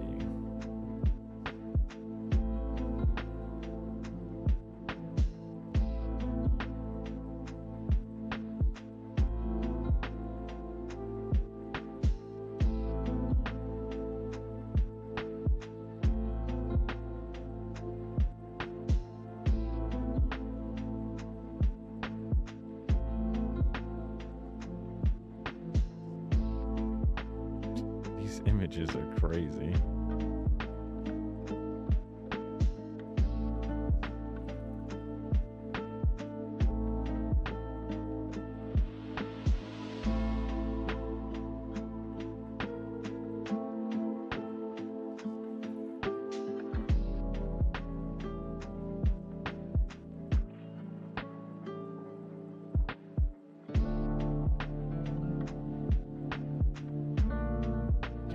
So, no, I don't want the YouTube video. No, God, please.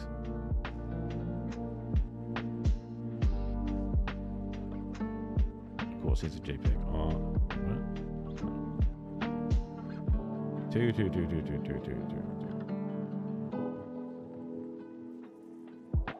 I don't mind this.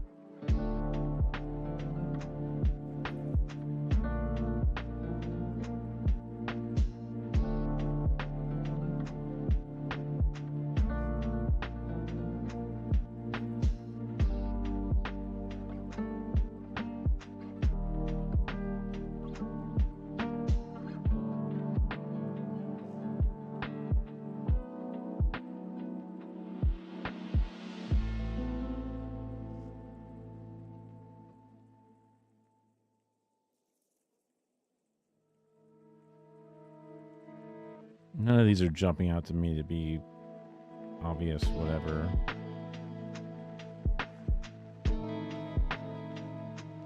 And even like my note about handling noise doesn't really matter so much.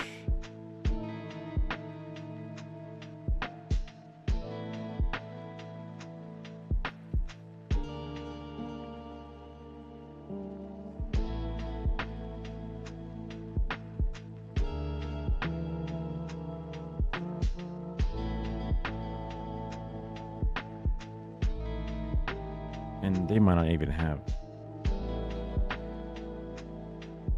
Oh, I misspelled critical, even with my adjustment. Oops. Okay.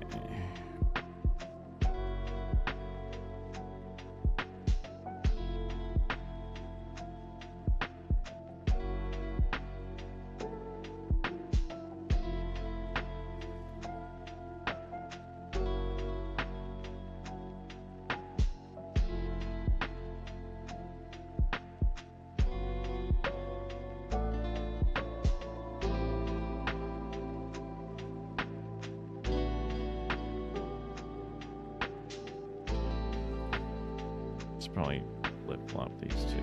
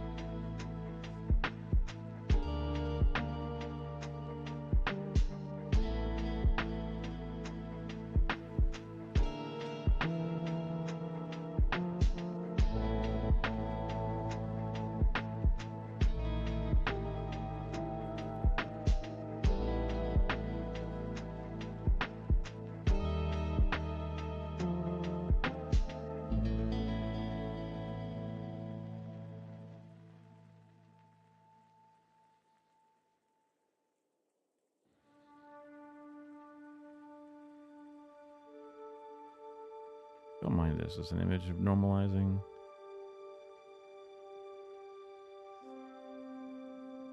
Although having 4 copies is, I can trim it down though. I don't need to know the stereo element. Yep. All right. We can bring in this.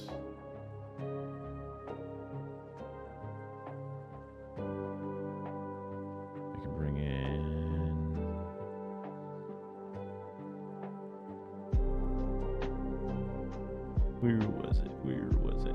Nope, that's the wrong one.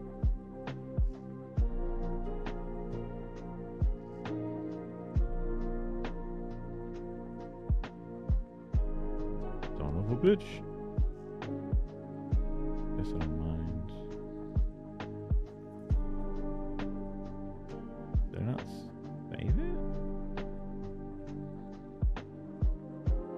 Yeah, I did.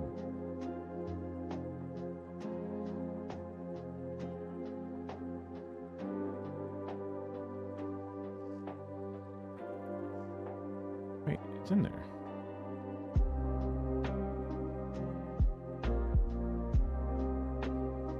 Oh, I had the refresh. Oh my god. It's fine. It's fine.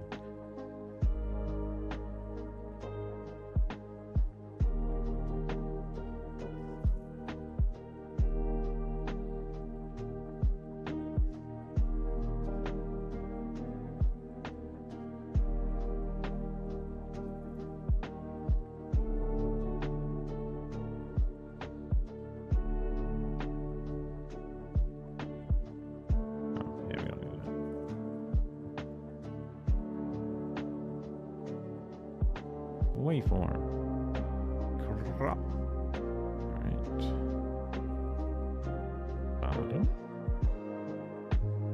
Top.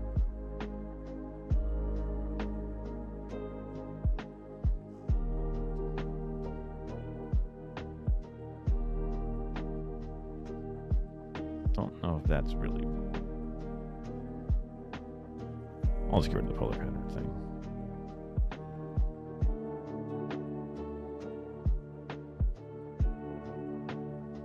Actually, I'll bring it back. I'll bring it back.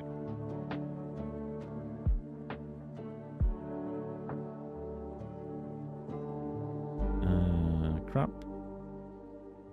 Well, just get rid of the word polar pattern. And tighten up all the shiz.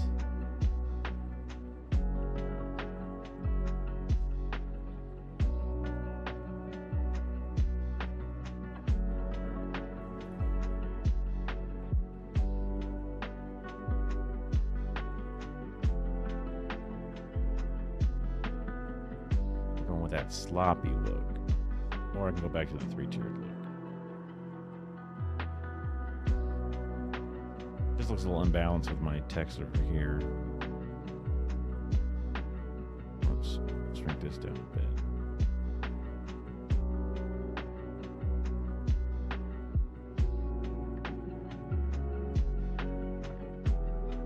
Yeah, good enough.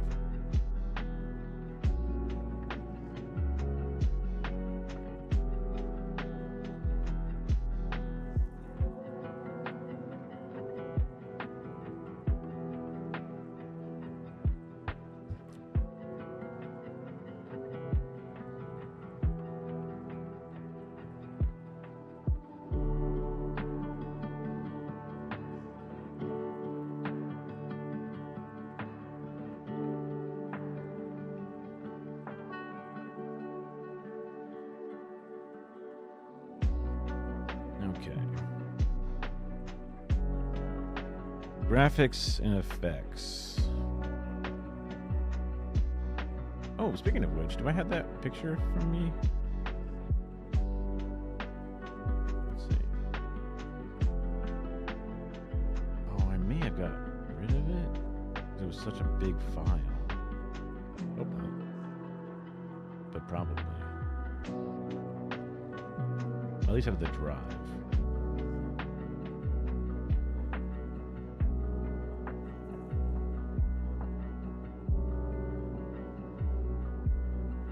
All results.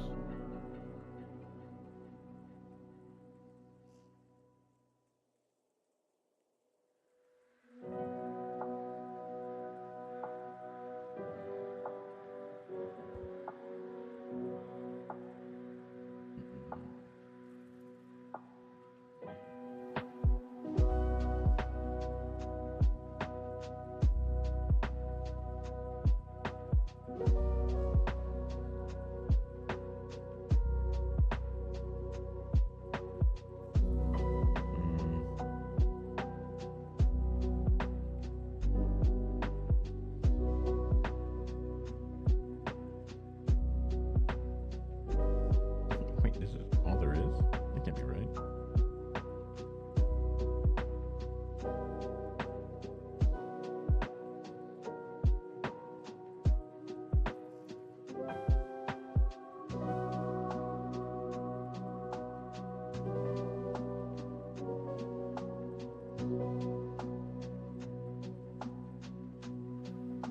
How do there's gotta be, I think there's a way to search by like the biggest files you have.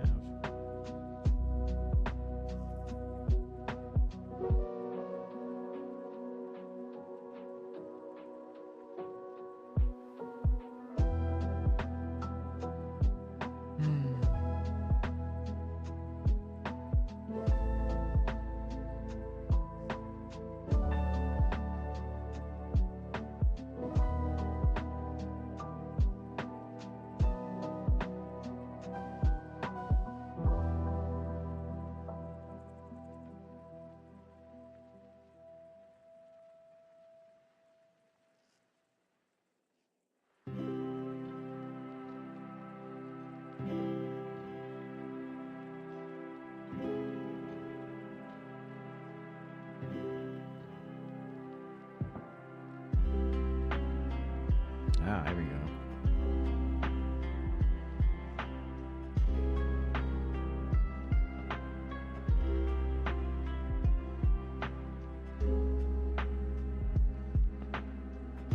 And they show the thumbnails.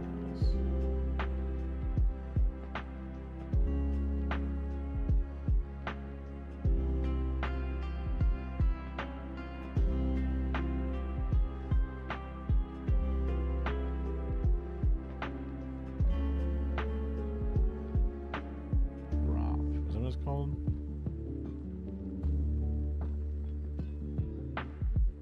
No, not in there like that. Prop.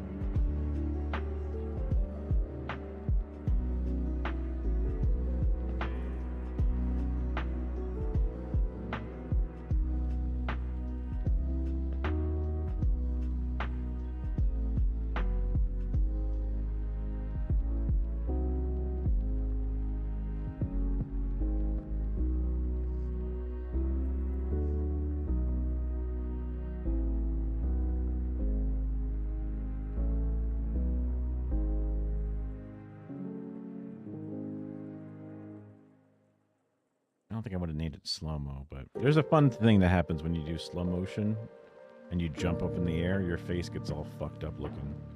You look like you're 100 years old. But you have to record it in slow-mo. did it once, and I made a GIF out of it. But it was very big to make a GIF out of it. I don't think I have it anymore, which sucks. It used to be in my drive, but I think it would take up too much space back in the day. I got rid of it finally, which is a shame. I could do it again, but it's just a pain in the butt.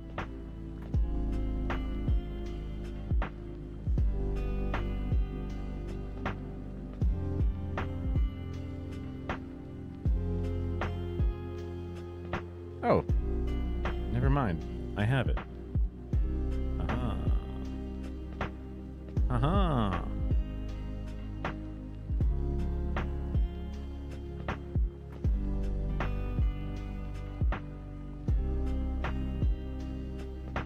They are big.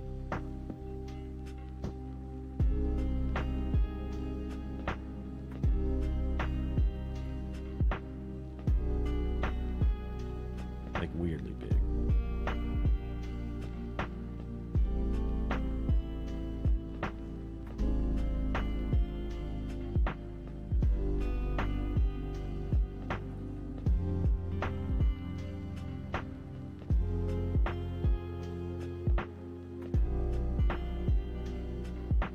Those could save.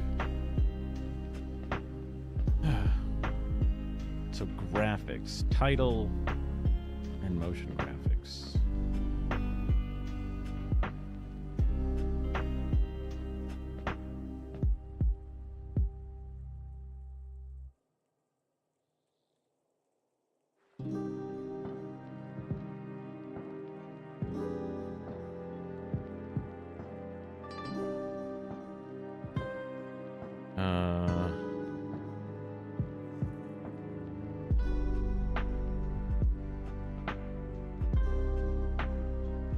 Motion graphic.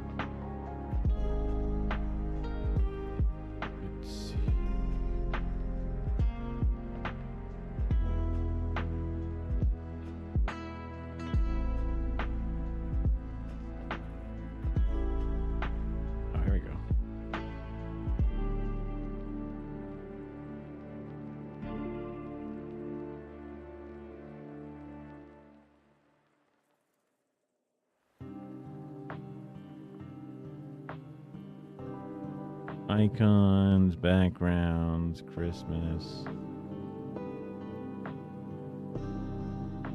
Damn. Really hope they had like one of those actual infographic generator things like they did for that Premiere one. It was a real bummer.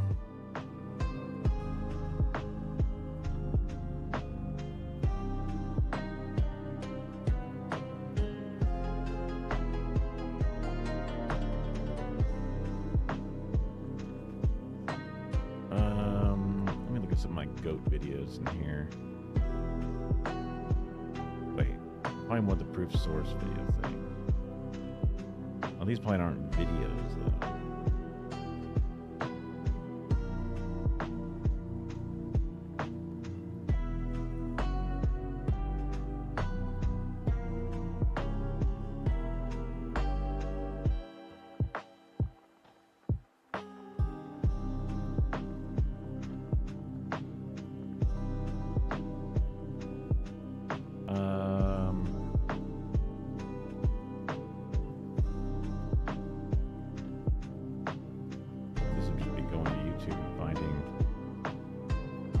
One of those videos that's just going to have a bunch of infographics in it.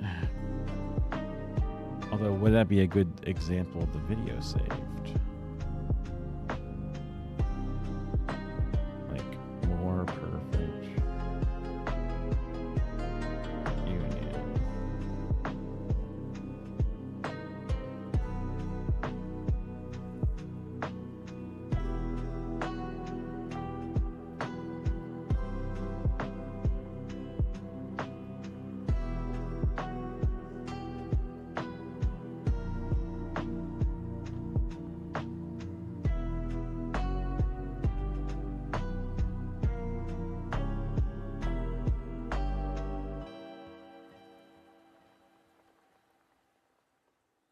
That reminds me, I need to go send my shit in.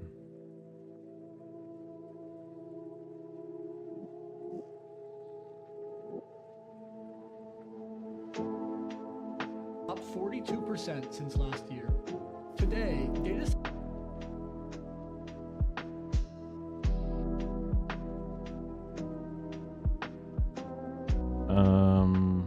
Okay. Copy video URL at current time. Go to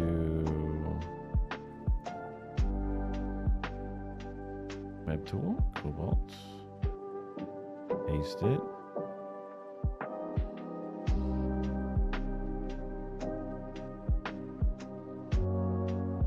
I wonder if the time would cut the first half of the video out.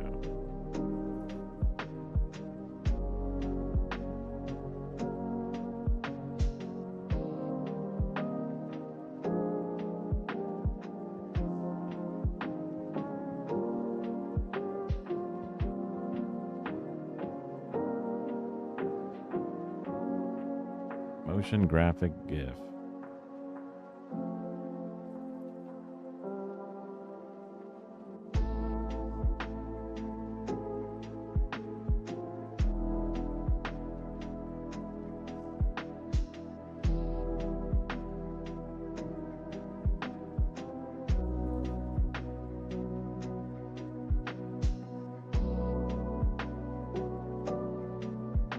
No. Thanks, guy.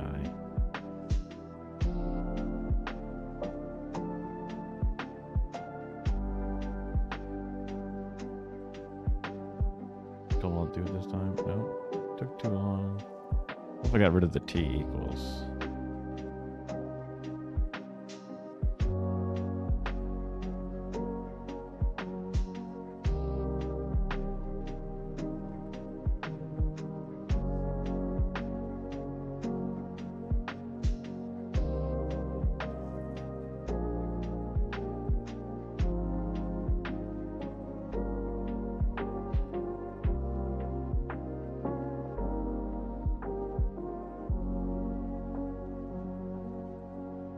Oh, yeah.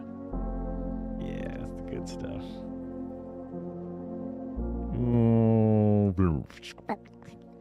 That's the good stuff. That was me after a bad hair day. Or waking up. Crazy.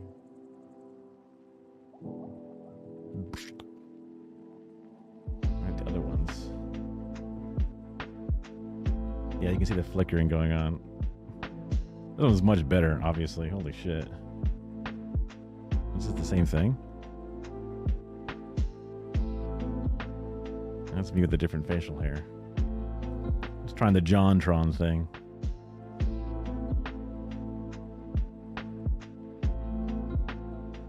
Like, I think one's the best.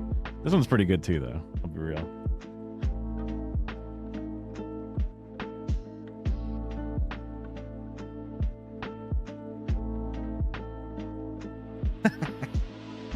That's good shit.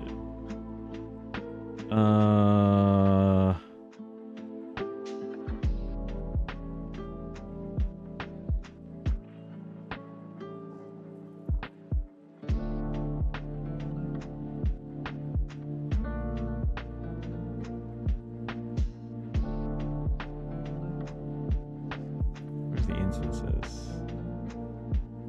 Is that in here?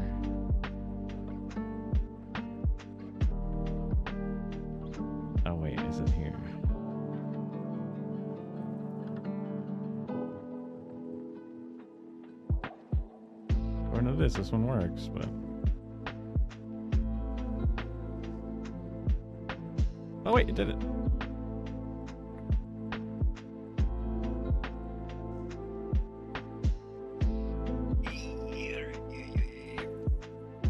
Ugh.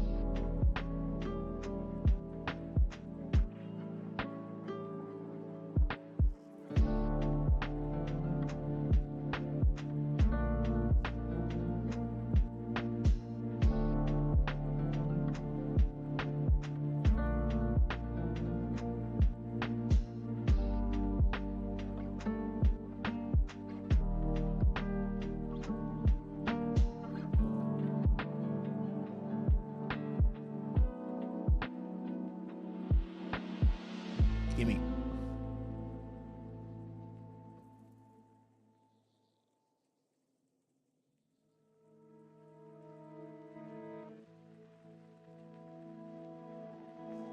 Already done? Really? Oh.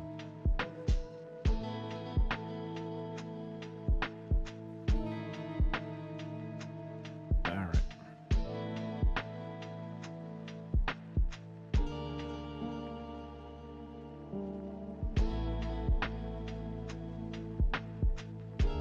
Oh, this might take a while. Cut video instead. Wait. This will take just as long, won't it? Whatever.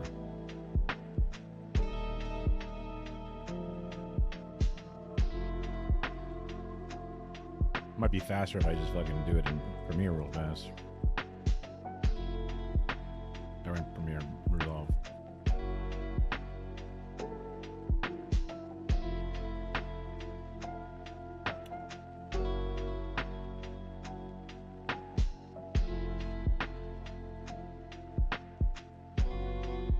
YouTube trimmer. Enter URL. Year. Today, data centers make up about 4% of U.S. electricity demand. In just the next 3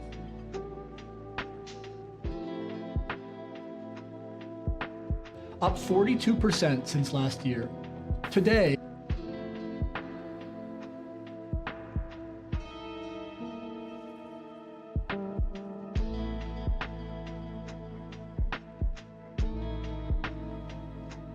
How do I like make this to start?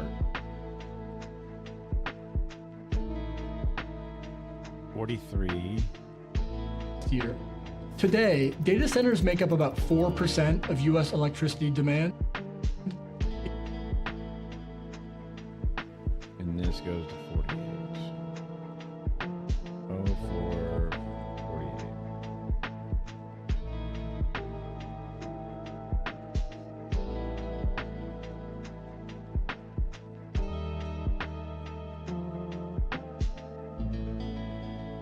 I'm going to go 44. Today, data centers make up about 4% of U.S. electricity demand.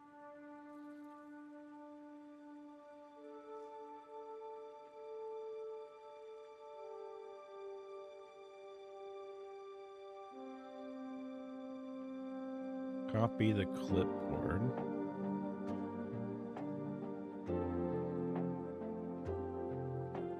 End time a loop won't work due to limitations. End time loop.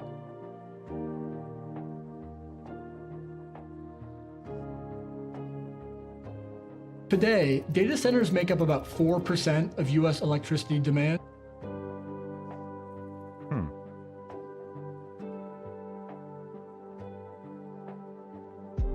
What if I go to Cobalt there and do that one instead? This one's taking its sweet time, but... Right.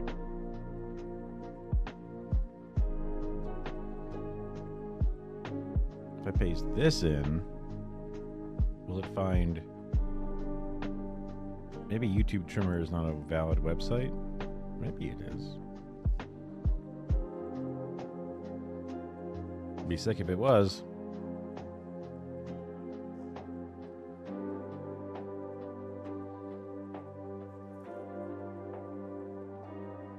Took too long. Okay, we've been here before.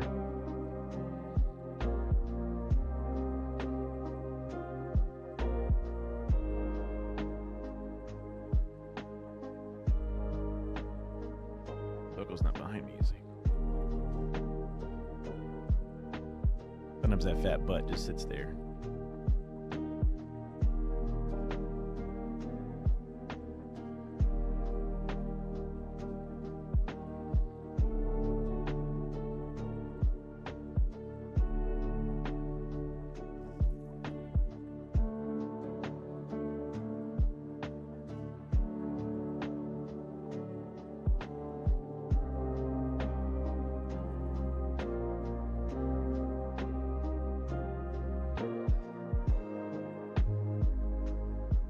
Get rid of the and loop.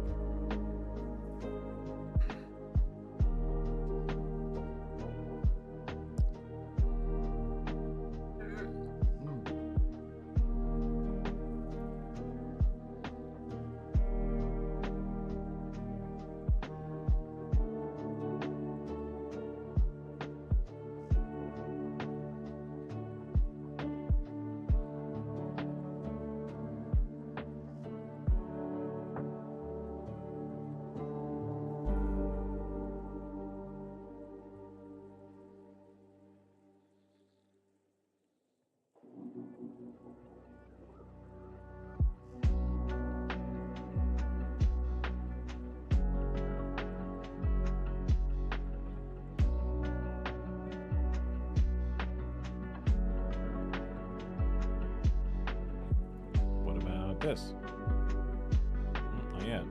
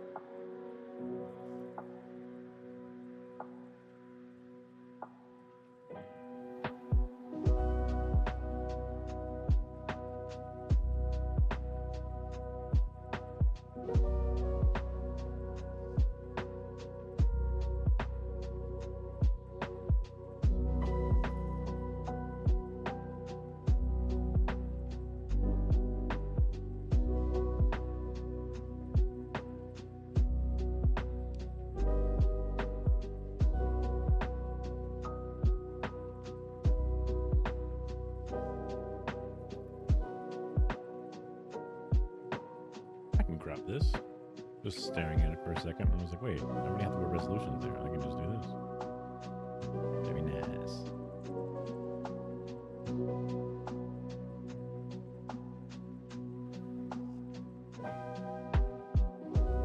I can make it bigger, I guess. Just resume the similar size we had before.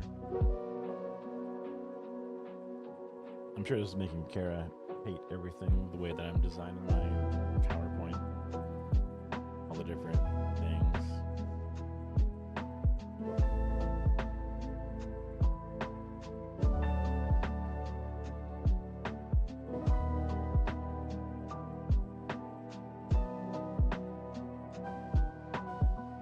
Well, like, she's saying it's not very designer friendly, but I'm just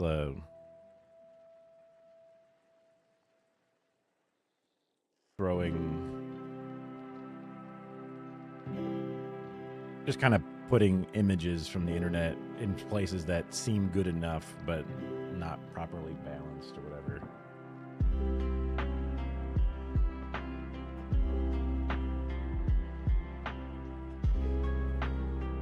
Yeah.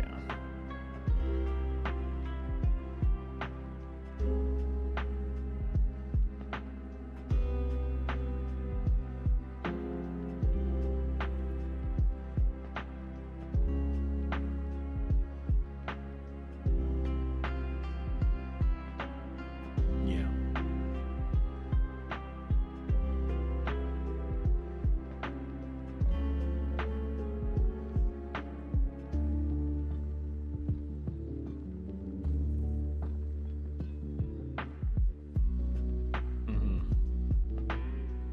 Yeah, Big Invisible is definitely good. Older in use.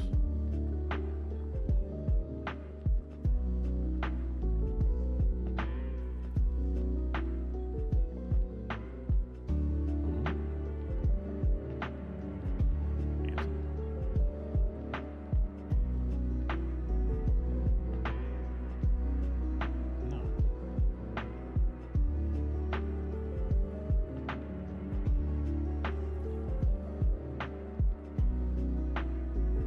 No.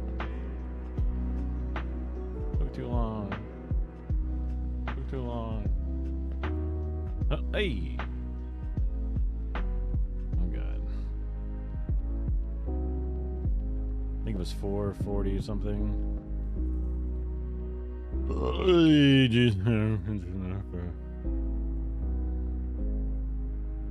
Industry is expected to spend about $475 billion on data centers, up 42% since Good position. last year. Today, data centers make up about 4% of U.S. electricity demand. Up. Oh, that doesn't work. I can't just.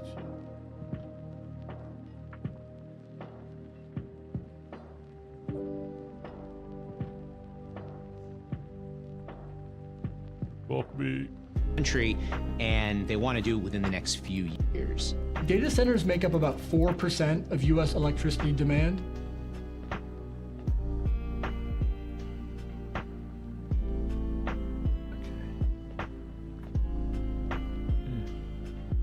Industry is expected to spend about $475 billion on data centers, up 42% since last year. Today,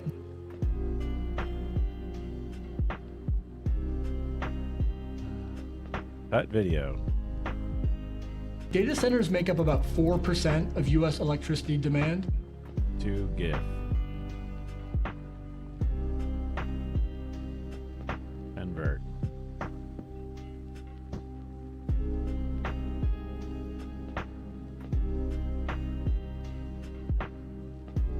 Why does it start already fucking in there? Data centers make up about 4% of U.S. electricity demand. Start time and end time. Start time 0. Only 4 seconds long, so go big. Why did it start so early?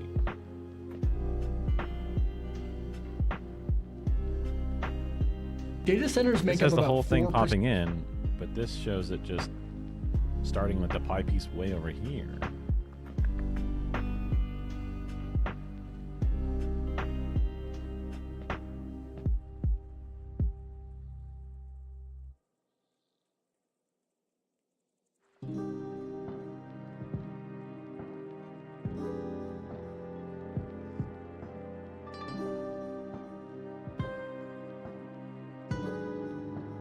This is the frames. Yeah, see? The frames start. It's not enough. But why? Does that mean the video cutter needs to be like the frames back? Cut video? Do GIF? Convert? Wait, do this. Convert. Since last year. Today, data centers make up about 4% of U.S. electricity. Data.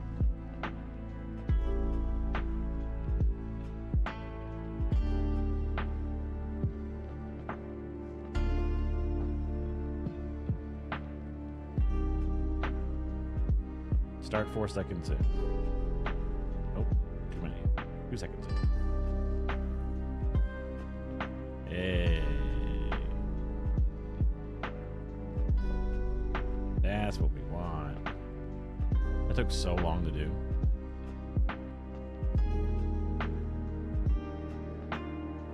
That took so long. But good old easy GIF, they did it for me.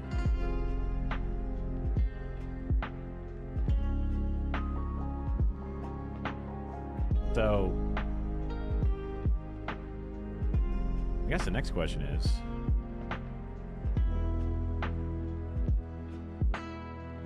cut video, right? If I just did this,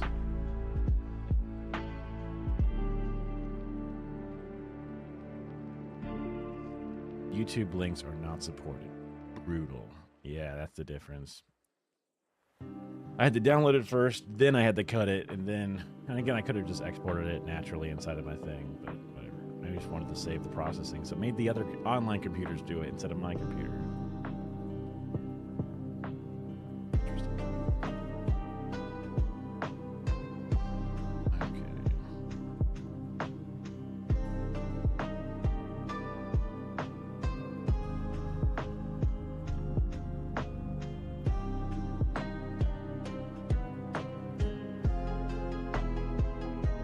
Honestly, that's not even that bad, all things considered.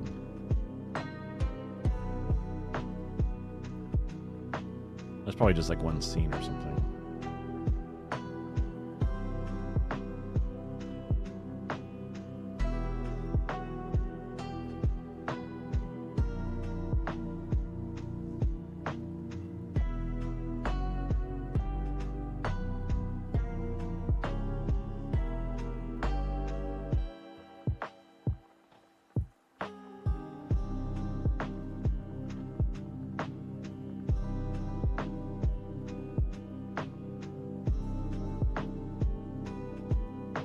Basic video, not video, basic video.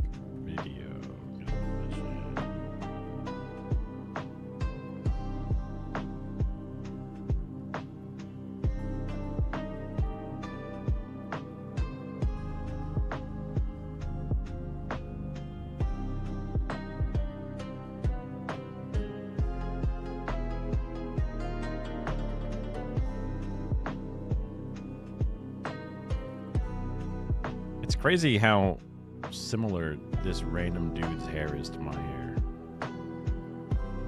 And even I used to have a very similar facial hairstyle, although this looks thicker than mine.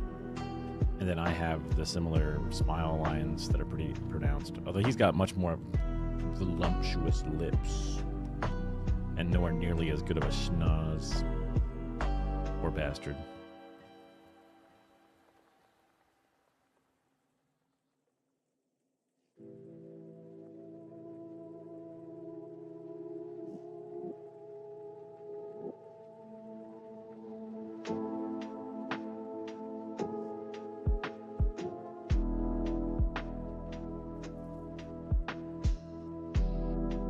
This doesn't matter. I'll be like, oh yeah, then most of this doesn't matter, but you'll see stuff like resolution, frame width, bit rate,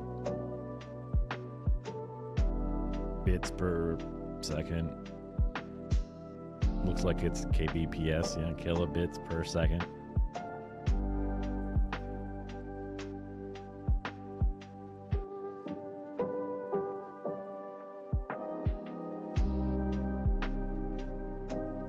Then we get to the actual editing part. So aspect ratios will come before the editing part. Frame rates will come before the editing part.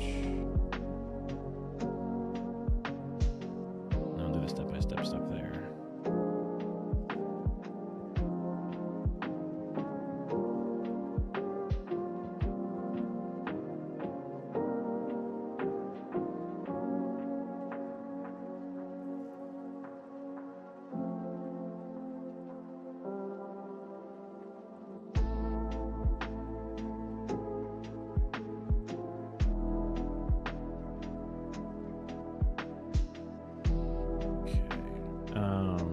Let's see.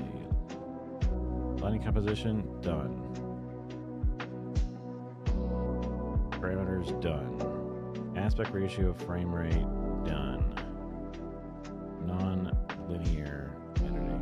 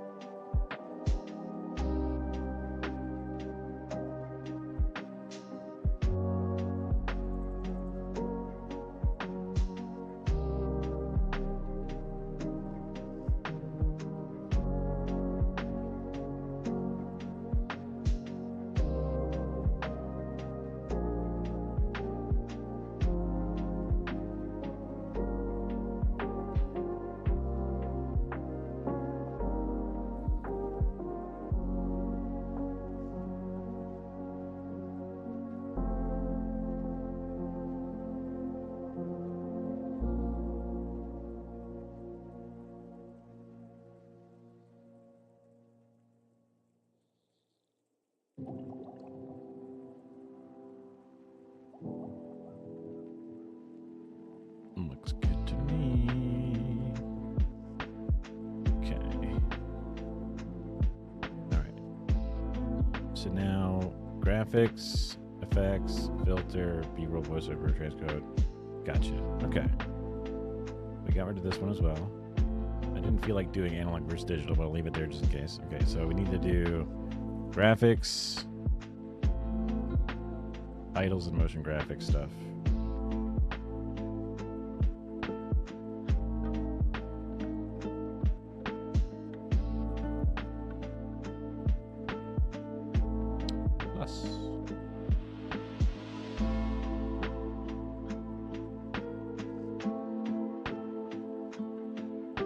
Dismiss.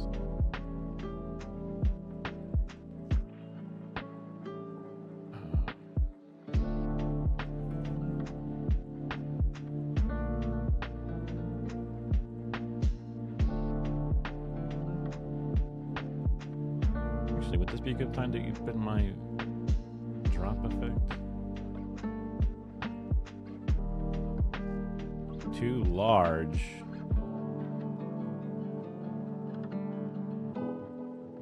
Oh, it's like barely too large, you son of a bitch. Can I resize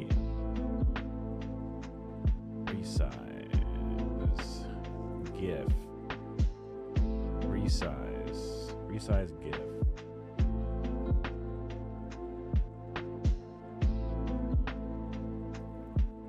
What a great website.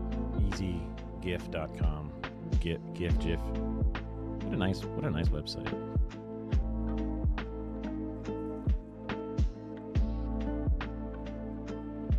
Again, I'm sure I could just fucking upload it myself. Or do it myself through like an image editor, but it's just easier to not do it.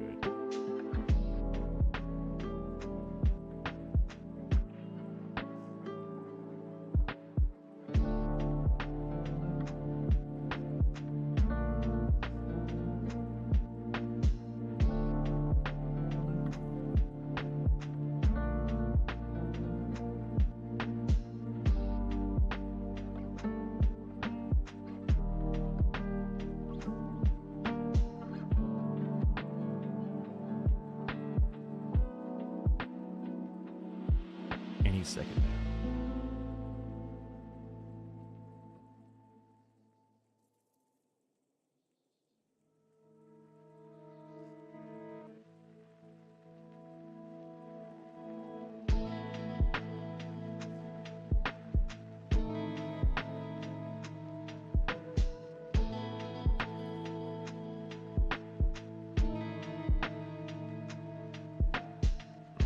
I like the Diablo music, but we've been listening to it for a while.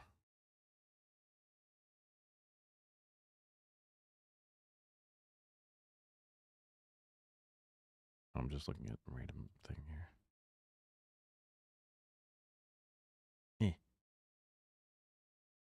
May Allah awaken the people. It's like YouTube, unusual memes.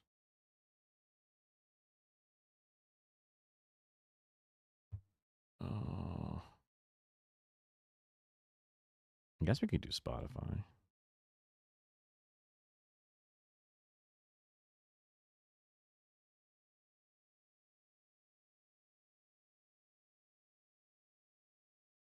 Man, I've got so many old playlists that are not that useful to have.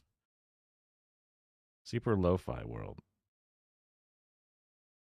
Hey, that's not lo-fi. Oh, it's playing. What is this playing?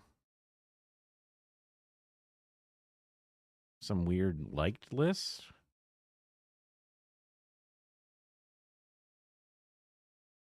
Sorry if it was loud.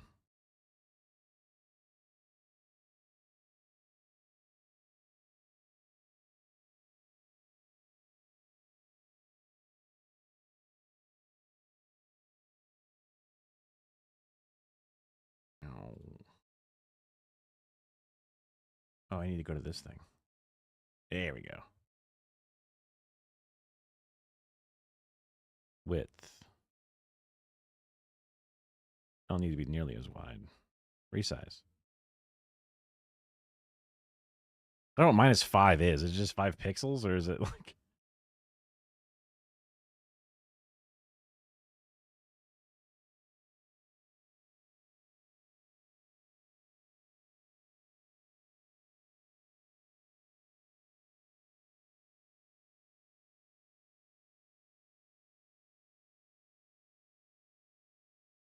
Oh, yeah. It's like 1920. We can probably cut off.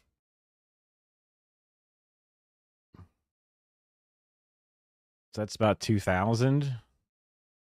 We can do like -1000, I think.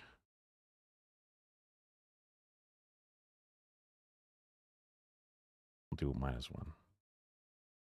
I mean, I did specify a height.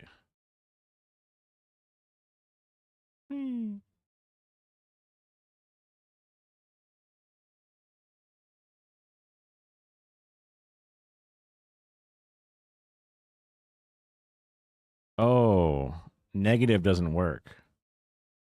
I see. So just 1000, not -1000, but regular 1000. Understood. It's not shrinking it. It's just... Hey, I said center and crop the fit. I see. So we keep the same height. Height is 1080. And width is, I guess, 1080, just to keep it square.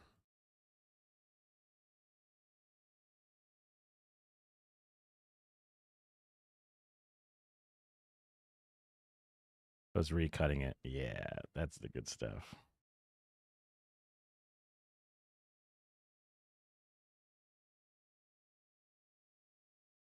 Then you're a baby when it goes up. Ooh, I'm JD Vance.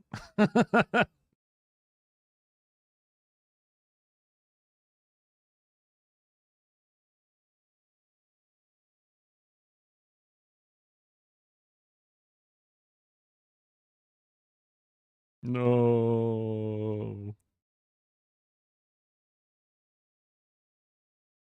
My earlobes are like wobbling and wiggling.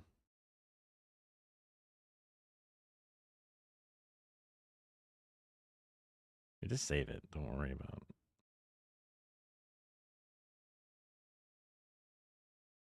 I wonder how big this is.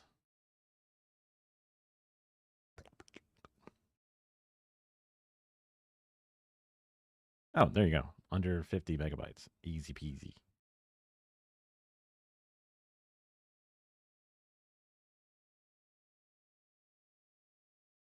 Oh, I don't need this. Thanks. Thanks, demon voice. I don't need this. All right, now I can click on this and hit play here. Boom. Much better. Also, song requests work. So.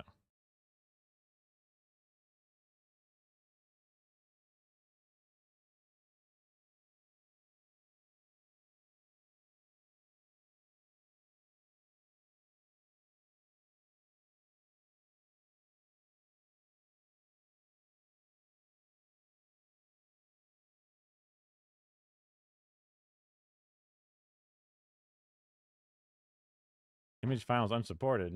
Did it not finish downloading? It didn't download yet. That's my problem. That 30 megabytes is so big. Need to download real slow, like.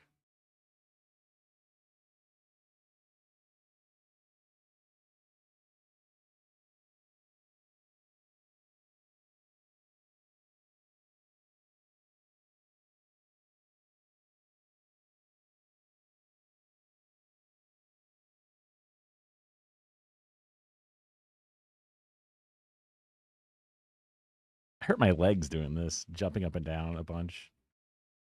I guess that'll maybe this will be better used than slow mo or something.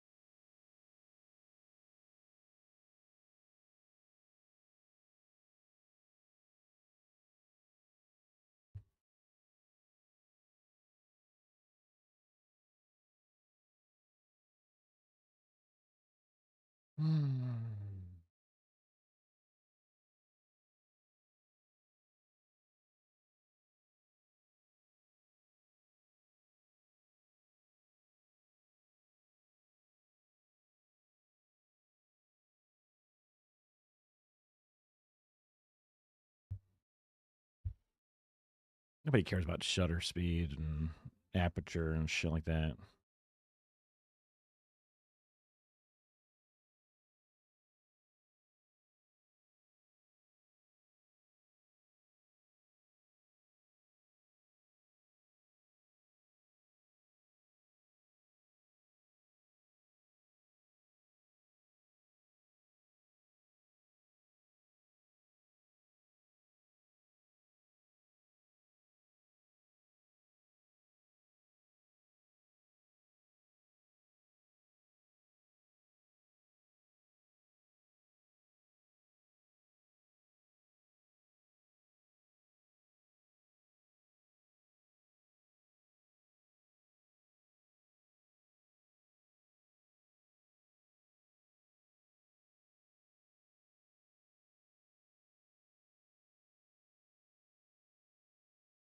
Let's leave a note for myself to mention it. I probably would mention it either way.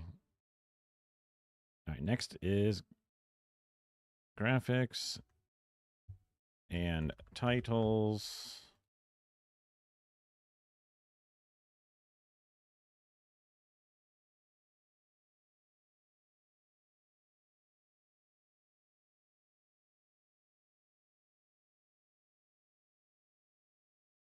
But add a lot of value to a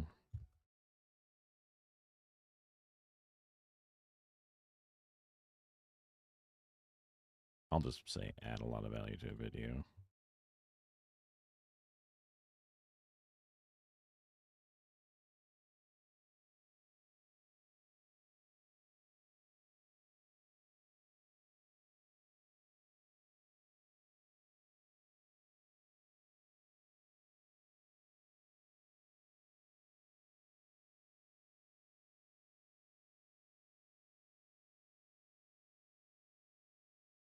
Have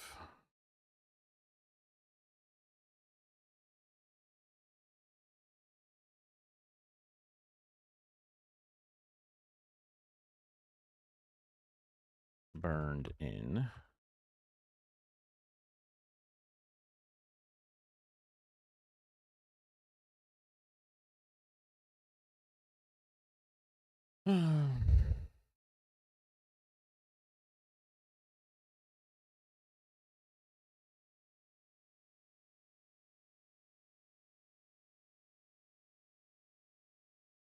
High-end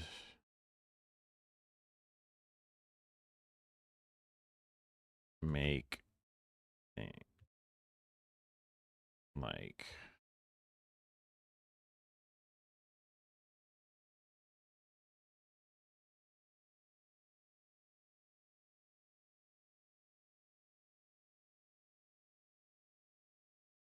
make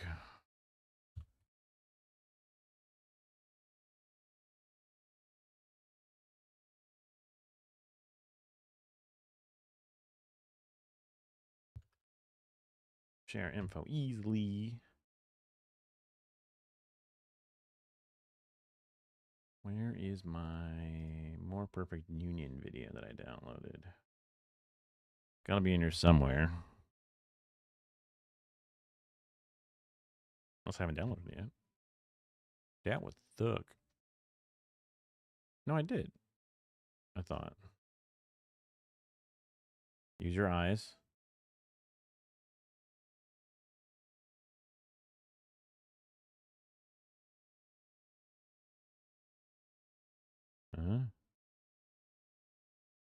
Yes. Oh. Yep.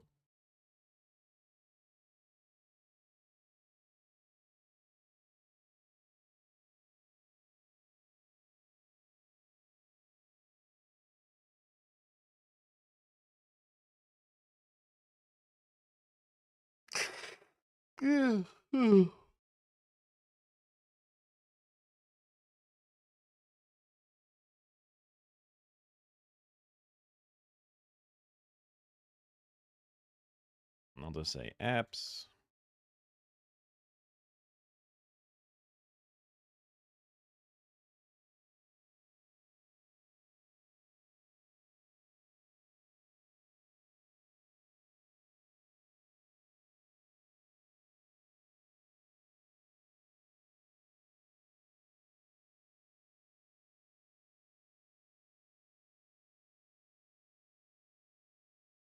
I'm going to say that help you get the information quickly and easily, or more complex stuff easier to visualize.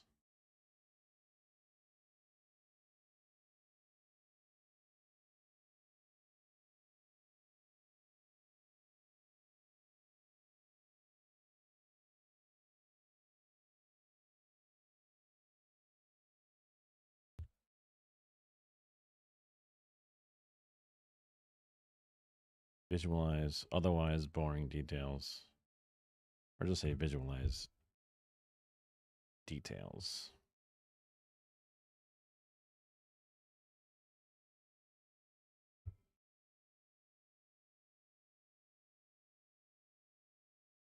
Okay.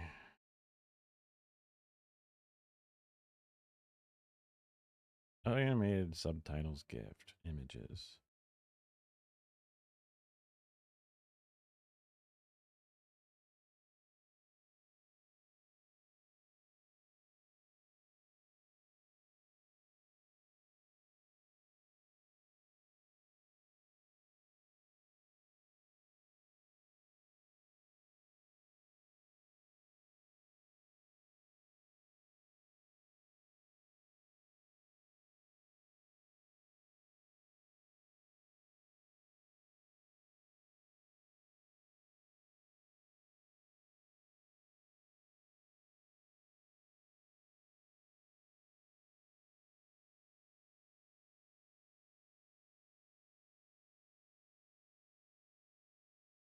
Save image.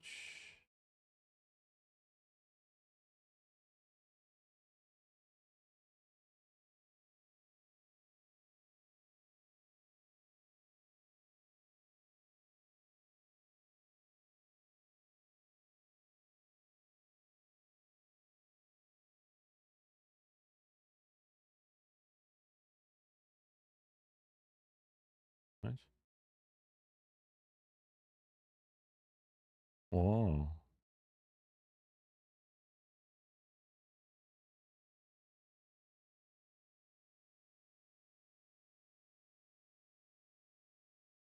It's like a describer how to do it.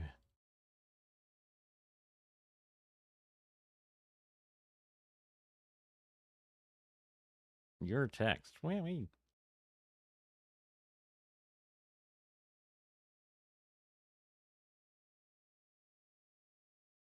Guilty Frank.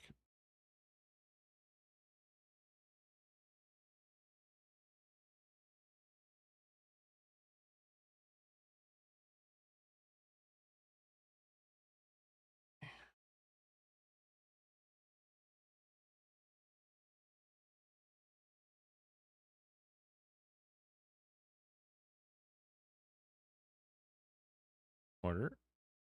Send backwards.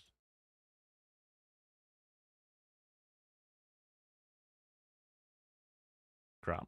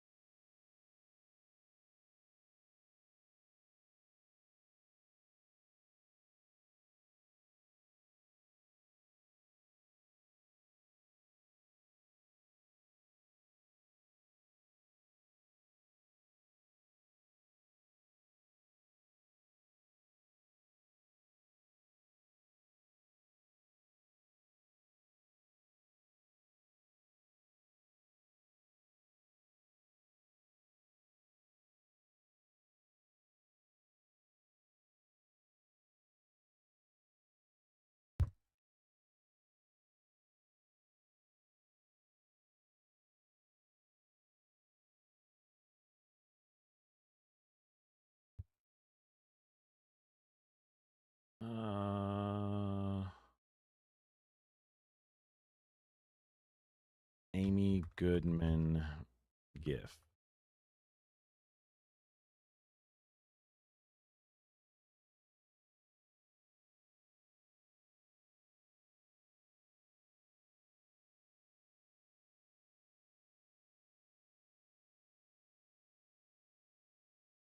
What is this?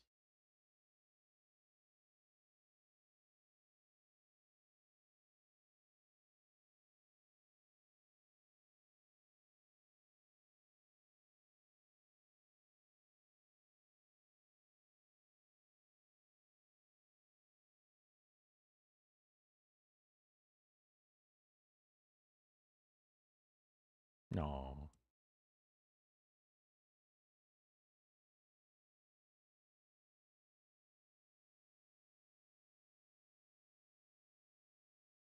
Okay. Save image. Save. Can I just like, nope. Uh-oh. Reopen, back. Thank you. You still have it in the cache? That's crazy. It's huge. All right. Resize?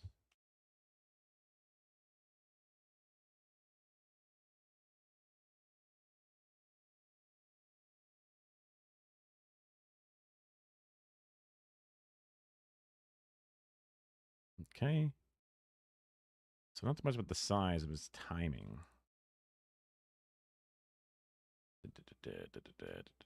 Cut. Start and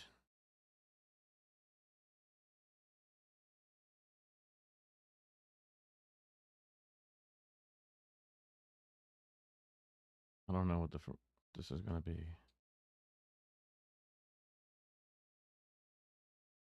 Oh, too many.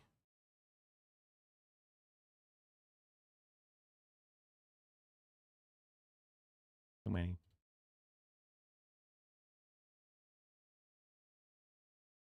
Too many.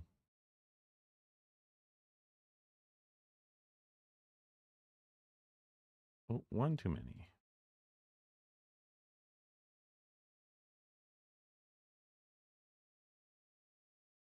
Save.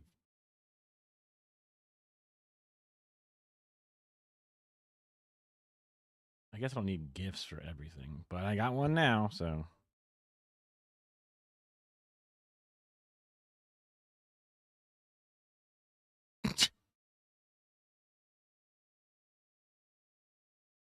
Gotcha. Y'all smoke a lot. Y'all crazy.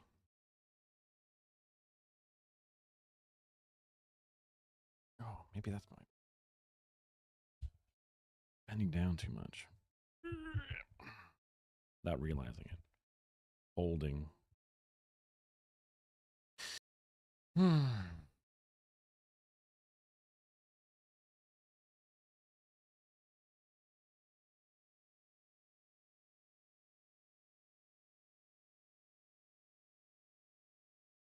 Whoops. Ah, got it. They're good.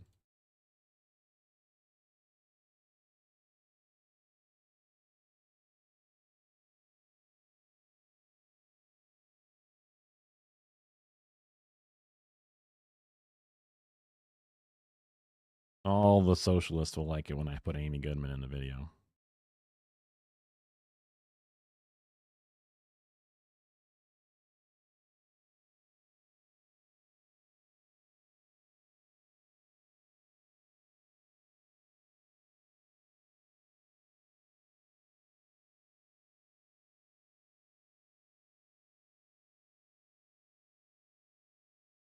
All right.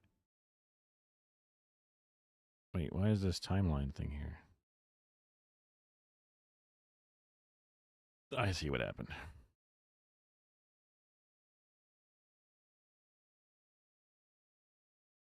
Slow-mo ramp and keying. Ah, here we go.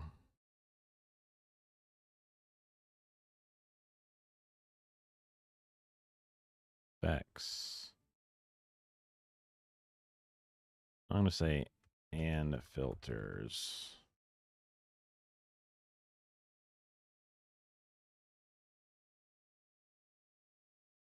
Let's say effects and corrections. Change this to white.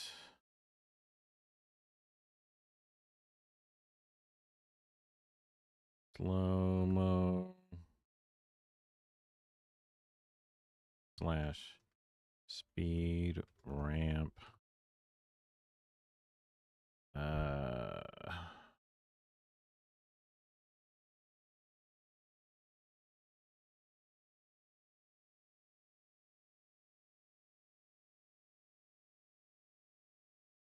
Grayscale color grade.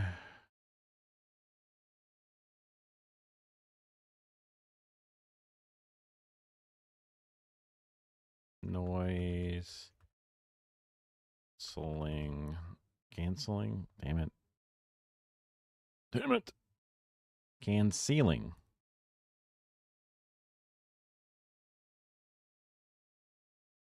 Into a nurse. Aw.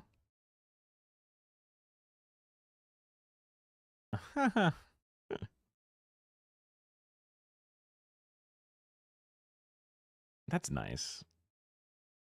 I think I've said before, but we went back to the firehouse after I was better to be like, hey, thanks, fireman, for not killing me in the car when you took my body out. That was awesome. Really appreciate that. And they weren't there, but one of the officers was like one of the I don't know, other workers who didn't go on the thing, like a supervisor or something from a different shift, was just, yeah, I'll take a picture and I'll tell the guys that you came by and they'll appreciate it either way. Which is like, okay, cool, I guess. I'm probably not coming back out here, so like I wanted to do this, but we didn't like kind of just figured it would either happen or it won't, and I guess it won't.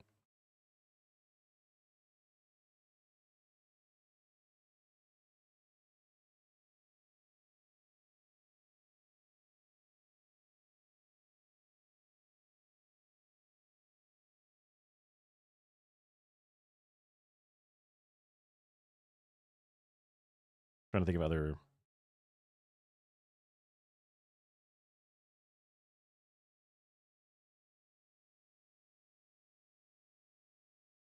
video level.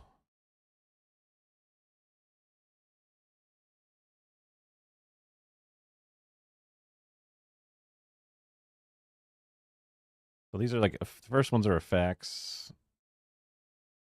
Another one, next layer down is like corrections.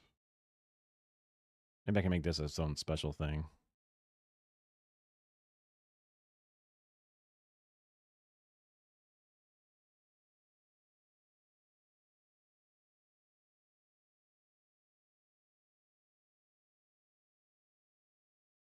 Grayscale GIF images.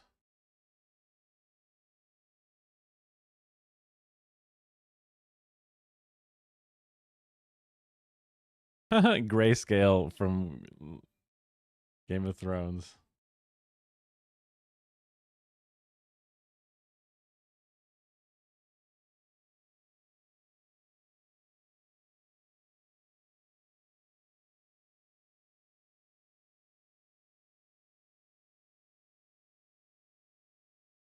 Morph to scale.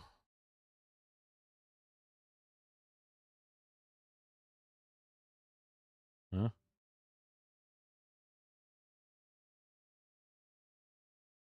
But it's not going to grayscale.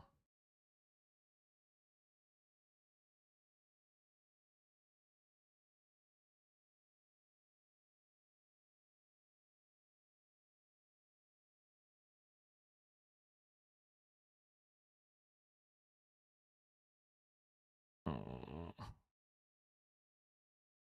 Wow, super tool.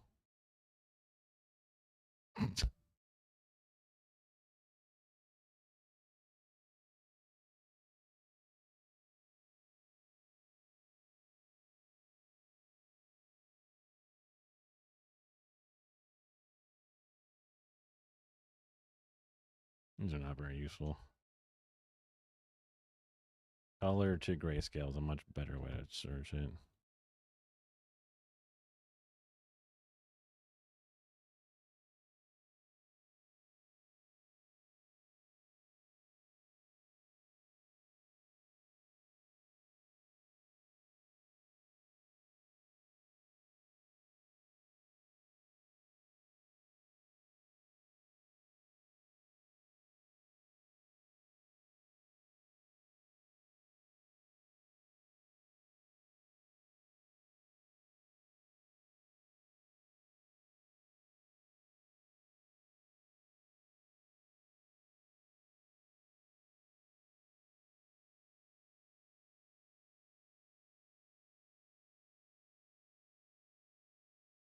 Huh? Hey, hey.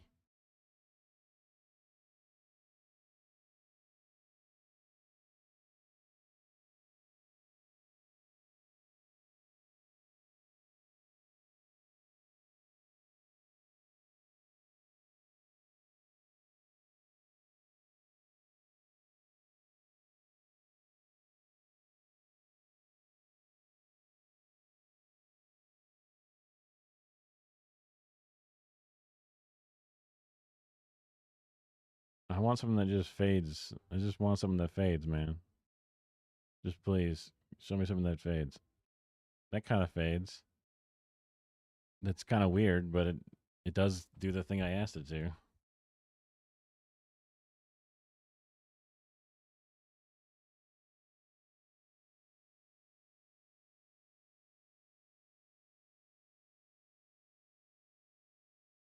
Oz. That's QZ, not OZ.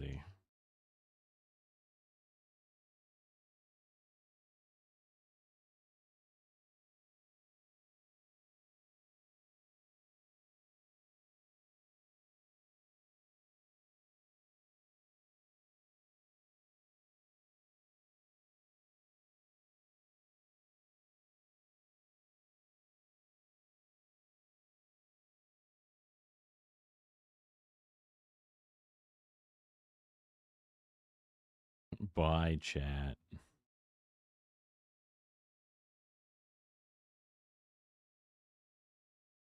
It could be just the GIF fucking it up pretty bad.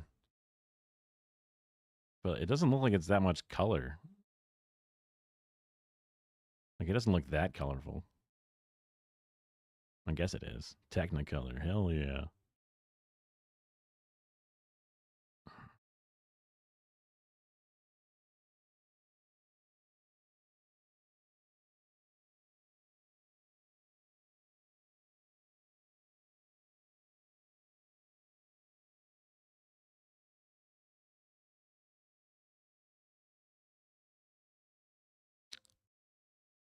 I just download the whole thing. Like on this one here, I downloaded the whole fucking thing. Not that this GIF here, but earlier I downloaded the whole video, then I threw it into easygif.com and then waited for it to upload, and then I told it what second to cut to. It's not the most effective. There was this YouTube trimmer, which would pull up one section, but I couldn't get Cobalt to actually download it. I kept just not doing it.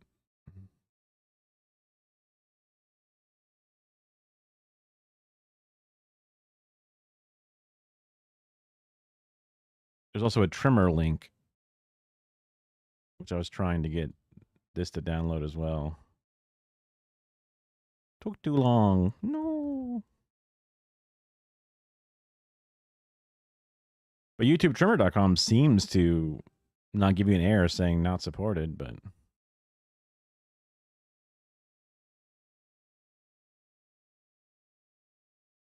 Zhao Hongshu?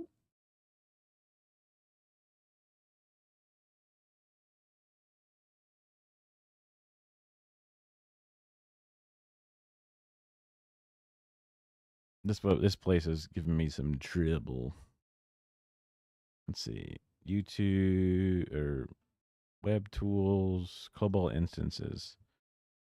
So this K9 tool is supposed to be working out pretty well too. It's working again.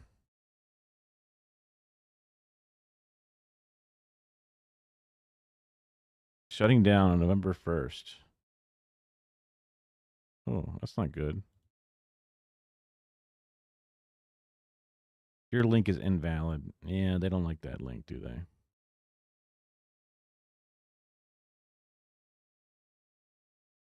What about using the trimmer code from YouTube into K9? Bot protection blocked it. Brutal. Read why. Oh, wait. Paste your link here.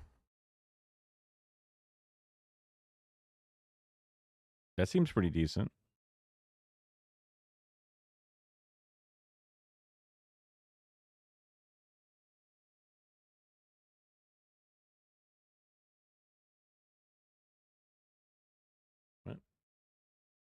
What? Why can't I type in a time? When I've noticed my electric bill gone up, I started asking my neighbors, is your bill also going up? And they had no idea that this was. Who's going to pay for that new infrastructure? The way the system currently works, companies are allowed 100%. Big, what's known as it covers 13 in the world's largest power market. Data centers make up about last year. Today, data centers make up about 4% of US electricity demand. In just the next 3 years, that's expected to triple.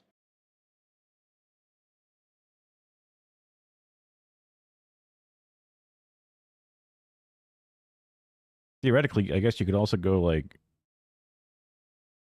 start, end, download.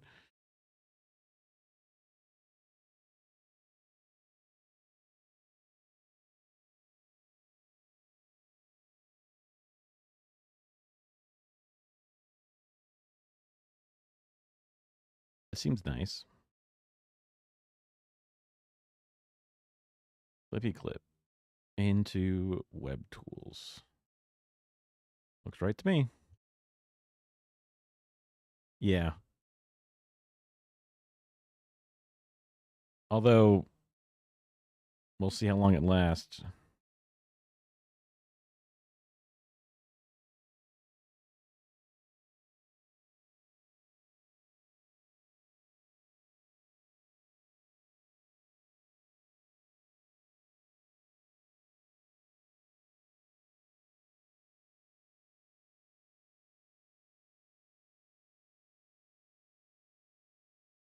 If these blocks have better solutions, our global instance will stay open. So, like, as they get used a lot, they get blocked. YouTube notices them stealing it, which is, again, where I feel like FFmpeg would be really good at. Because FFmpeg basically, handshakes with the fucking web page. It queries it with a ping. It gets delivered the data, and then it can then encode the data as you see fit. So you tell it to, remux from second to this to second to that. You can even save it into like a H.265 instead of H.264 or AV1, and you've got all the different tools. But it's just such a different interface that I'm like, sorry, I don't code. It's probably not as hard to learn as I think, but and all the time I've spent looking up alternative download places and things, it'd just be better just to rip that shit off and do it myself.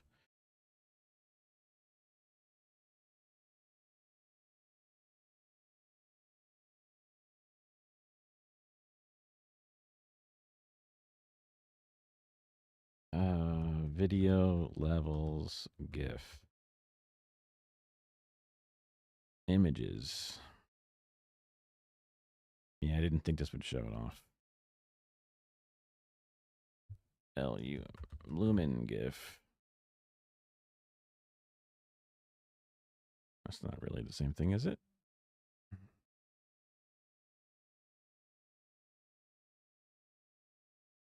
Vector scope GIF.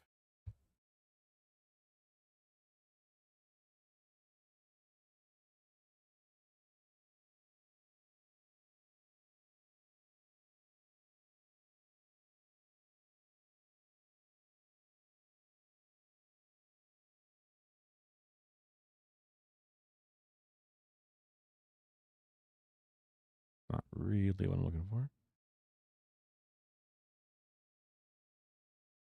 I guess that's the issues. Maybe a waveform GIF. Oh, duh. So I can pull up the other shit instead. This one's not terrible.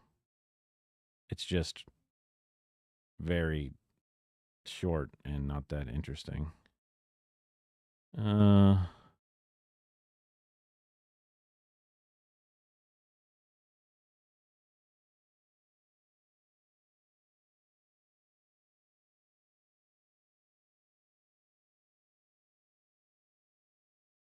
Waveform.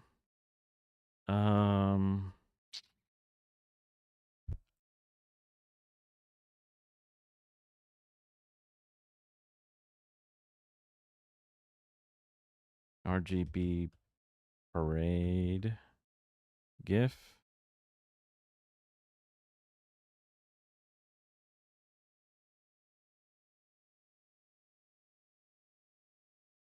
That's not even GIFing. Oh, wow. It's just moving around.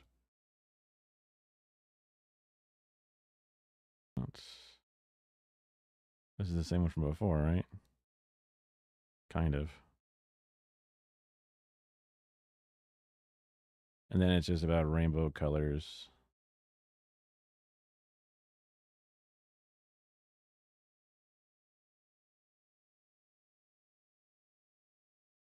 This is kind of accurate. Weird to show the Stream Deck being used in the middle of it.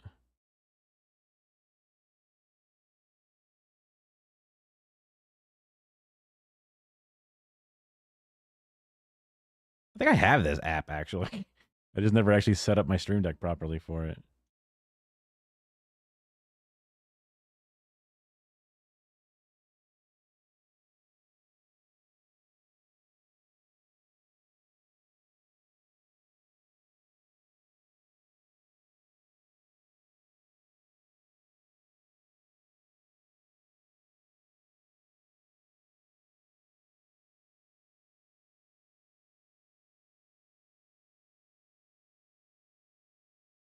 I don't really see anything happening into the picture up there. That's the thing.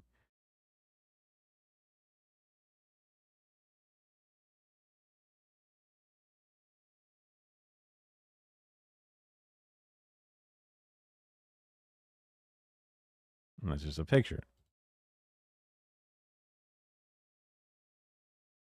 I think that's a decent one. Very clearly what's happening.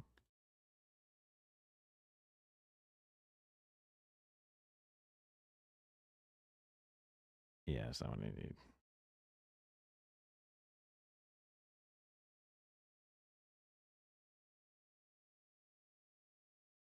Works best if you see the picture of it at the same time.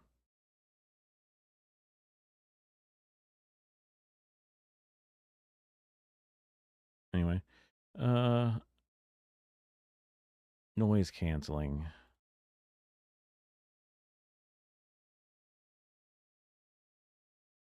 GIF.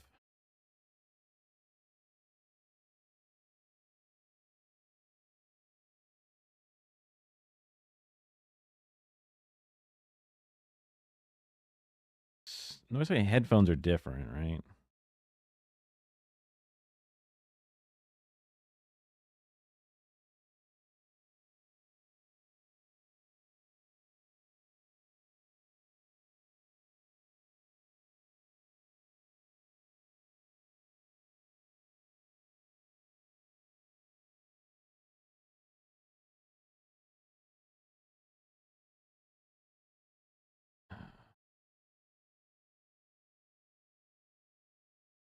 That's the anti-noise.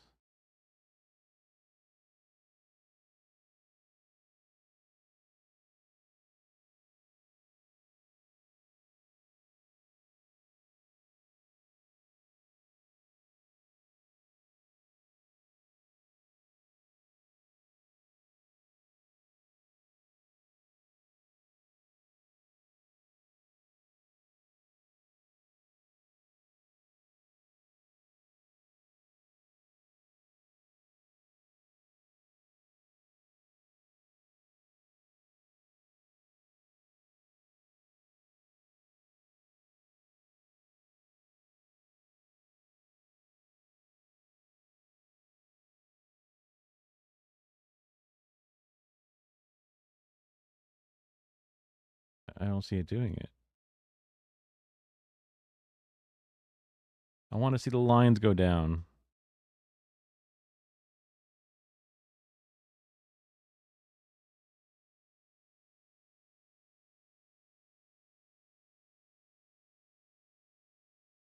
What is this?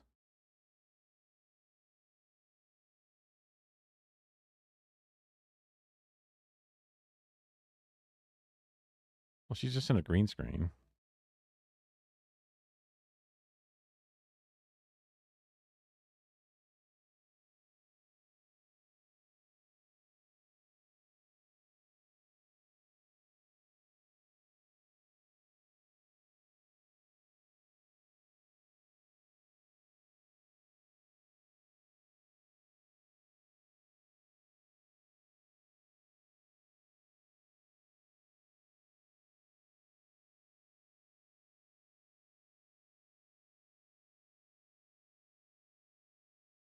That's them setting up the noise.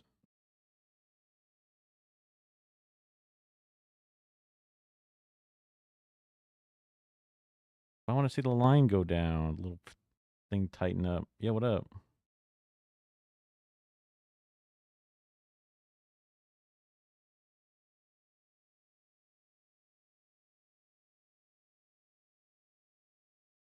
Here we go. Hold on.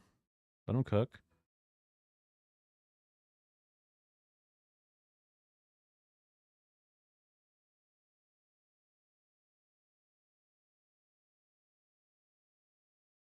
Yeah, that works.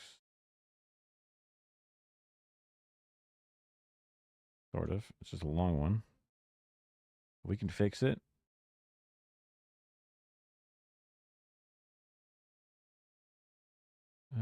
Cut duration of a GIF. Oh, shit. There it is.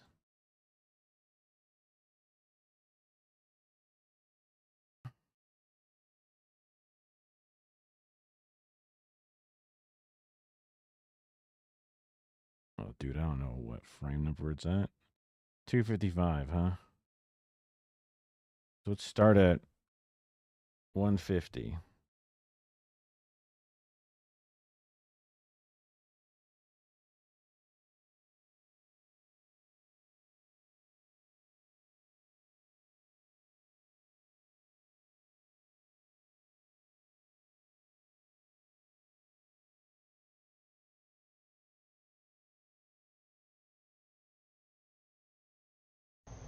Thank you.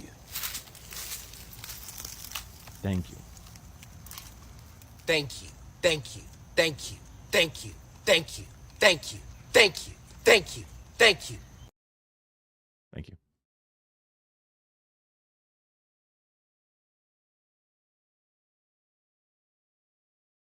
Oh my god, what the hell's happening? Why is it black? Let's go 200.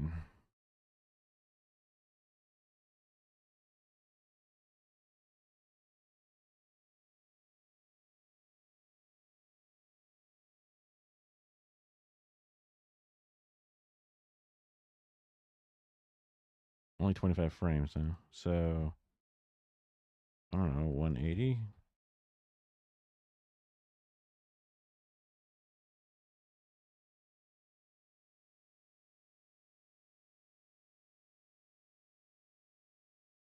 Two, 2.5. Let me actually leave an end duration there. Why does it do that?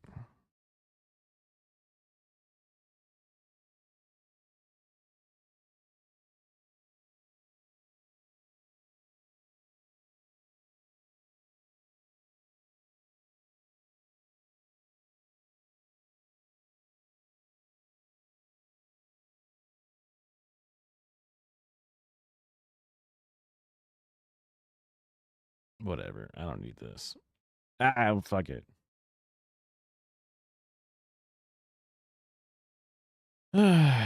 um.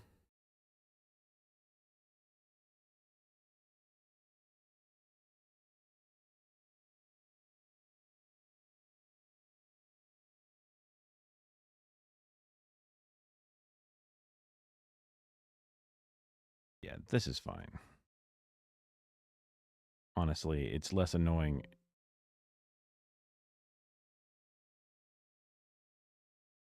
if it's not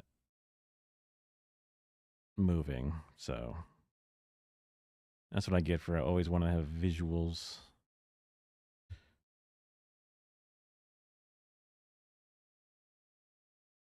Grayscale, color grade. Okay, so I guess we can just call this one effects.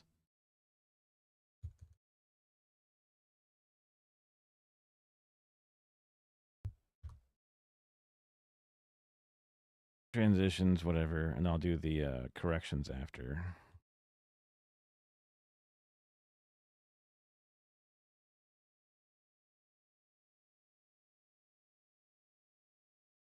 Dun, dun, dun, dun.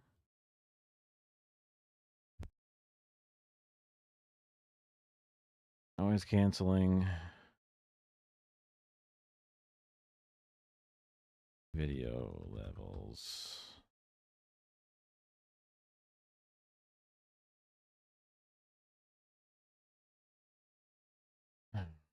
Okay, one before this, effects. Grayscale color grade. Speed ramp is my picture of my face.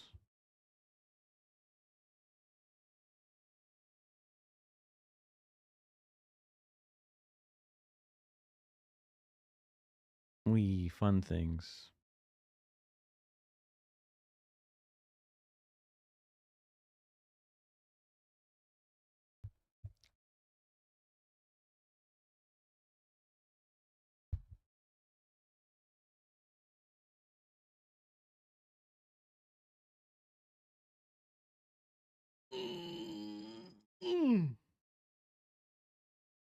What brings you here today?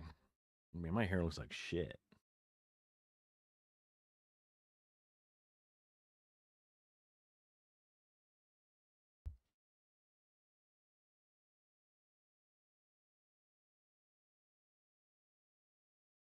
Ever since the haircut, it doesn't know how to part. It just comes out. Crazy. It's crazy.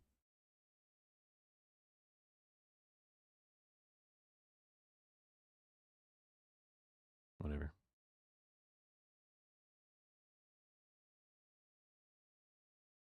This one here is noise canceling, which I have that picture. What a better look, guys. It looks so much better. And I got the video level stuff. I saved it in here.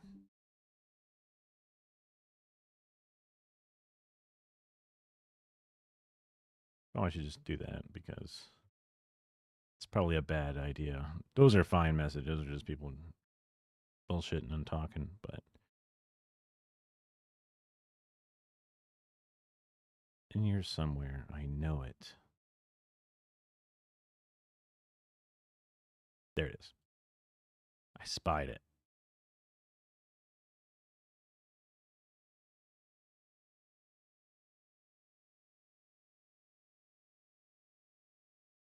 Squeeze that one down a little bit.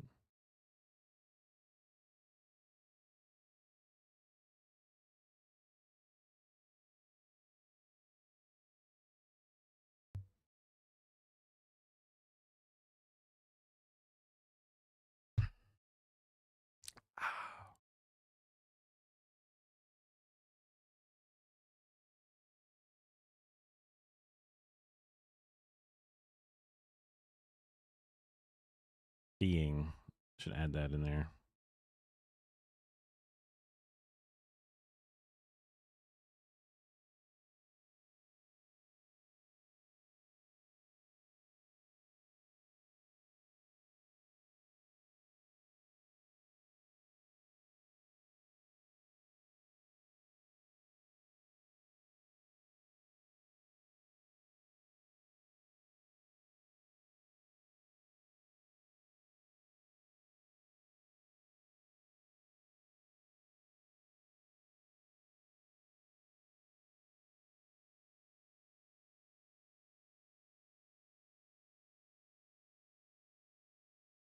Um,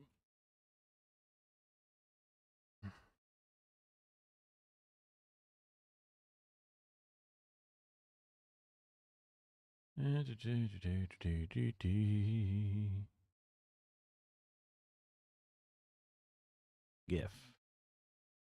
I love me a GIF. What the hell? These aren't GIFs.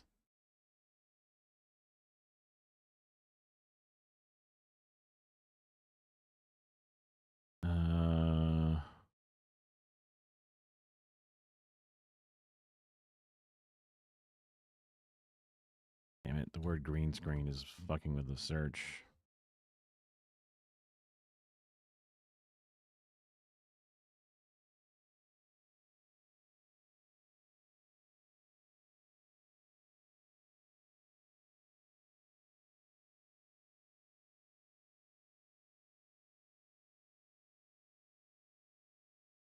I guess they're just links to TikToks, and that makes sense.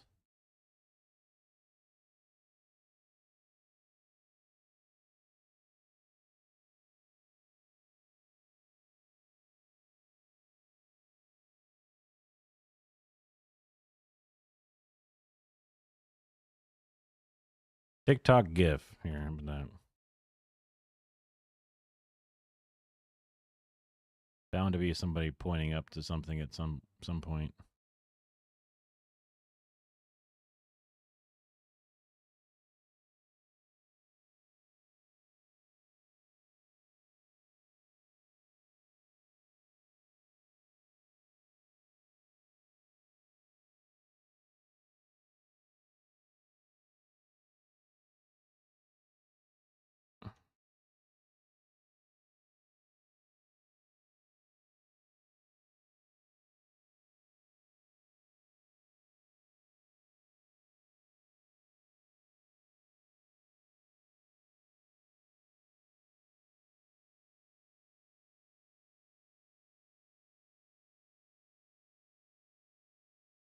Screen?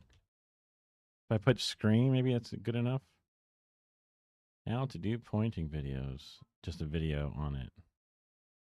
Even putting the word screen as green screens everywhere.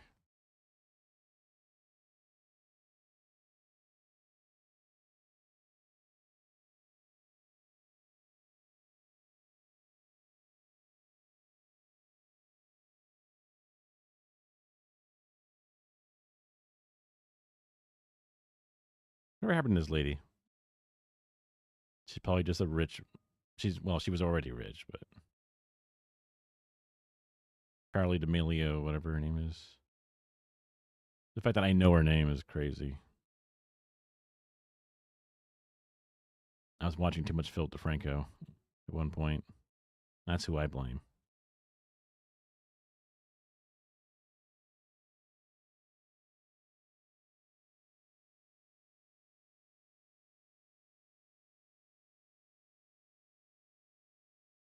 I mean, honestly, this is fine. You know, it looks like ass.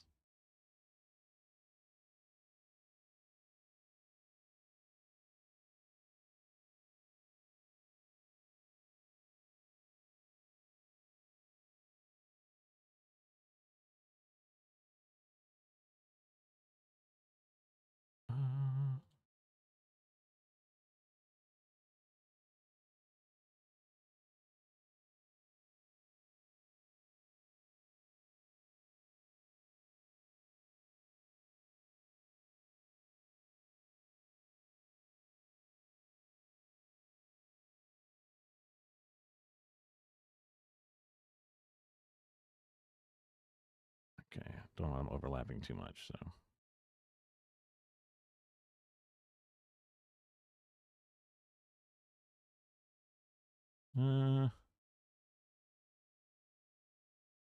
Grayscale color grades.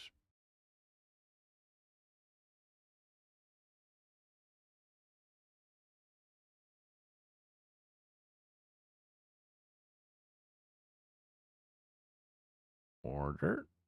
Bring to forward.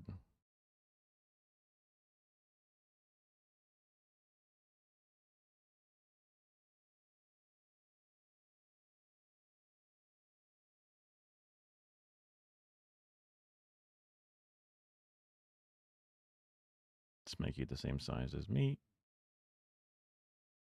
Although now the bottom of you is different, so here we go.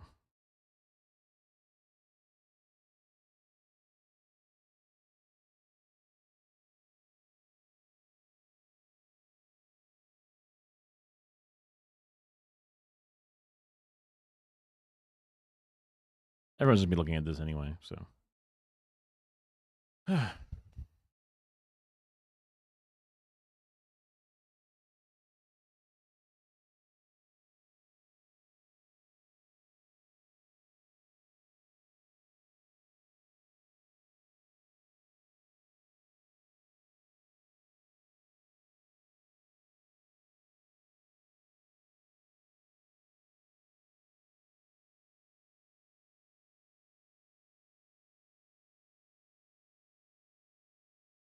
Okay. Got that. Beauty, lenses I didn't do. B-rolls and voiceover. I want to go over encoding and transcoding stuff.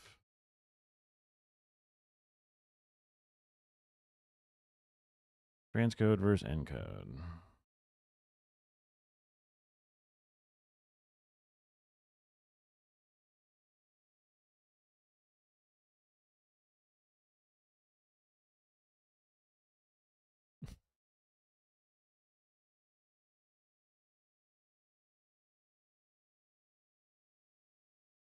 Make it a GIF. Show me a GIF of it.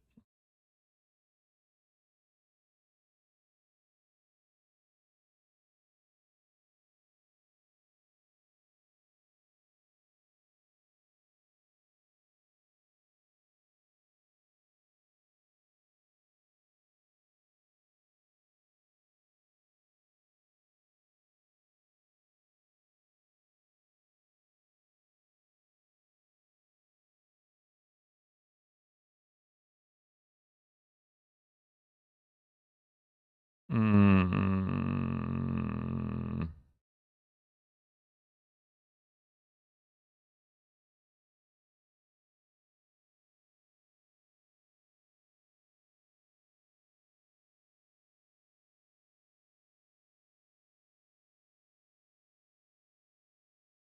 I like this description.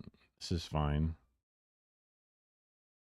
But we're not talking about intraframe. We're just talking about encoding and transcoding.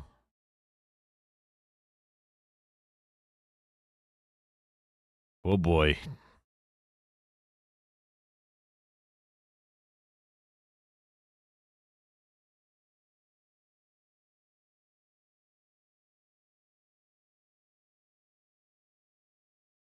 Yeah.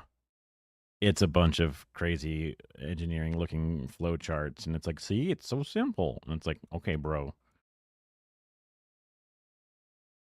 See, it just goes into the thing, and then boom, you get it.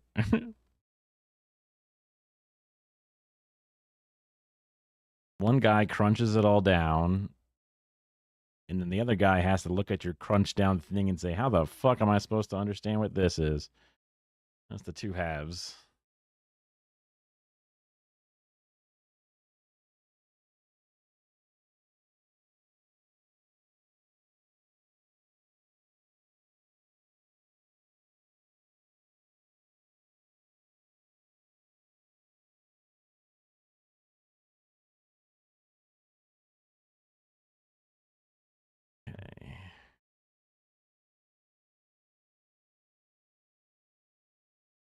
Okay. This is all kind of the same thing.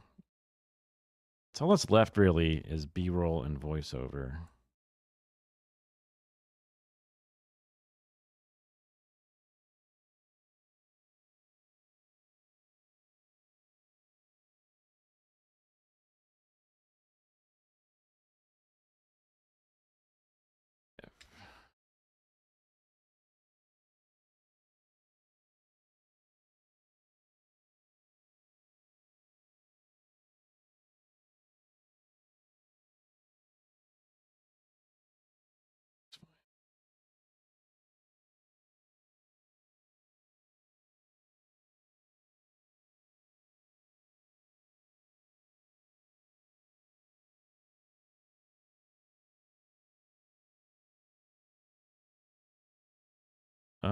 What was I saying?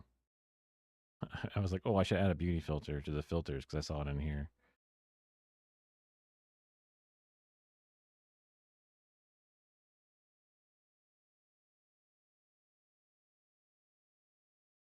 And this gives me plenty of room to add in the thing. And adds a little bit of overlap, which is fine because this image is dog shit down there.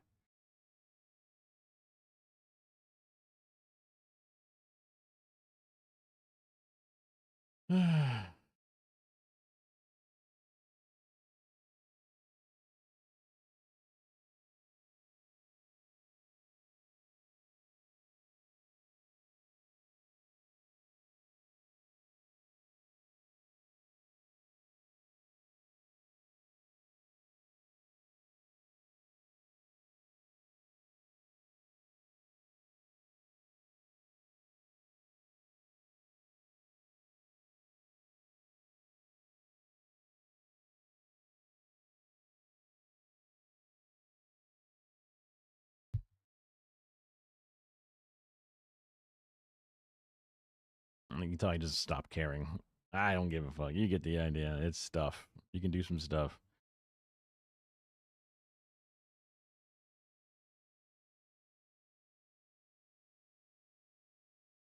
Mm.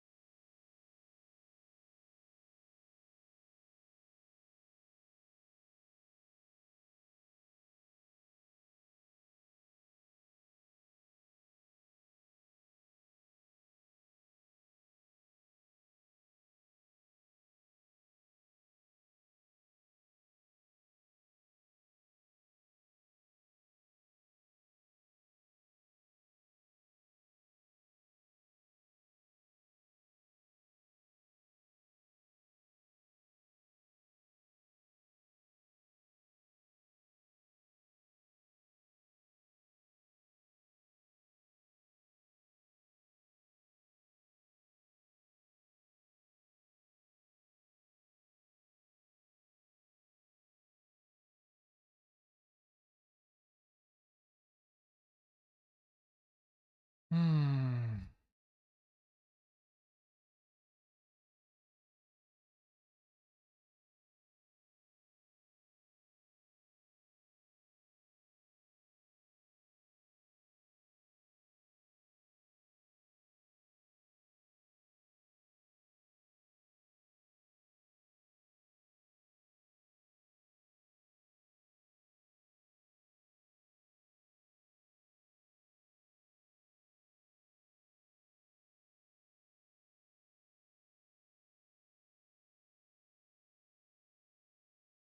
The different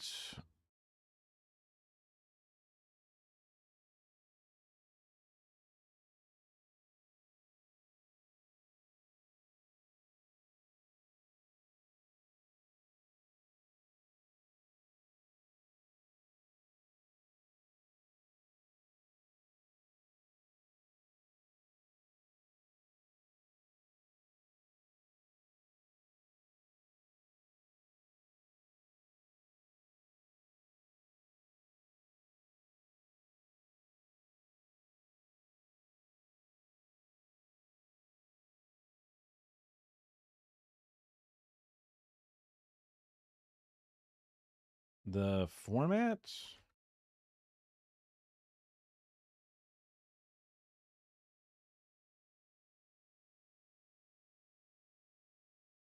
Transcode. No and use.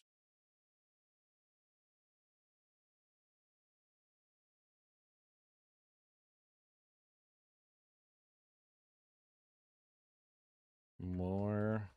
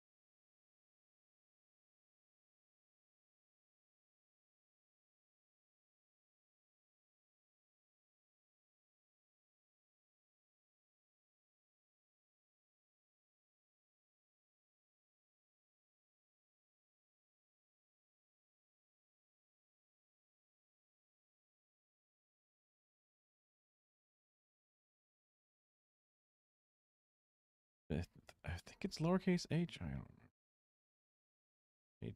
H264. Capital H.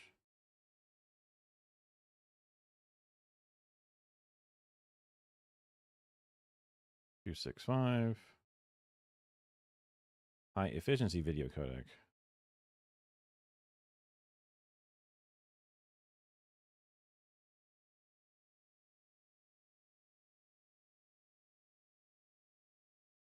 ABC. HEVC.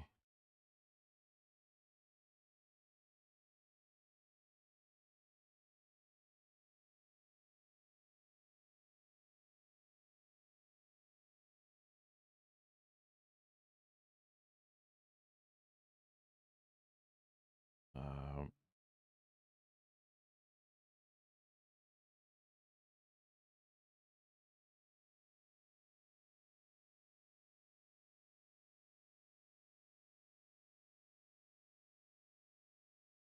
hmm.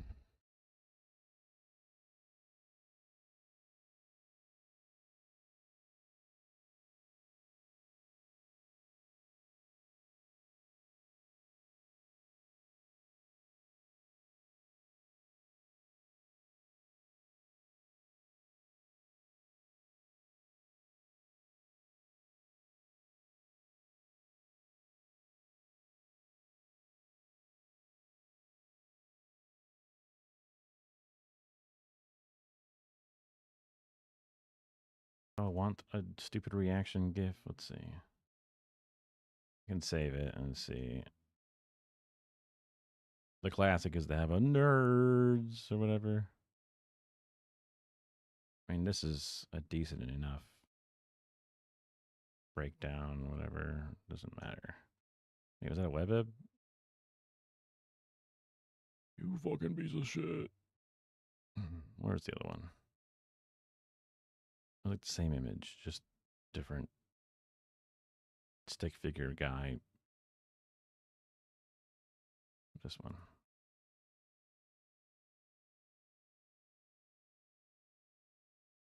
Okay.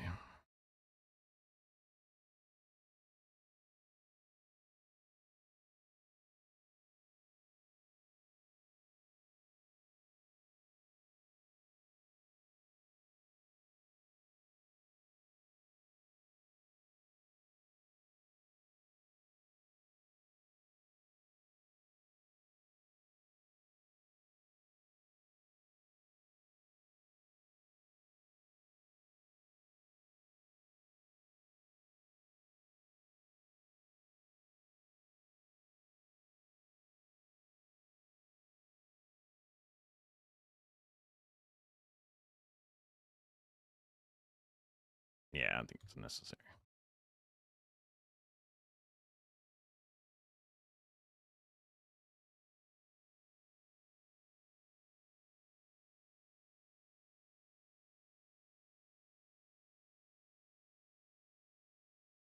I mean, a lot of this is even out of my understanding.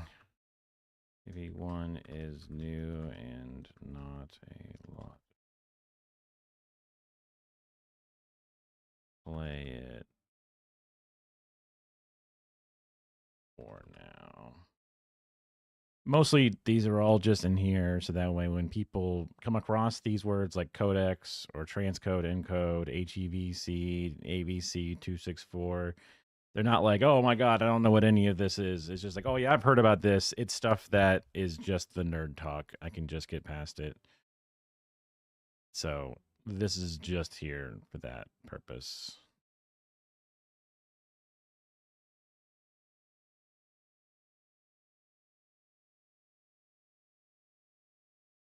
Okay. So now that that's all kind of the basics, we can get into the non-linear editing itself and the timeline. Video edit. Okay, let me just go through here. So I got this. Oops. I didn't put a sepia one because it's not necessary. B-roll and voiceover.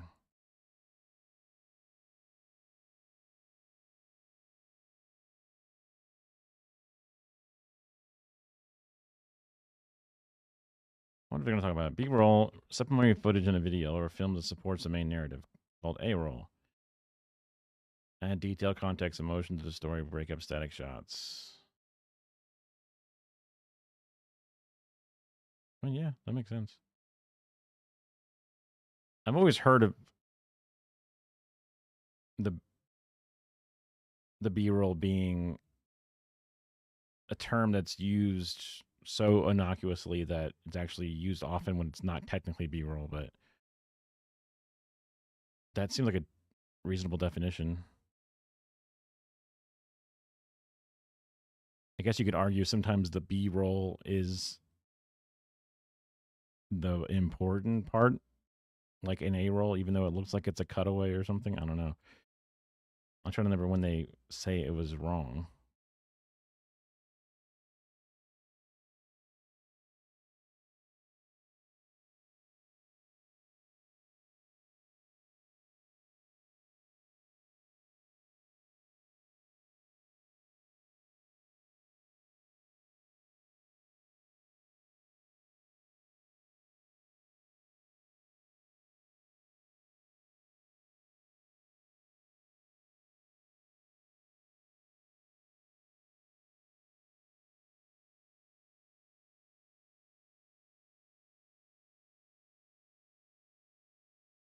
Okay, so here I can add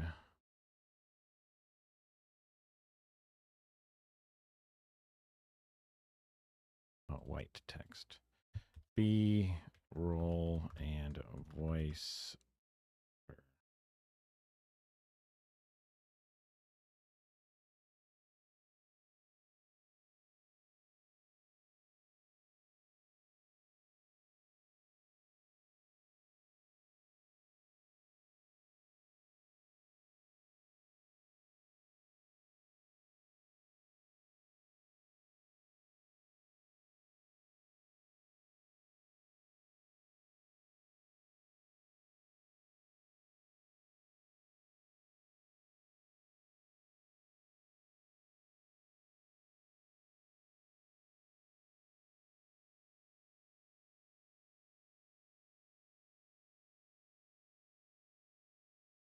Over is when a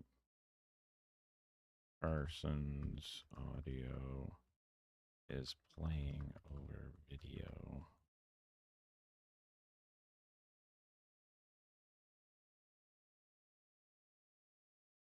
Visible? In it? I hate sentences like that.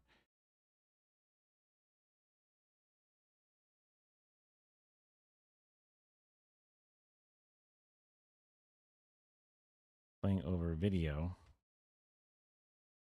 without them.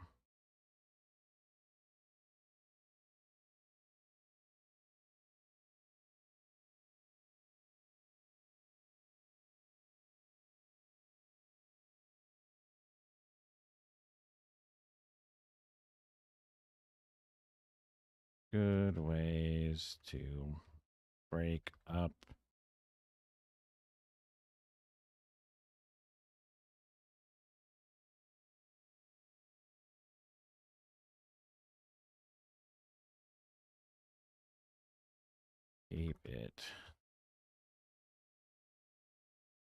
keep it interesting, whatever.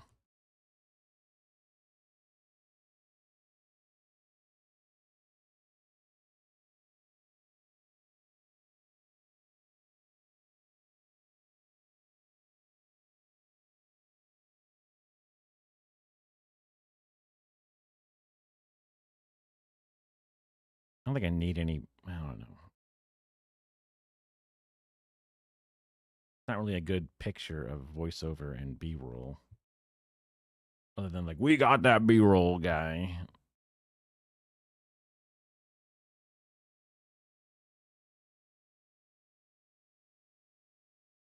Hey. All right, so then that can just kill.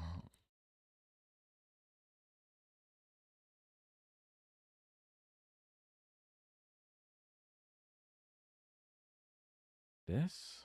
Let's see.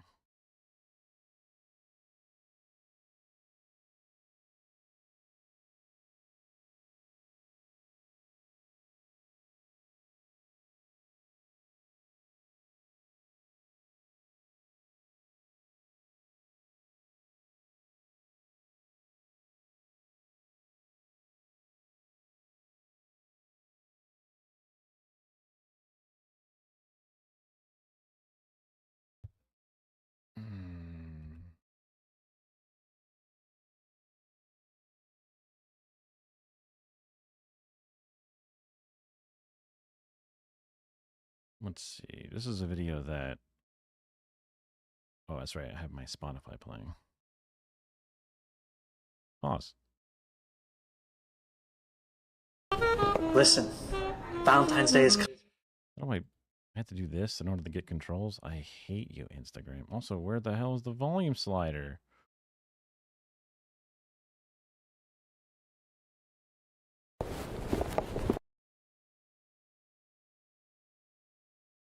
Balance. Audio balance.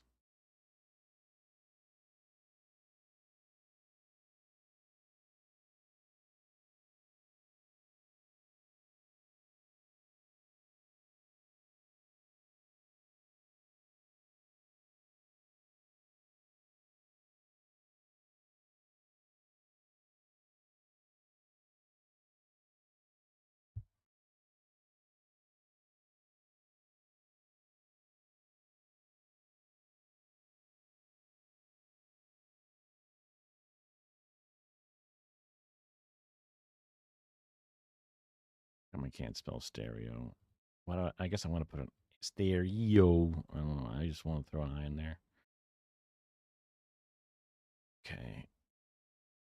Grab this. Go here. Grab that.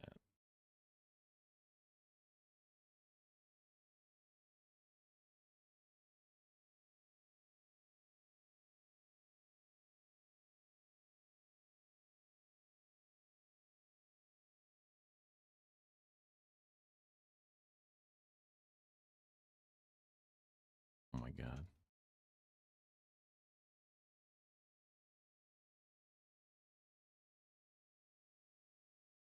Why is this taking so long?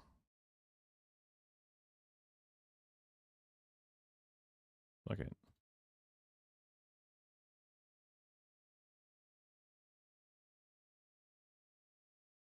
Oh, this is not a YouTube video. Duh.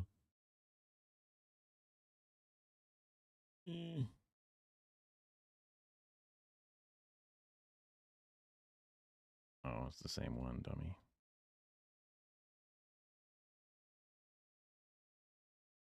Okay.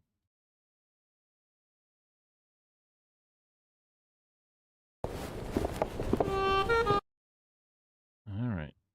Oh, now there's a fucking slider because it's one of these. Save video as. Save. Eh. They were saying that they wanted to have.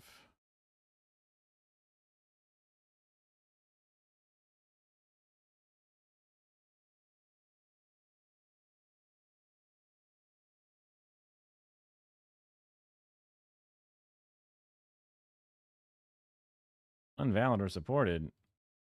Hey.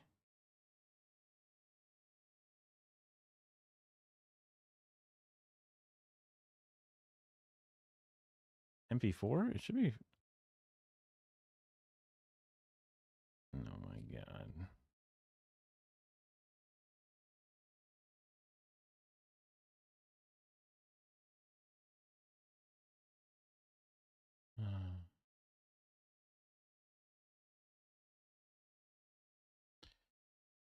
Don't you dare.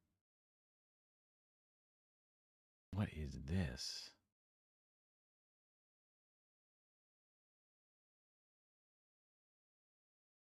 What is. They dropped the mic on him. Spin. The Stu Peters show. Okay. Some kid's book. What the fuck? It is also as a screen record of an X. Oh my God. Dude. Okay. The TikTok algorithm is ruined. It's over.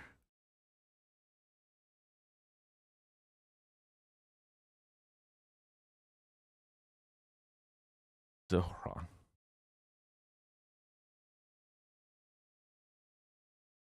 Oh, I was like, what? They uploaded his stuff? Wait, why is Zach? What? Huh? Oh yeah. This would be what I want. Okay.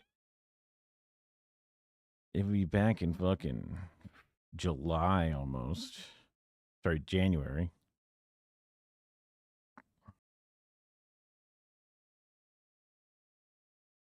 About being my Democrat. Polls are open. Oh boy. They post a lot, don't they? Oh dear God. That was a lot of posts between the polls.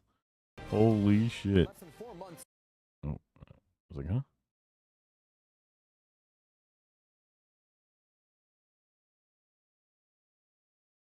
Will you be my Democrat? Only 14,000? Listen, Valentine's Day is coming up. Okay, so what if I grab this and then I download this one? Will you then be chill with it?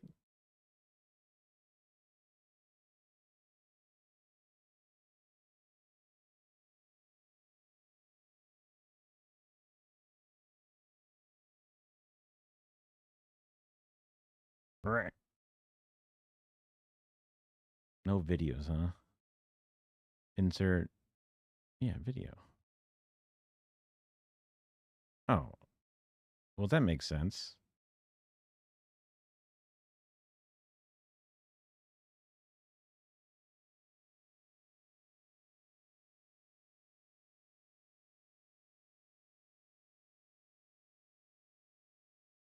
Duh. How many times are we going to see him walking like this? Let's see if this is a good fit for this part of the video or the thing. Eh. Eh.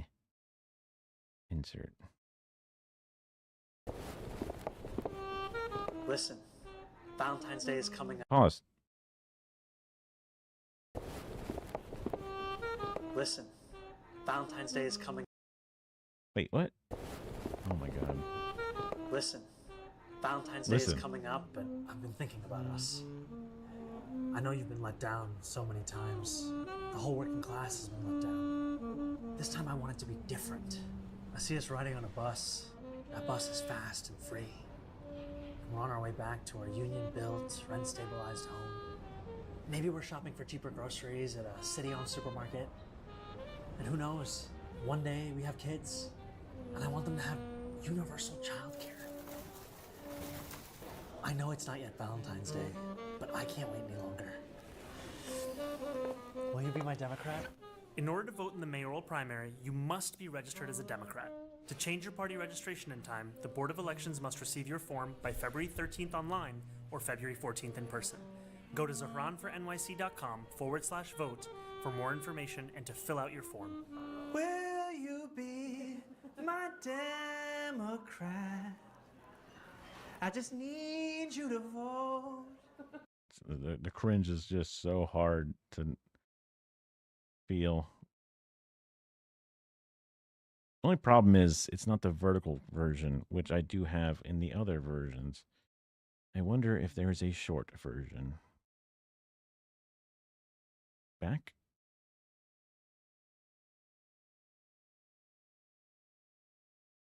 Shorts. He only has 5 shorts?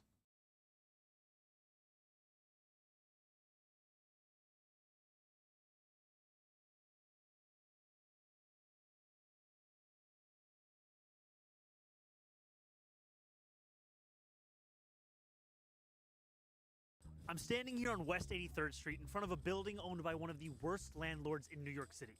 It has racked up hundreds of code violations. After years of neglect and ongoing pressure from tenants, the city finally stepped in and sued the landlord. But even that didn't fix these issues. We are talking about a lack of heat, a lack of hot water, and instead, leaks, rats, a literal beehive in the wall. Housing isn't just more expensive than ever, it's falling apart. But what's Mayor Adams doing about this? The same thing as his real estate donors. Nothing. That's why I'm announcing a plan to overhaul the mayor's office to protect tenants, bringing code enforcement under one roof and making sure that agencies are working together to hold bad landlords accountable. Starting on day one, we will expand the city's special enforcement programs, doubling fines for hazardous violations and tripling them for conditions that are immediately dangerous. And when a really bad landlord, like this guy, refuses to fix it, the city's gonna step in, make the repairs, and send them the bill. If that doesn't work, the city's taking over the building. We're putting the worst landlords out of business. And we're going to transform. Dude, I love that. Taking over the building. Give me any excuse to take over the building. One strike, that's it. You're out. I'm taking over. That's it. I'm taking over. It is my honor to introduce to you someone who is a real champion for working New Yorkers, a real friend of labor, and our next mayor, Zoran Mamdani.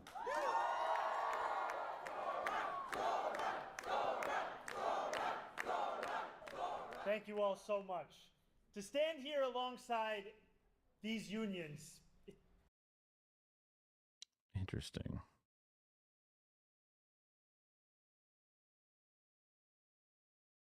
Oh yeah, Instagram pulls up a Facebook link every time. That's so funny.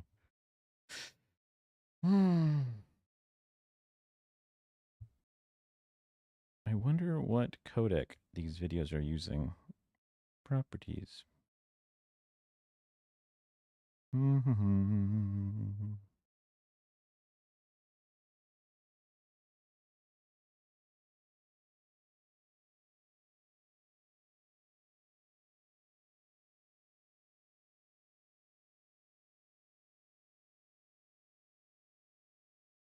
It doesn't really tell you.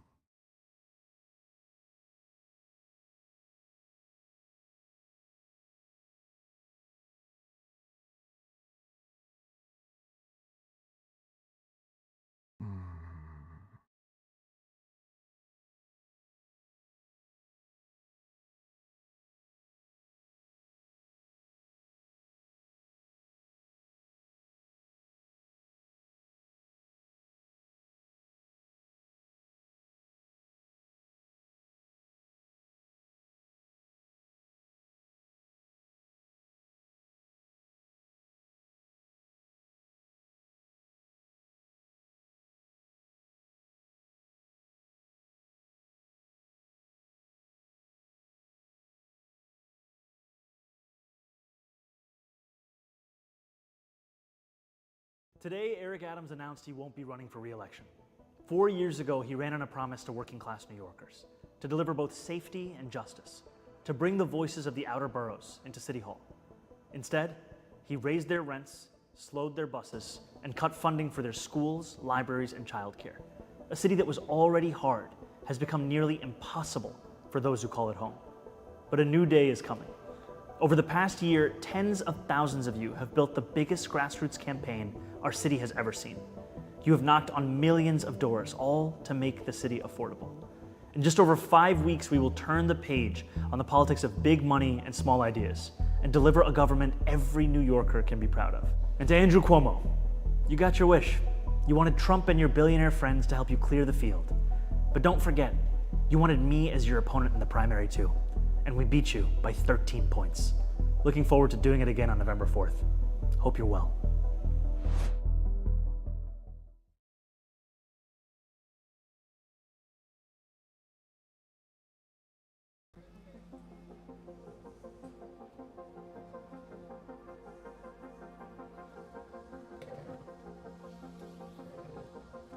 At 2 p.m. on October 26, 1916, the Vice Squad raided this unassuming building behind me.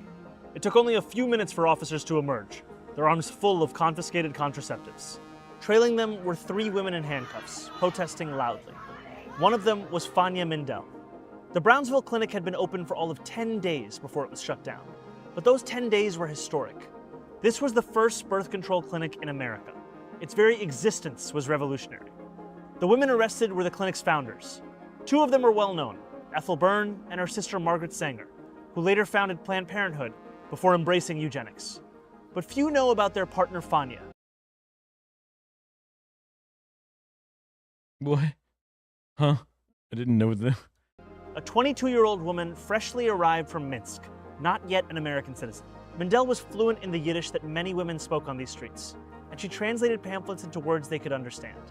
When over 100 women visited the clinic on its opening day, it was because Mindell had shown them the way.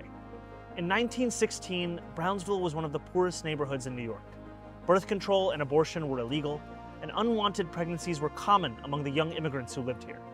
Those who walked through the clinic's doors were taking a huge risk, but they had nowhere else to turn. 109 years later, Brownsville has changed. Instead of Jewish and Italian immigrants, this community is predominantly black today, yet much remains the same. Brownsville is the poorest neighborhood in Brooklyn, and still, too many mothers have nowhere to turn. No neighborhood has a higher rate of pregnancy-associated deaths than Brownsville, 146.9 of every 100,000 live births. That pain isn't limited to East Brooklyn. Black women in New York are 9 times more likely to die of pregnancy-related. I'm actually kind of interested. You can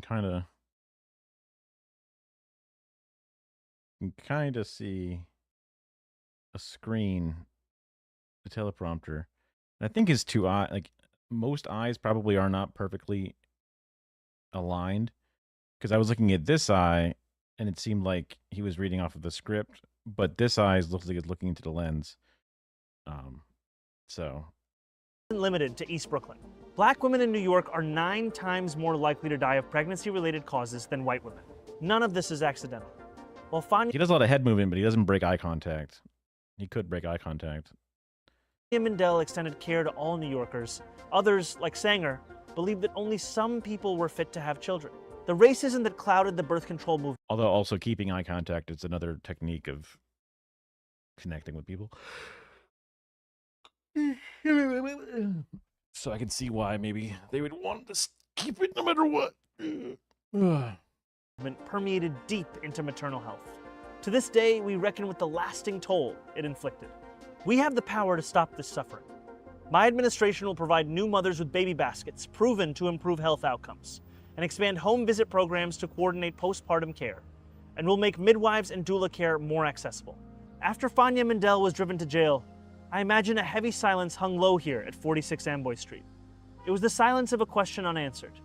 Who now would look out for those struggling the most? We can answer that question in our time, together.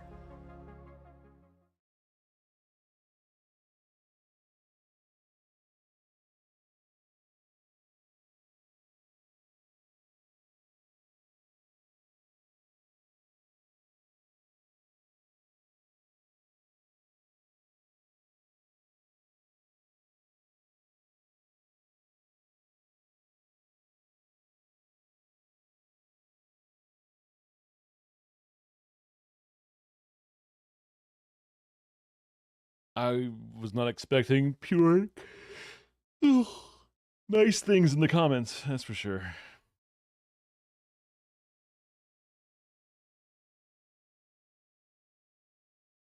That's for sure.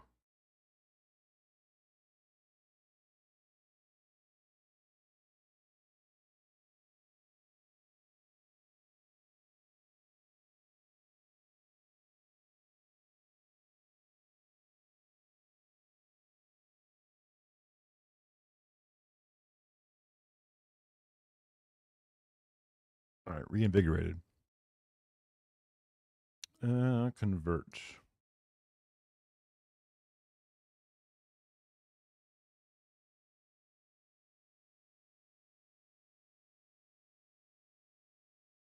Oh, there was a converter.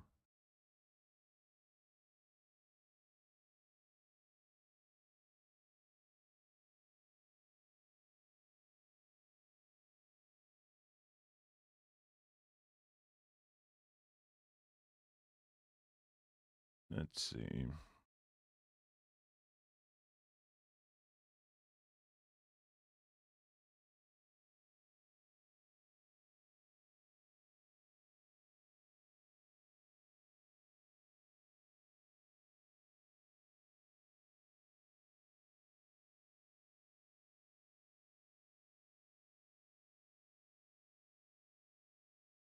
Video compressor.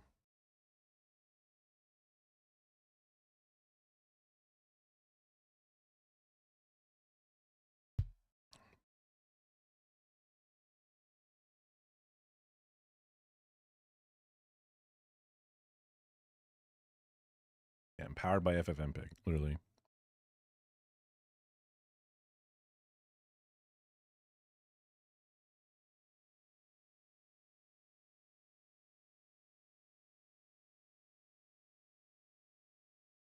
Move? Would that be acceptable to you? Google Keep?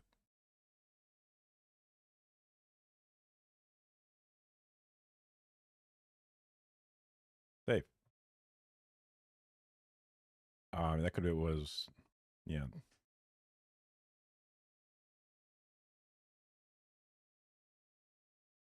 See. Still downloading.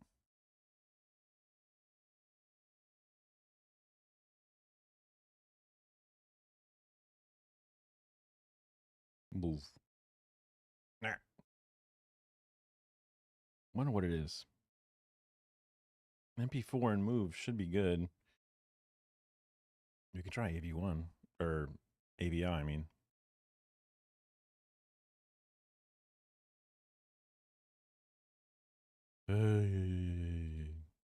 Nope, this one.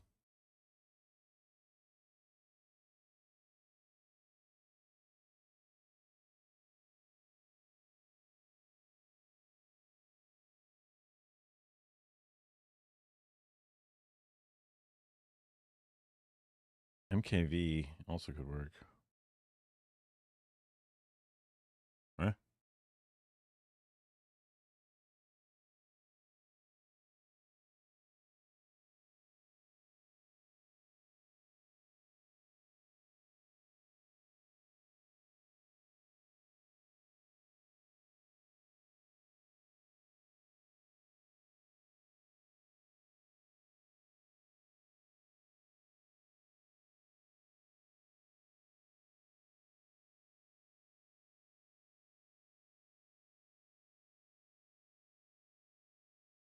Why is this?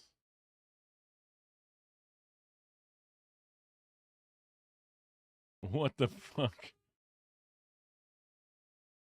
Wide. He looks so fat.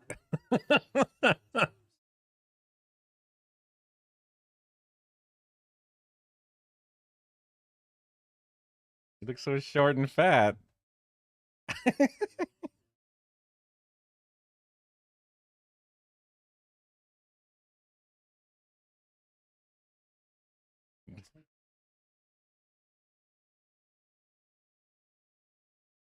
That's awesome.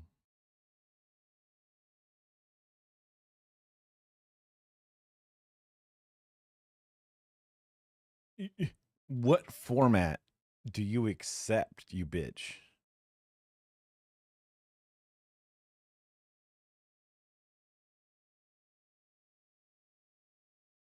Does it just need to be my Google Drive? That kind of makes sense because they don't want to host it, but they already host a billion videos. What the fuck do they care?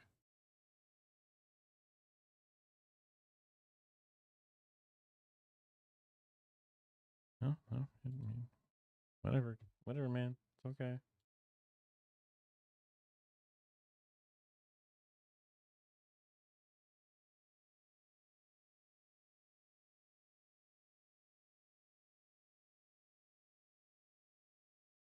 Hmm?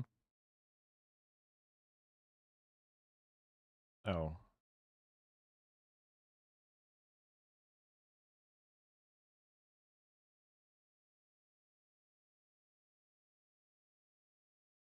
Formatting video. Come back to watch it later. You know what? Listen, Valentine's Day is coming up, and I've been thinking about us. Stop.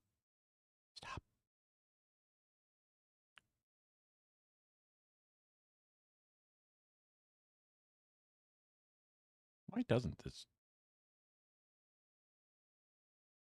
show up? Okay.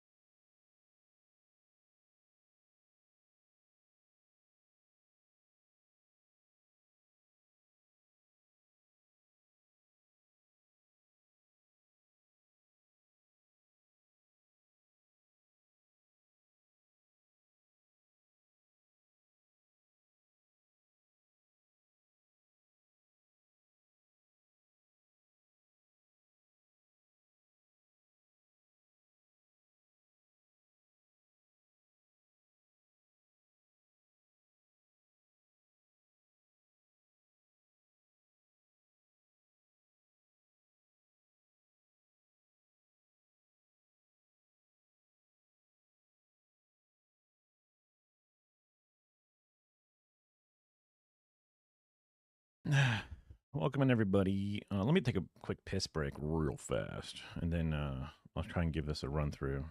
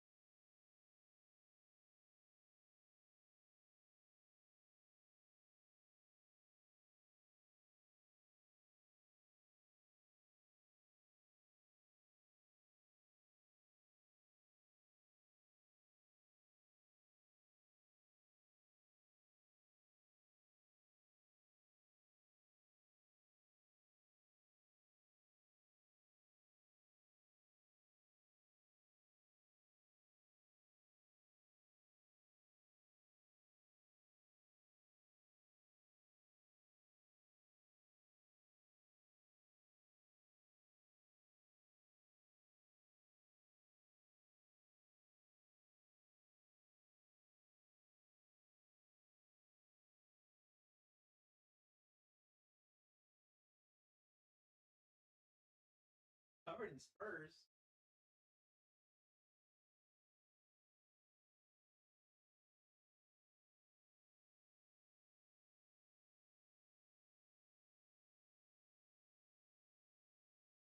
What?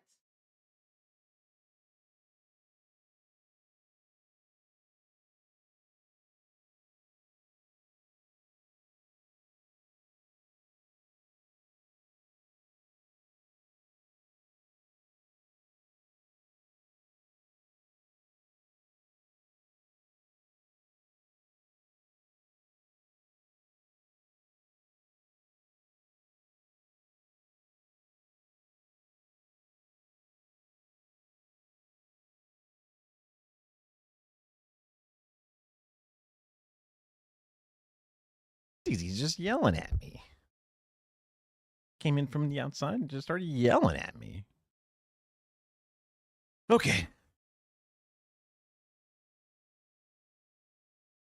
Hi, everybody. Welcome in. It's 9:43. This is video editing. Everyone here has shown an interest in doing a little bit of video editing, and maybe not. Whatever. It's all good. This is mostly just focused on some social media stuff, light phone editing, but we can go over some of the basics of things. But first, apparently all we have to do is edit Zoran, play that 1 minute, 15-second video. Little chit-chatty. There's actually not that much going on in the video, honestly, when it comes to some of the basics. I mean, there is, but there isn't. Simple video composition. Everyone's seen that photo that your aunt takes, and it has an obscene amount of headroom.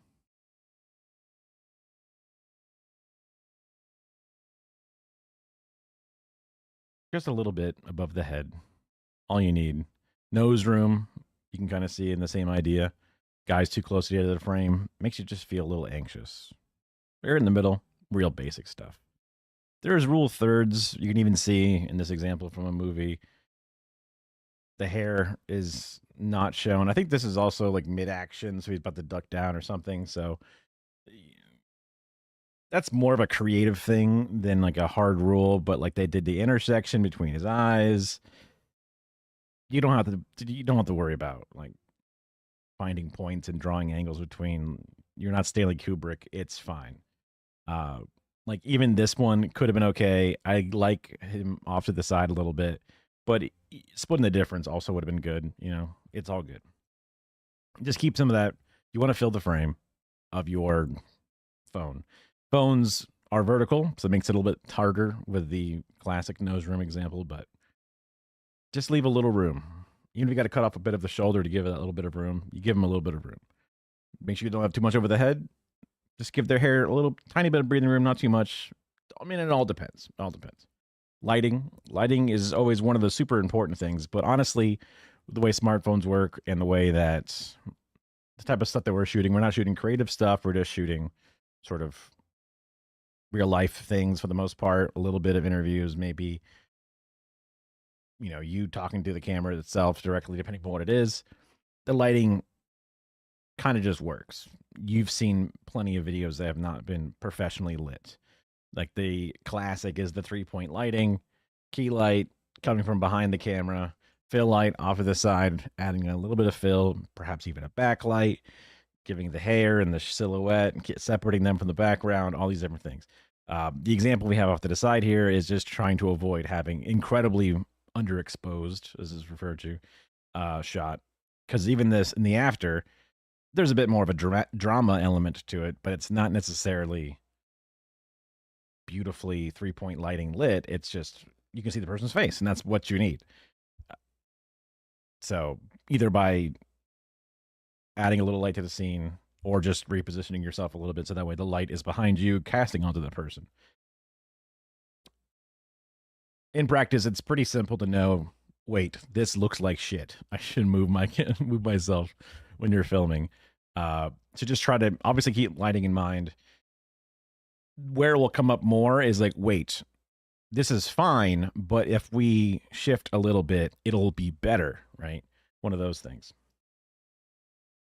Audio is also insanely important when it comes to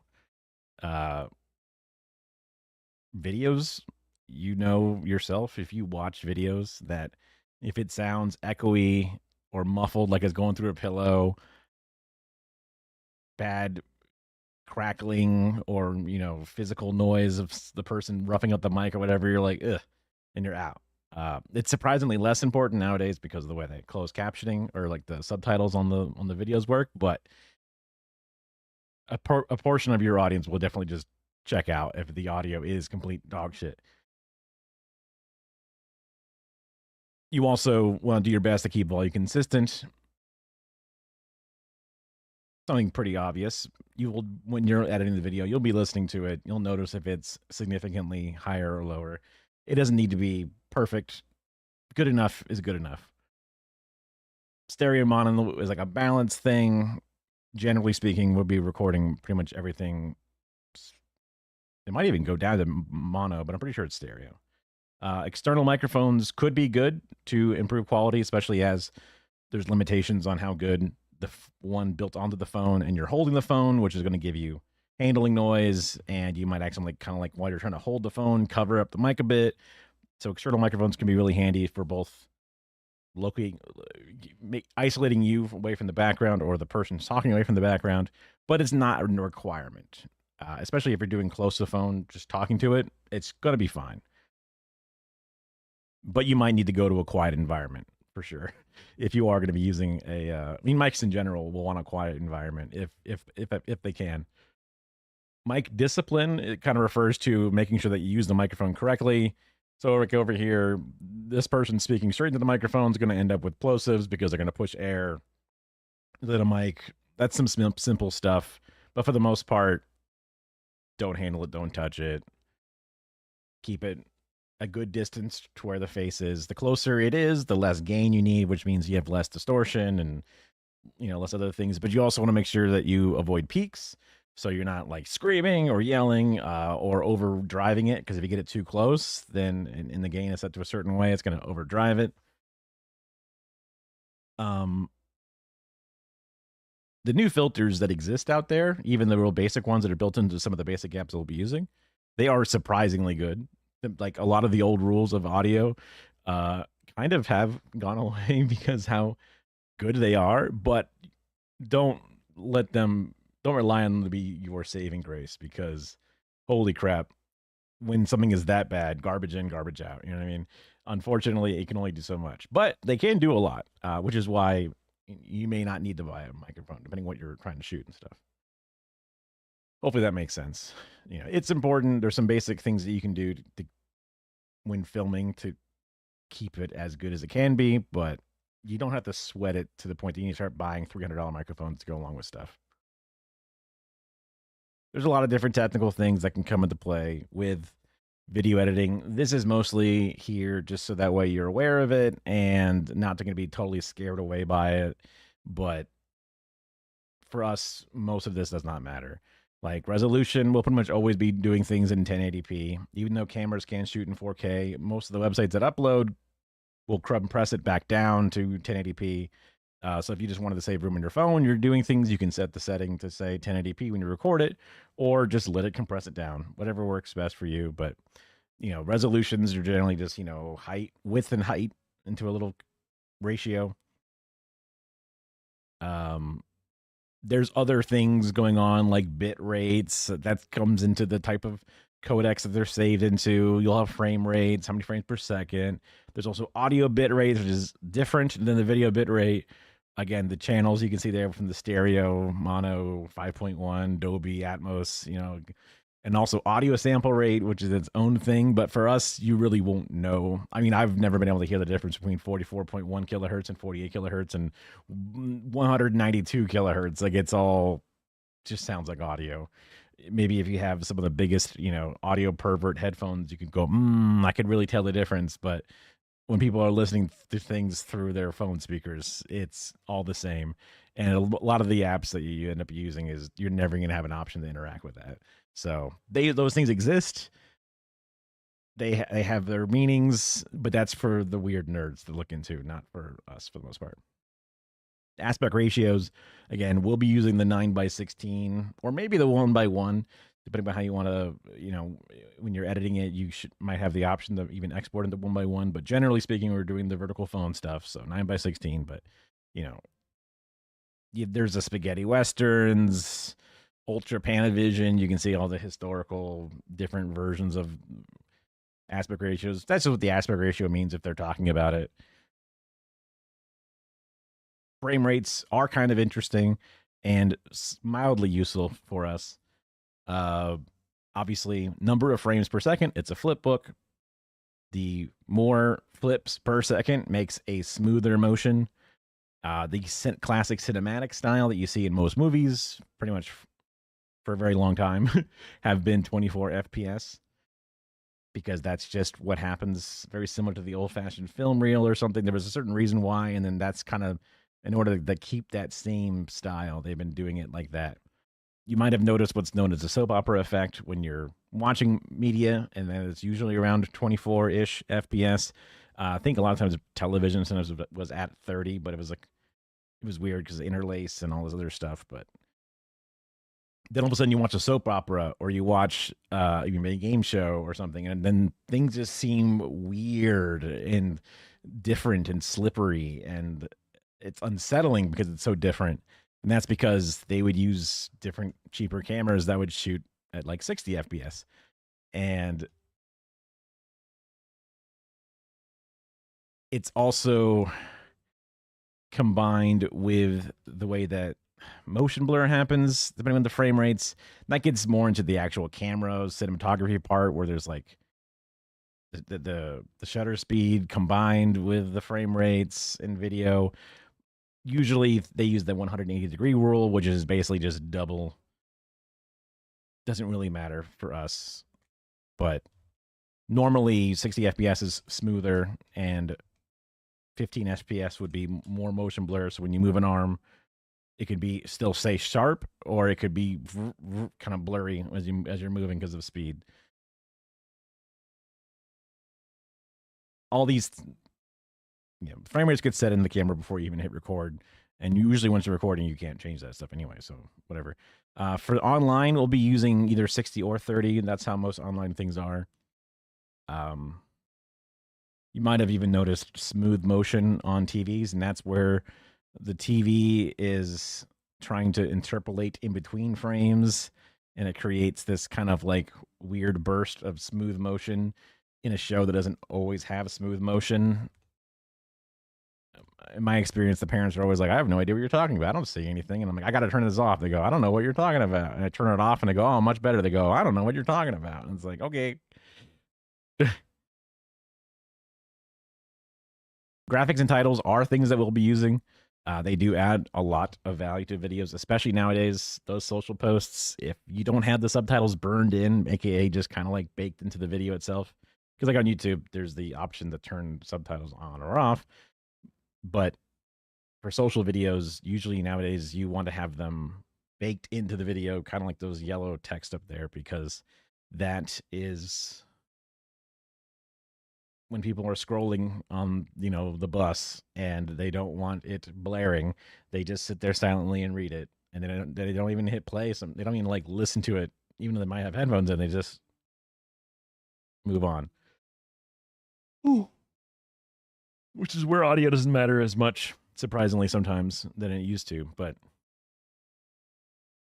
and then there's the really, really, really impressive, and also some basic titles, like just like a nameplate for somebody like Amy Goodman down there. But then there's like the above and beyond type of graphics and titles that are like motion graphics, kind of like the More Perfect Union video, where they have full-on animations and little things that are incredibly helpful for trying to explain to the audience sometimes boring details. You can give them something to look at.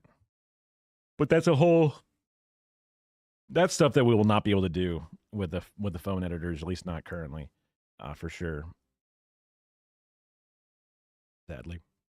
Other basic effects that we will have some access to is stuff like the slow-mo, or speed ramping, which is basically just slow-mo slash speed up, but like on a curve. So it starts out normal and then goes slower and slower and slower and slower, or starts out and goes faster and faster and faster and faster instead of just being raw faster or raw slower. You can do stuff with the colors, color grading, adding a filter, sepia filter, whatever it is. There's also like the transitions between shots if you wanted to have like, just a dissolve, or if you wanted, star wipe or something. The green screening keying is like the little dude down there doing the green screen video. That's like an auto keying the background out behind them. They call it keying. It's just cutting out the background. And then like the face filter stuff. These apps always have face filter things if you wanted to beautify or make your face look like a dog or whatever. That's always going to be a thing. When you're shooting like my face down there in the slow-mo, I had to use my camera set to a very slow-mo sort of speed so the camera could record more frames per second than just 60. And then I played back all of those frames at 60 FPS or 24 FPS, which then would, like if I had 120 frames recorded per second, but then I'm playing it back at 60 frames per second, now I have twice as many frames in that 1 second timeline.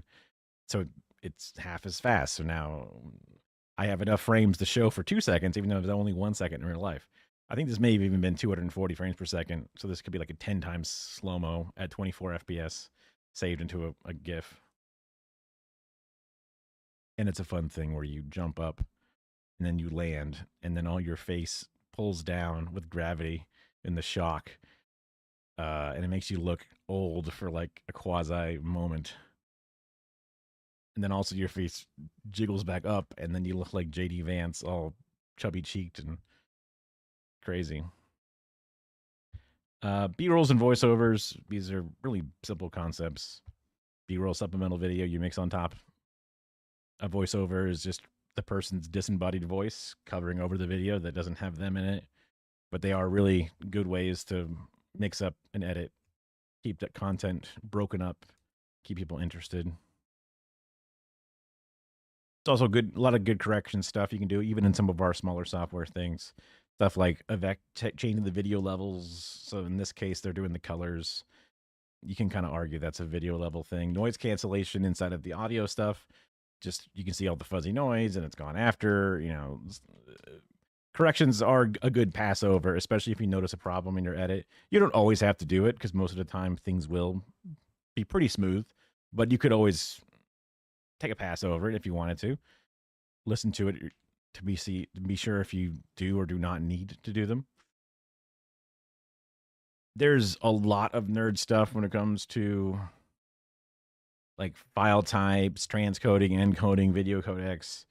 These are words that I would not want you to be afraid of, but you don't need to know them. Encoding is what your camera does, and then the video editor does to take raw information and crunch it into a compressed video file ready to play. And by ready to play, I mean ready for a proper device to transcode that encoded thing, because they have to kind of like know what they're looking at to uncrumple the paper and then to read it back to you. Sometimes you might have gotten a video file that you click to play and it goes, can't play, because it's like, I don't have this codec, or I don't know what codec this is. I don't know what I'm looking at. It's just a bunch of crumpled up bits. So transcode and encode work together. They're balancing the compression of the video coming in with the file coming out. Some things can compress them even better, so you have smaller file sizes, but then your computer might need, or your phone might need to work extra hard to open that video because it has to do a lot of math to uncompress all that information. So there are some codecs like HEVC, the high efficiency video codec, that some places won't take.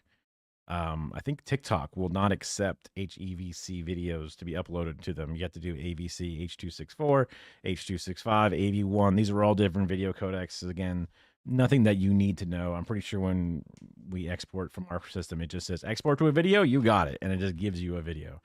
I haven't even checked which one it is, but you just get a video. And you can also go online and convert things if you need to or whatever, but these are just terms so that way you're aware of them and you're not afraid of them, hopefully, if you see them. Getting into things, we'll be using a non-linear editor, right? Because you can edit things anywhere on the timeline. We're not doing it linearly, where you got to edit the first frame and then you tape the piece of film to the next scene and then you cut it when it's done and you tape the next piece of film to that, right? That's the official original linear editing because it's a big piece of tape start to end. With most non-linear editors or NLEs, you can add as many layers above and below. You can have audio layers, you can have video layers, and they're all stacked up on top of each other like layers of transparency on like an overhead projector, or like in Photoshop, how there's layers. They work the same way. It can be something really simple where there's just like a video and an audio track and that's it, and there's nothing else. Or it could be insanely complicated. Like this is I don't know if it's just one scene from a Marvel thing, but there's lots of different layers going on.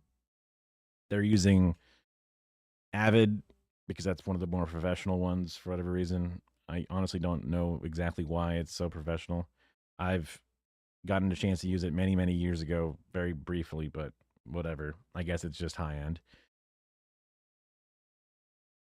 Important things to consider for both shooting your video and then editing it would be, it helps a lot to have a goal in mind before you go to shoot, because you'll know that I'm going to want to have some B-roll of, you know, the outside of the building, the crowd shot, and then I go talk to the person who's in charge and, you know, ask them what they're doing and what we're here, or whatever it is, to have a rough goal. You don't always have to have it completely storyboarded out or anything like that, but you want to have a rough idea, and generally, when in doubt, just shoot some extra footage. You can be happy you had it later. And if you don't need it, you don't need it. Think of the audience as one of the classics. Keep your audience in mind. If you're trying to find young people, find things that look interesting to young people.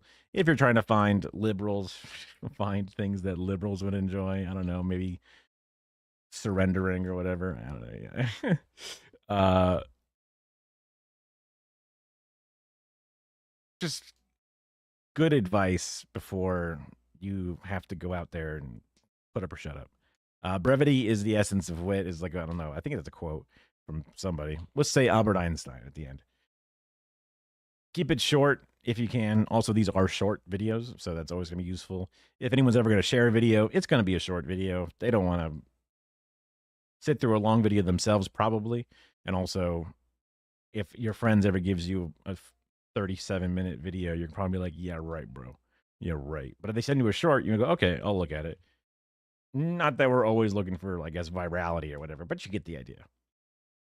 Show, don't tell is another classic thing to say. If you're talking about the crowd, show the crowd. You can still tell me about the crowd, but you want to show it specifically. You just want a person sitting in a room saying, yes, there was a bunch of people there, and it was a really great time, and we made an impact. And you want to be able to splice into video of that crowd and seeing the impact, right? Different voices are nice if you can have it. Again, not every video is going to have this, but I imagine a lot of them are just going to be, they might even just be text and music. I mean, maybe people's voices, but if you're talking in a video about blah, blah, blah, and then you show an interview with somebody, that helps break up the pace a little bit, and it makes it more interesting. Like, I guess if like Marissa start talking instead of me just talking this entire time. Nudge, nudge. I don't know. Just like before, clear audio is important. If you're not sure if a place is going to have clear audio, you could record it real fast and then just play it back to listen to it to see if it sounds like complete cacophony madness. Captions are big for social. We kind of talk about that earlier. And then when you're editing the video and putting it all together, God damn it. Hopefully I don't yawn so much when I'm actually in front of a room full of people. Hook into message into call to action. I'm going to assume, based off the social media stuff that we're doing, that'll be a pretty decent, simple roadmap for most of your things. A hook will be something that will attract and pique the interest of whoever your target audience is. The message is just the overall video content itself, whatever it is you're trying to share or say or whatever. And then the last is a call to action, which is just, hey, check us out. Hey, like and subscribe. Hey, whatever, right? Tune in for more information from this working group at our website, or at the next meeting or whatever. I don't know. I guess theoretically you might not have a call to action other than just, it was a great time, letting people know about it. But generally speaking, it's a decent idea. Excuse me. To sort of like capitalize on the engagement that you had there before. Okay, so now it's 10:08. I think I said 43 when we started.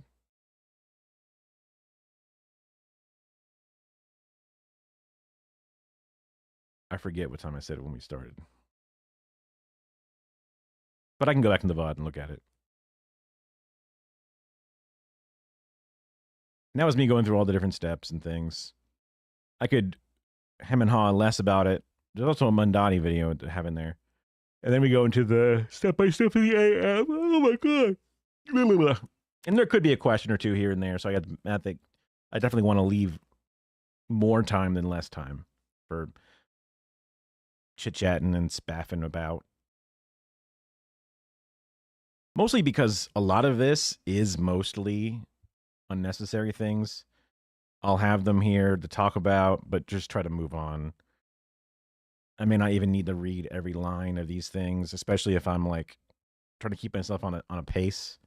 If I say I want to get through this entire thing in 15 minutes, then I can have like a 5-minute mark, or I can check when I get to, like when I get to the aspect ratios, I can check and see how long it's been. And if it's been, oh fuck, not that long, just kind of speed it up.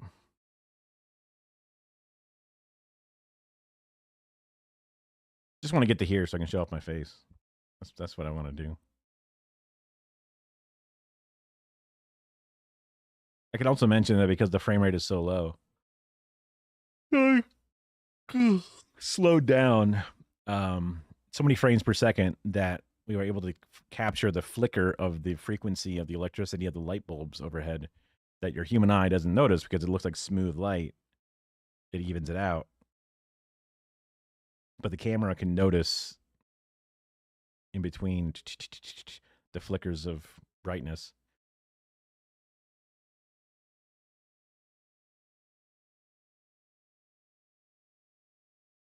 And then we go to this part where I load it up and go. And I need to test out this stuff.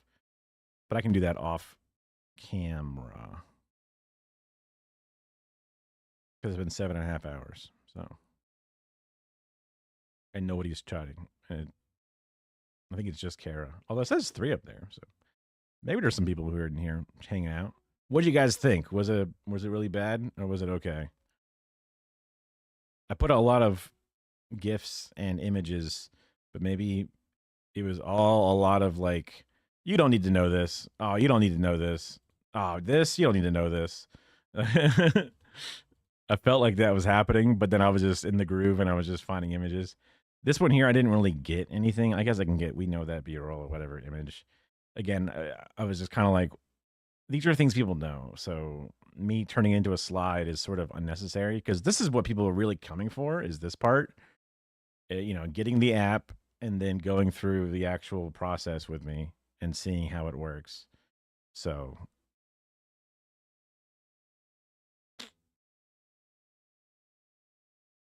okay. I'm just winging it, obviously. So I sat there before my meeting and just kind of like spitballed this whole path, this little text document. I kind of just wrote all this out.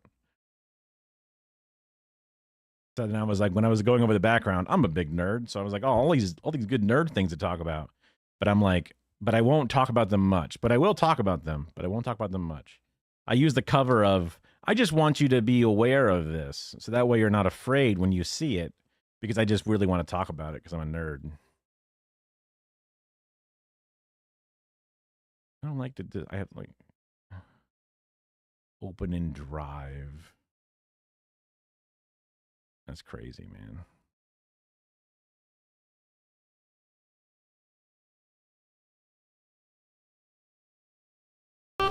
Listen, Valentine's Day is Also, it coming looks up. like ass. I've been thinking about us. I know you've been let down so many times. The whole working class has been let down. This time I want it to be different. I see us riding on a bus. That bus is fast and free. We're on our way back to our union-built, rent-stabilized home. Maybe we're shopping for cheaper groceries at a city-owned supermarket. And who knows, one day we have kids, and I want them to have universal childcare. I know it's not yet Valentine's Day, but I can't wait any longer. Will you be my Democrat? In order to vote in the Sorry for watching it again. I was just thinking about how, like, I don't know that this really follows any of our pathways. It's telling a story, start to finish. It's showing different zones. There's a voiceover with some text on it, I guess. There's not much of a hook other than just seeing him walking with the stuff and a bit of the narrative going on. And then the words on the screen are kind of like, well, that's kind of odd to have in a love thing. The dude walking behind playing the music is kind of cute as just a joke. And then the actual punchline's about halfway in. The full-on message is there. And then the call to action, obviously, is you have to tell this date, do this thing, et cetera, et cetera. So I guess it does kind of follow along. But also, the lighting isn't perfect in any of these shots. It's just natural. That's not an issue. It's just not so bad that you can't see things and you're having trouble with it, right? I'm pretty sure this is filmed in 24 FPS because they shot it on a real camera and stuff. But you get the idea.